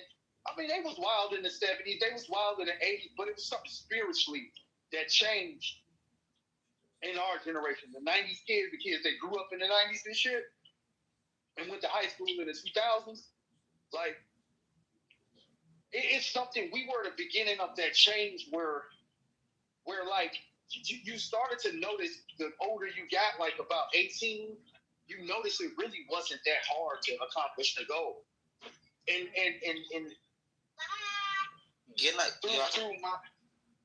through my I'm not bragging about it, but like I was a dog. See, I told her my story. My first marriage, I was a dog. I was young. We started very young. We started like we had our kid at my first marriage, we had our kid at 19. And before that, I was really kind of a straight edge dude. I had one girlfriend all throughout high school. And then my longtime a longtime friend, pretty much, is my ex-wife, my first ex-wife, and it was just crazy because we were young and dumb. I was young and dumber, and those separations when you get them, when you're young and we ain't together no more, that type of crap. That's when I just used to go wild, man. I just realized it wasn't that hard. No matter the age range, I was like 20 talking to a woman that was 35. Like all different ranges, and I just noticed the trend that there was a game you play the game, you do the dance, and then the goal happens, and then it's just like after that post-nut clarity, I had a couple enough post-nut clarities to start having some pre-clarity a little bit. When I started getting older, and when I got married again, I was actually a straight edge that go around. I was like, I ain't gonna do none of that BS I did in my first go. But me, I think that residual crap, like my experience and the fact that my second ex-wife had enough experience, and she was the first person that actually had that honest powwow with about like body count. And when the body count came out, as I was getting to know her, and let me say this, we both were foolish because we were kind of like a rebound thing. You know what I'm saying? So we got together pretty quick, like quick and heavy, started a family, and it was cool. I about a decade into that one, But when as I was getting to know her in them 10 years, I started to realize the body count's a little bigger than you said. You know what I'm saying? But I never made it a big deal. But in my heart, I was like, yeah, that nigga, I know you smashed. You know what I'm saying? Because it'd be like people that come up or people that say hi to you in public. Oh, what's up, girl? I ain't seen you, And you like, yeah, you already know that was, Oh, yeah. I've been through that. I've got a bunch of buddies that have been through that. When you're out with your girl, you got all these guys coming up, hey, what's going on? Alexis, what's going on? Susie, what's going on? Brenda, what's going on? You're like, who the fuck is that? Who the fuck is that? Who the fuck is that? Oh, we used to hook up. You're like, what the fuck is going on here, man? It's fucking embarrassing, and it crushes your soul. I got so many buddies. I've been through it. So many of my buddies have been through it. And just having honest conversations with these men with no women around, where there's no fear of offending women or pissing women off or getting them upset. Every last one of them tell you it's a fucking stake in the heart when you have that situation happen to you. It's fucking embarrassing because now you're in the vicinity of all these guys, and guys, we can have this unspoken language, right? Where it's like, oh, hey nigga, how's my dick taste? You got my sloppy seconds. Damn, I was nutting all over this chick's face. Now you don't wiped her up and you giving her a whole ass bag, and I used to just nut and skeet all over her face and then have to contribute shit to her. Like, it's a horrible feeling, man. It's a bad feeling. So I'm so glad you brought that up. What happens? Yeah, I'm so glad you brought that up because, I think it's a statement to what men are attracted to. And I always say that because I've heard so many horror stories about that good guy. Well, I was a good guy and I did that, but good guys don't realize that their taste in women is always the women that every man wants. What did you say? Nobody can understand your English. What did you say, Dolphy? I said good guys tend to be attracted to the women that every man wants. That's fake news. That's horrible. Nobody's attracted to the horrible. What do you mean? The guys that wisen up, they realize, well, I'm in my 20s, almost in my 30s, and you have to wisen up and everything else like that. Guys wisen up sooner or later.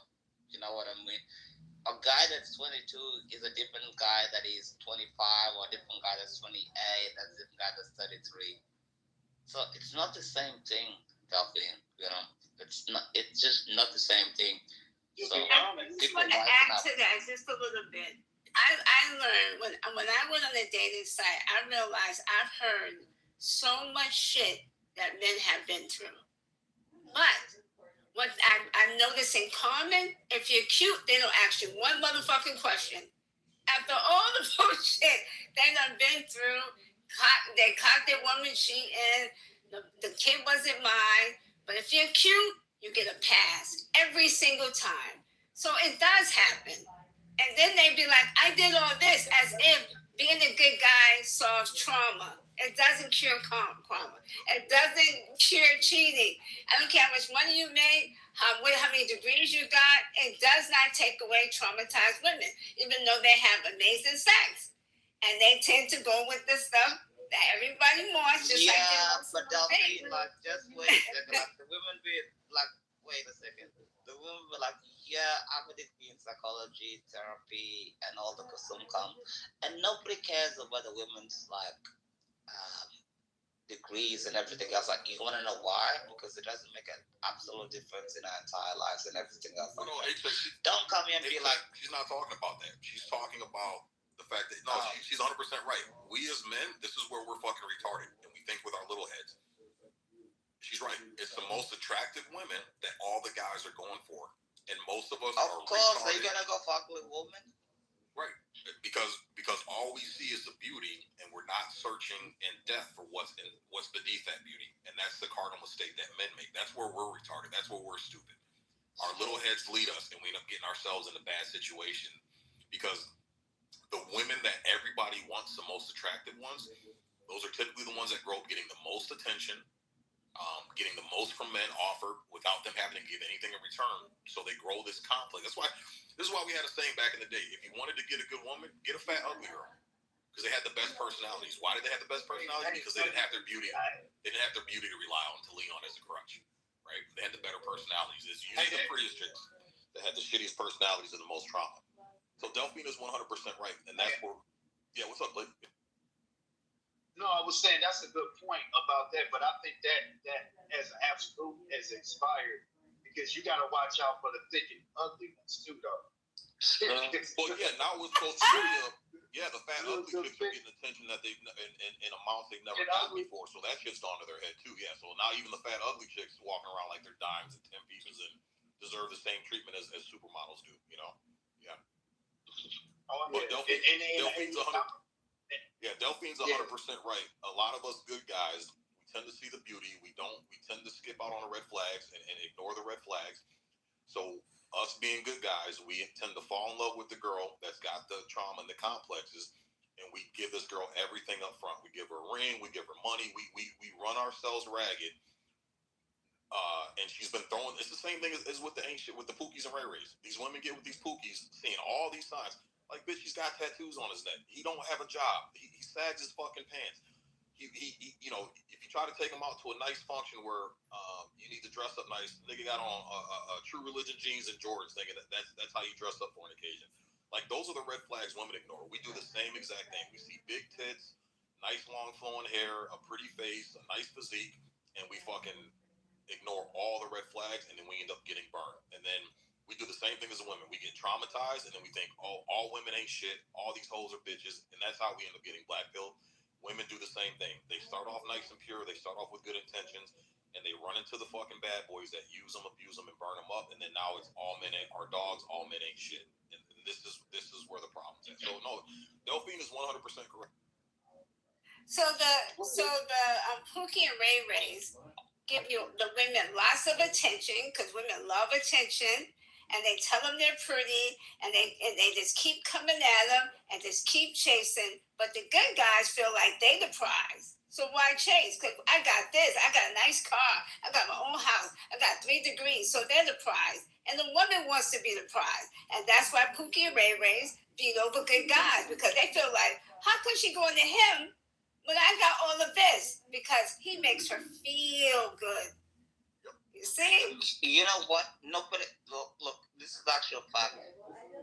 No actual man gives a fuck about what degree you have, or how many sociology classes you have, or how many feminist study you have, how many law degrees you have, or how many medical degrees you have. The fact is, no guys cares. If you're good looking, you're good looking, and if you're good looking, you're gonna find a man. If you're good looking, a man is gonna wife you up. and 100%. They're gonna be like, well, yeah, you look good or whatever. It has nothing to do with what education studies come from. A man can literally meet a homeless woman and be like, well, yeah, she's kind of cute. Like, let's just hang out. Of course, she's just like, yeah, okay. You understand? But the problem is like that. You act like men actually give a fuck what the woman earns. My missus earns like half the money I earn. Honestly, I don't even give a fuck how much she earns because I pay for the mortgage, I pay for absolutely everything. So when she's like, well, yeah, darling, this is your present for Christmas, I'm like, yeah, okay, cool, what is it, you know? And she's like, oh, well, yeah, we're gonna have dinner with your family. I'm like, well, I bought it for the rest of the year, so, like, great. No man gives a shit about what that woman earns. They just don't give a fuck. I agree with you. I think there's some miscommunication between you and I, but I agree with you. No man cares. Like, I don't care. Like, my woman, she's allegedly, she earns money in taxes and everything else like that. But I don't give a fuck, bro. It doesn't work that way because what women earn in your life really doesn't make a fucking difference. It just doesn't. It's a horrible thing. And they really think these modern women, they think, well, yeah, well, no. My woman, I told her the best thing you do, stay in shape, look beautiful, stay hot, stay sexy, and then that's the way we keep the relationship. It's the same way as like if I become broke, you're gonna replace me in like 2 weeks minimum. You know, if I become broke, she's gonna replace me. If she becomes fat and ugly, I'm gonna replace her. It's the exact same thing. So I don't understand all this bullshit. It's horrible. Yeah, hey, Sig. Hey, KP. What's going on, Alan? Merry Christmas, brother. Merry Christmas, Merry Christmas. Merry Christmas, Alan. Yeah, thanks, and enjoy the first Christmas with your daughter. That'll be fun. Thank you, Alan. I appreciate it. Yeah, but yeah, I was going to say what Blake said about, even guys should limit themselves. I don't know. I mean, I think it would be a crime against humanity if I had limited myself and denied women the opportunity to experience me, because yes, I am that good. But no, but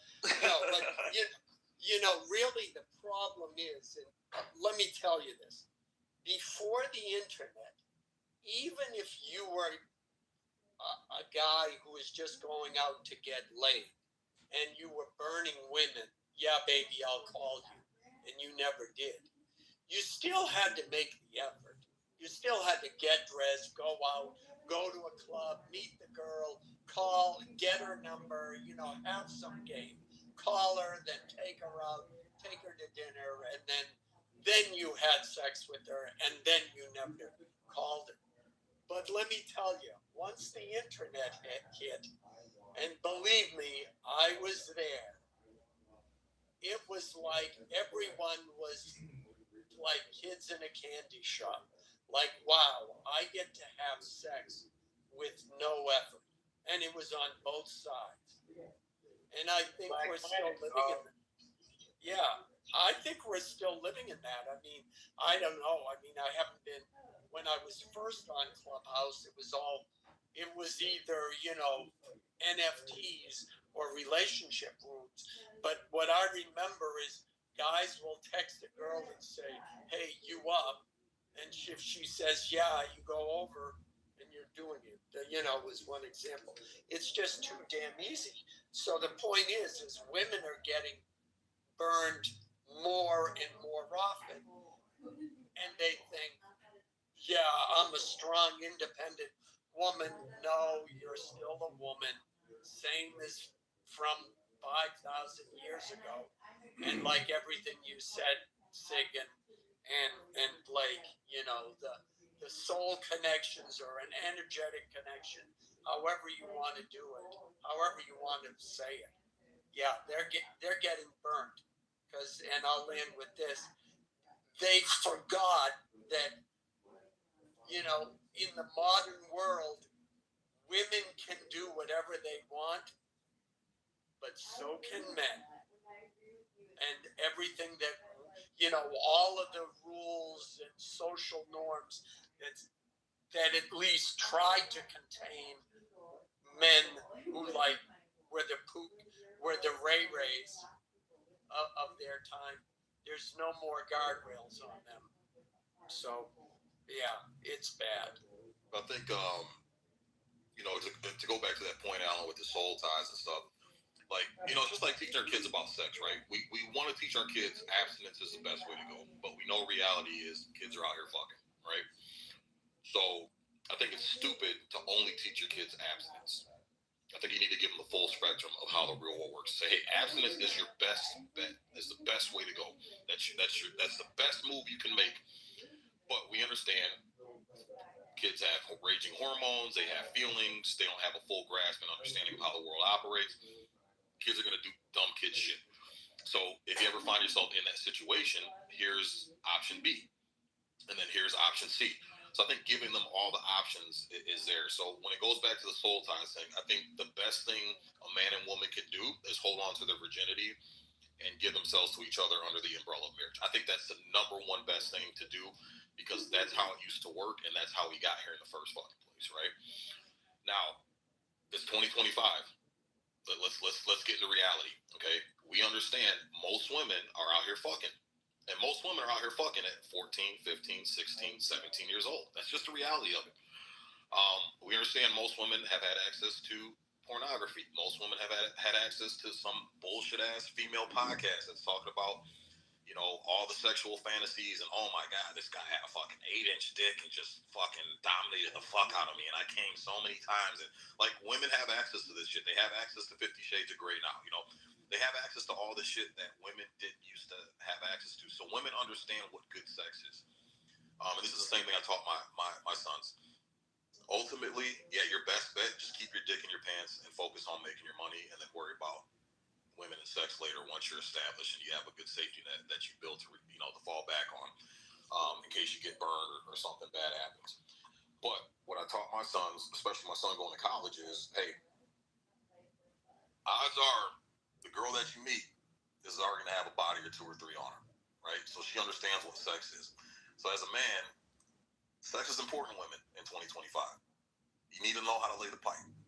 What you don't want is to get with a woman who's had good dick and then she meets you and your dick is lame and now she's got an excuse to fucking bounce on you, right? And become dissatisfied. That's just a reality, man. You talk to these women, this is the fucking reality of 2025. Yeah, what I have to push back on that. I think that's a terrible reality. Well, let me finish. I'll give you the whole scope of what I told my son. I said, so here's the deal. You're in college. There's pussy all over the fucking place. And there's easy pussy, like Alan said. It's easier now to get pussy than it ever has been in history. If you're gonna dabble in it and get experience, wrap it up. Be smart. Be safe. If she looks like she's just a straight whore that gives up to 5-10 guys a day, stay away from her because no condom you put on your dick is gonna keep you from that. From getting burned with that type of woman. But if you do it, play it smart and get yourself some sexual experience. Then that way, at least you got something in your back pocket for when you do meet your girl, you can throw the dick on her and she's satisfied sexually. So, again, I think virginity on both parts, marriage, umbrella, the traditional way, I think that's the best route to go, but we understand it's 2025. I think that's the next best thing. But I don't see, as far as the soul ties goes, with what Blake was saying, I don't think the soul ties thing is more of an adverse thing towards industry to prove that. If you look at most female porn stars, they're down in the fucking gutter. Drug addiction, alcohol addiction, suicide, STD rates, just women when they have sexual exposure to a lot of men internally, they just can't cope with it as good as men can. If you look at male porn stars, you don't have a shit ton of male porn stars that are homeless, that are fucking drug addicted, that are alcoholics, most male porn stars, they get out of the porn industry, they're living normal lives. They get married, they have a family, they have kids. They're not down and out to the same tune and same degree that the women are that have all that sexual exposure. So that's just my sense. But go ahead, I just wait. I just think it's like you have to have standards and everything else like that. And I just feel like since the sexual revolution in the 1960s, men and women equally have failed every single generation. It's horrible. Like my generation, I'm like, we're dealing with people are just horrible. They'd be like, well, yeah, I'm like on OnlyFans and something else like that. You can't deal with that. You're not a strong man. I'm like, yeah, but you're still a slut anyway. It's horrible. We're dealing with people that are just sick people, kryptonite people, and everything else like that. And I just think like you've just cheapened it. Honestly, right now, it's just cheapened the value of women. You know, it's literally cheaper in Australia, in the United Kingdom, to literally hire a prostitute for like 10 fucking days than to actually go out in 10 fucking days with the actual woman in real life. It's a horrible thing. I don't do that because I'm a missus, but it's just terrible. Well, other friends are telling me. If just keeping it, like, the value of sex is nothing. Like, if you want to get some pussy, you can get some pussy. So you don't even need that. You can just go out at a nightclub. You can be like, well, yeah, how you doing? And you can just talk to her. You can talk to her, and you can go fuck at the end of the night. Simple.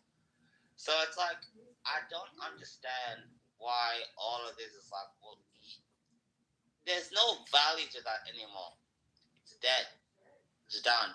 It's done with the last generation. It's just absolutely done. If you ask any man or woman from 18 to 25, and they'll tell you the truth. They'll be like, well, have you had sex? They'll be like, yeah, of course I have. You know what I mean? Because it's like, there's no value in it, you know? And people can flip around at all whatsoever. I don't understand anything like that you're doing. But at the same time, it's a horrible, horrible thing because at the same time, because it's like, that's what the dating is so fucked, because it's like, if you can get pussy so easily, why would other guys be like, well, yeah, I can be with this girl, whatever, you know? It's horrible. It's almost like I have to be with them since high school, everything else like that.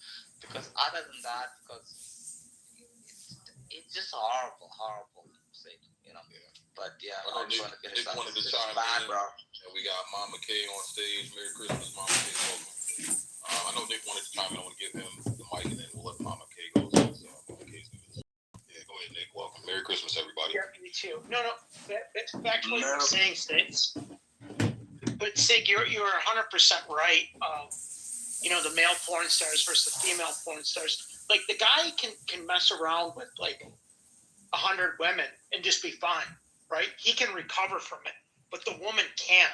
Like, once she has a high body count, don't say that. Don't say that. We've heard you a lot of that. Let him finish his point before you. It's so fucking annoying, Stick, bro. It's so annoying. A-Check, we're gonna be respectful. Nobody cut you off while you were talking. I get it if you disagree, that's fine. Hold your disagreement, and you can challenge him, but at least let him get his point out and finish. But go ahead. No, but because with the guy with the high body count, he has to bring value to get that. The women, she doesn't. It's men fuck who they can. Women fuck who they want. But men marry who they want. Women marry who they can.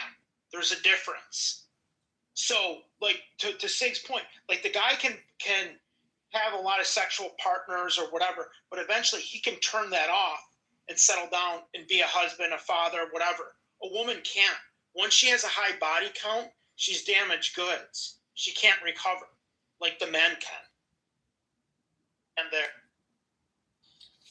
Mama K, did you wanna chime in? Welcome. What's going on, Splot? Welcome. Merry Christmas. Hi, Sig. Thank you. I appreciate the space. So you had mentioned how you were encouraging abstinence. My daughter got married at 21. She married the first boy she dated. She's 28. They have 3 children, and now they're currently getting divorced. Oh, she shit. felt like okay.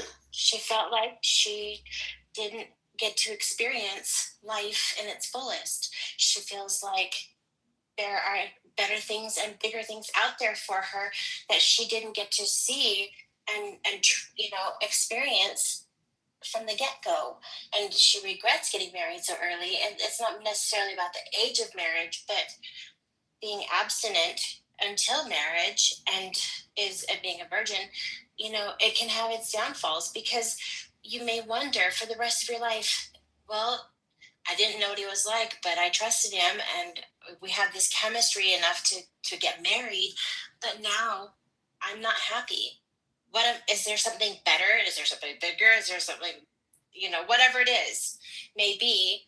And so I kind of respectfully disagree with waiting. And I mean, I love your point, like waiting for marriage, you know, to have sex.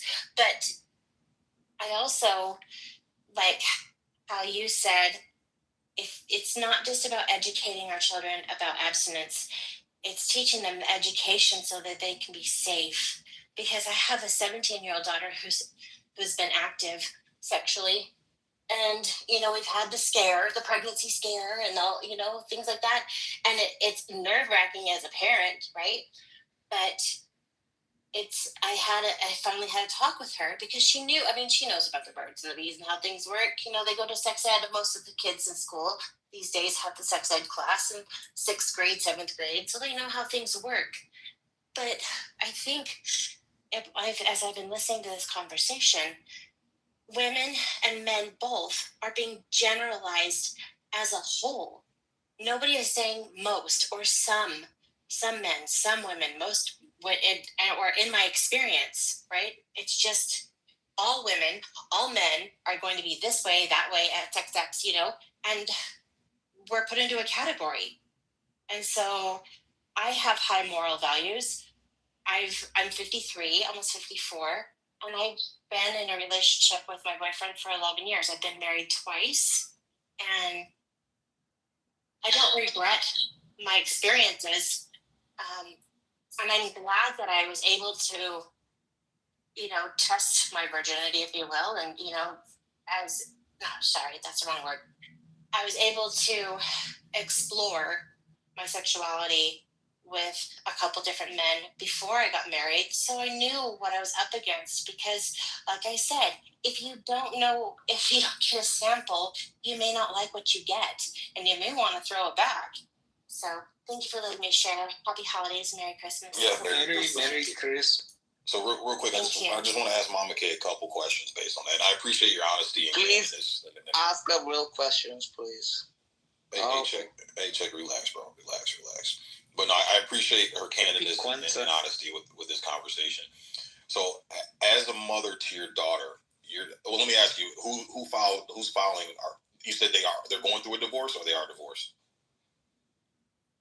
They are currently going through a divorce. It's been about 8 weeks since she requested it. They're going through mediation right now. Okay. And she's filing. Okay. And what is her reason for filing? Because, well, she feels like, one, he's like having a fourth child because he dead scrolls and he watches sports. He doesn't help around the house. She does everything. And when she asks for help, simple things like just, can you help with the kids? Can you maybe pick up some toys? You know, basic dad stuff, you know, be supportive of your spouse. You live in the house together. Please pull your weight. That's not too much to ask, logically and realistically speaking, in my opinion. And so she's like, I'm tired of being chief cook and bottle washer with no help. And the moment she says something, he'll come around for a couple days and he'll do a few things and he'll help, but he falls right back into his old behavior. And she just said, this is not for me. Okay, let me ask you, who's the breadwinner in that relationship? They both work equally. Okay, I asked who's a breadwinner, not who works equally. Who's the breadwinner? Whose salary contributes more to paying the bills of the house? They're actually the same. They're about 50-50. So they go half and half on everything. They make about the same amount. Okay, I see what you're saying. Yeah, that's not what I asked. I asked who's the breadwinner, so meaning whose paycheck contributes more to paying for the finances of the family. Well, they have a joint account, so it's just, you just take it out of the joint account. So you're right, it is 50-50. Okay, so it's 50-50. Okay. My next question is, do you think your daughter, how many kids do they have together? They have 3. One's 5, and they have twins that are 2.5. Okay. What do you think is going to happen? Your daughter files this divorce, and she puts herself back out on the dating market. Statistically, Well, first of all, what is her goal to divorce and put herself back out on the single market? What is her goal? Eventually, I mean, I think that she wants to find somebody who is just more compatible.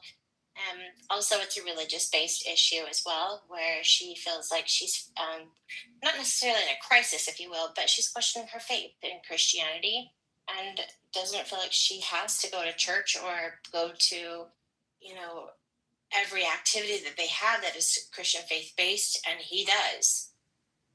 Okay. My next question is, your daughter divorces, the divorce goes through. How old are your grandkids? 5.5 and almost 3. Okay, so she's got 2 very, very young children. Okay, so 9 times out of 10, custody is probably going to be awarded to her, primary custodianship of the kids, right? Yes. Just statistically speaking. So with her now being a single mother with primary custody of the children, what do you think her odds are statistically of her being able to accomplish that goal, being newly single and freshly divorced with two young small kids?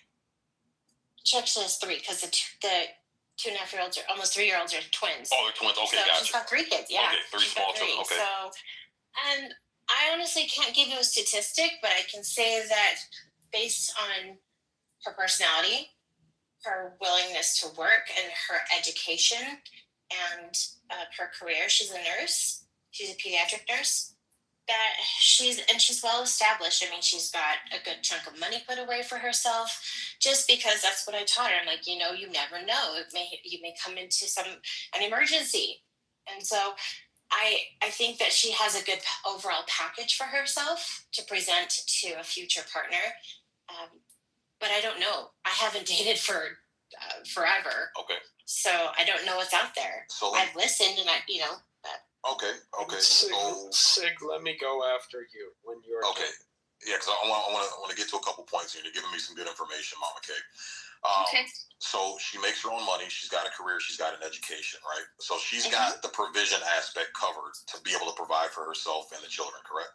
Yes. Okay. Traditionally, what role does a man play in a relationship between a man and a woman? The breadwinner. The protector and provider, right? Yes, and she still wants that. Yeah, but because she's lacking. She hasn't had it. Right. But here's the thing, though, Mama K. Let me put it to you in another term. Okay. I want a $250,000 Lamborghini Hurricane, but I only make $40,000 a year. I want that, and I've never had that. Do you think I deserve that, or statistically I can afford that or sustain that? No, you can't, because you're on your right. Right. Okay. So essentially, that's the same scenario your daughter is in. I'm gonna be honest with you. Any man that she's looking for, that's going, and most women, hands down, I'm sure part of the reason why your daughter has contempt for her current husband is because she has to work 50-50 and her finances have to go towards the house. So in her mind, she feels because you're not 100% the breadwinner and I'm having to work and contribute, therefore there are certain things you're going to have to help in or certain things I expect out of you because of that. I'm going to tell you right now. Okay, go ahead. That's not how she sees it. She just wants some moral support. She's not getting it. He pays the bills. They go out on date nights every Wednesday. They've had a solid relationship for 8 years, but she's tired of just busting her ass for 10. She does 4 10s plus, based on nursing, whatever's needed. And then she comes home late at night and she's got to cook and clean and do laundry, and he's sitting on the couch. It's not about money. Yeah, and here's the thing too. I'm going to be straight up honest with you. This is part of the problem of women having agency now in modern times. Is because women are going out there and putting their energy into some corporation that doesn't give a shit about them. They don't have 100% energy to take care of the household, which is what their primary duty is. And this is a problem you're finding in a lot of relationships. And a lot of women are feeling the same way your daughter feels. Is that and I didn't notice you just said he pays the bills. So who's the breadwinner? That's what I'm trying to figure out. Because that's they crucial. Both pay everything 50-50. Okay, because you just said he pays the bills, so that's why I'm trying to. Okay, he pays part of the bills because he works, but that's all he does. Okay, so I mean the thing is this: men, when it comes to caring for children, men aren't biologically wired to nurture and care for children in the same way women do. This is why it's crucial for a man to be the breadwinner. So 100% of that woman's energy is reserved for the household and the children. All right, that's the only time I've seen it work. That's the only time I've seen it work. But if a woman's got to go out there and exhaust herself out in the world and then come home, she expects help from her husband. Well, it'd be the same as if the husband saying, okay, well, fine. If I'm going to help you with domestic duties, I need you to help me change the oil in the car. I need you to help me change the brakes. I need you to help me hop on the roof and pound a couple shingles in and clean out the gutters and rake the leaves and shovel the snow outside and do all those external duties that men are more comfortable and more prone to doing. And a lot of women don't understand that, Mama K, is that if I were to ask my wife, hey, help me clean the gutters, help me put some shingles on the roof after a storm, help me change the oil on the cars, help me change the brakes on the cars, help me do a tune-up on the cars, help me patch this crack in the sidewalk, in the pavement, or help me re-cement this step that's chipping on the front porch or whatever. Most women would not want to do that. They'd look at that man in disgust and be like, I'm not a man. Why am I doing that? Men feel the same way when a woman is trying to obligate them to do domestic duties. But the point where we come between a rock and a hard place, Mama K, is that if a man has a woman set up to go out there and work because he needs her income to maintain that household and maintain that lifestyle, you're going to see what you see now. And this is why the divorce rates are so high. And this is why the majority of women are in the same situation as your daughter, filing 70 to 80% of divorces for this exact same reason. So and I'm telling you right now, just being honest with you, Mama K, and looking at the stats, and I've dated for the past 3 years divorce. I've talked to well over 200 women, Mama K, and I've done it as a social experience, picking their brains, asking them questions about the relationships, why they divorced, why they left. It's the same story over and over again, Mama Kate. These women have been on these dating apps for years and years and years because they get FOMO, which is the fear of missing out. I see social media. I see all these other women. They've done all these fantabulous things, which are all make-believe. They look great on social media and as you're scrolling, but it doesn't align with the reality and what true relationships and true marriages go through. These women think the grass is greener on the other side. And what happens is that they don't understand how men think. And most men don't want to deal with a woman with small children. Do you know why that is? Especially with children that aren't theirs? Forget small children, no children. Children. Yeah, but small children makes it even worse. Mama K, no children. Right, but if they're older, most men will concede, and there's a reason why they concede. Because my point up. They don't want to support. They don't want to stop talking. Nobody wants to deal with the baby mama. AJ, thank you. Sir, excuse me, please. We're having a conversation. Just chill. Let me ride with Mama K for a little bit, and then I'm open up the floor. Well, yeah, I gotta go after. Men don't want to support other people's children. They don't feel like it's their responsibility. Right, and why is that? Where does that stem from, Mama K? Because they're not their kids. But do you know the root? The biological and evolutionary root of that feeling that most men have? It's because men over tens of thousands of years of evolution, this is hardwiring, okay? We've had to go out and put our lives on the line for resources. The first thing is we don't want to die for somebody else's kids trying to procure resources, okay? That's number one. Secondly is that if you notice, a lot of animals in the animal kingdom, and men used to do this back in the day before society got as civilized as it is now. Whenever a woman came to the scene with young offspring from another man, you know what happened to those offspring? They get eaten. they kill them. Yeah. And do you know why they kill them? Because they don't want to. They don't want them in their herd or their group or whatever.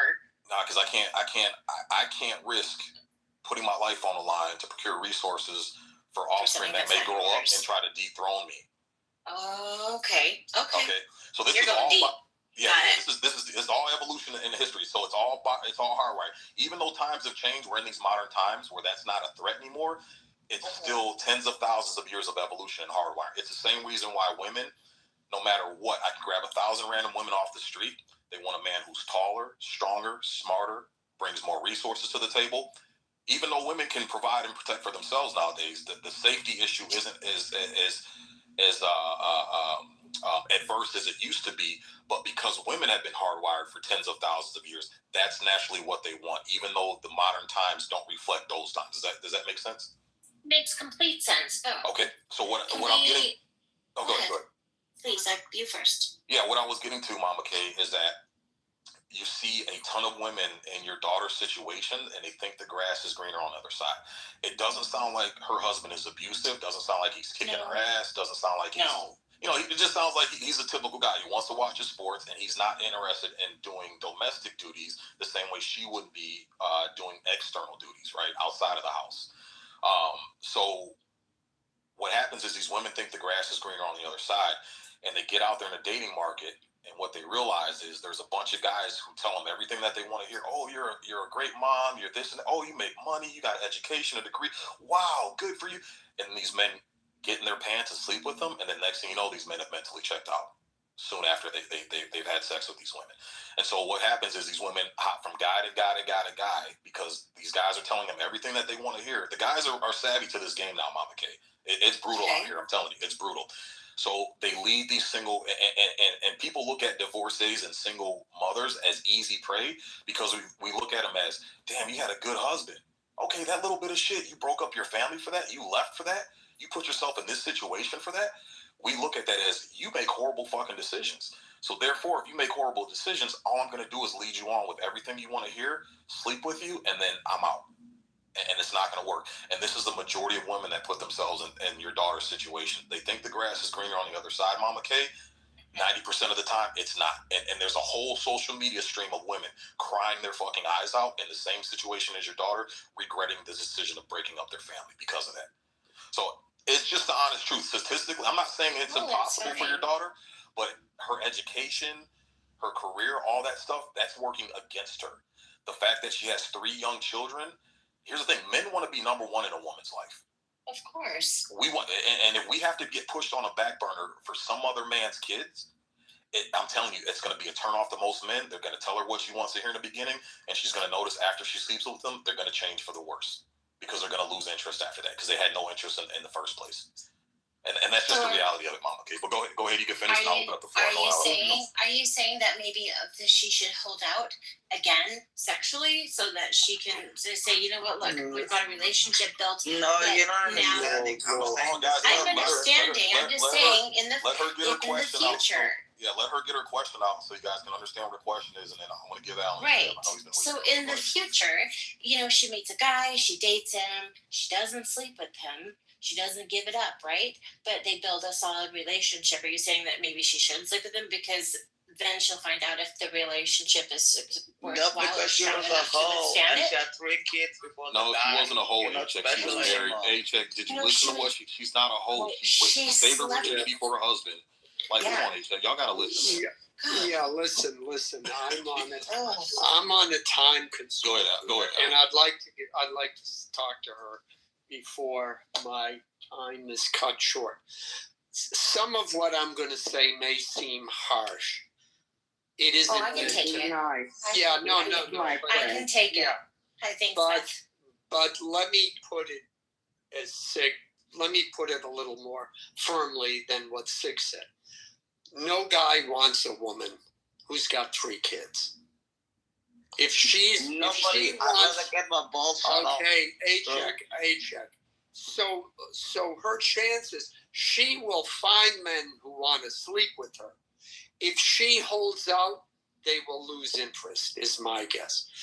But this is first of all, if I was her father, the first thing I would do, and assuming I was bigger than her husband, the first thing I would do was beat the crap out of him. Because, everything you said, Sig, I agree with, but no, I don't. Well, I got to go. But the second thing is, things will get better. She shouldn't divorce. Yeah. When they enter school, it'll be better. And speaking of which, my current entanglement is here. So I got to go. But yes, things will get better. And it's hard when they're young. Once they enter school, she can explore things like arts and whatever she wants to do. Yeah, Alan's 100% right, Mama K. This is typically what we see with women. It's they get in their feelings and they think they've hit a brick wall, and they're just at full stop, right? And this is the feelings, this is the emotion, and a lot of this has to do with comparisons on social media, the outside world. With all we see is all the good, great parts of marriages and life and things like that, and we tend to soak that in, especially women do, and think that that's reality, and it's not. Reality is actually what your daughter is living in. Sounds like your daughter's got a pretty decent husband. He's a pretty decent guy. And especially she gets out there on a dating market. And I'm not saying it's impossible, Mama K, but the odds are working against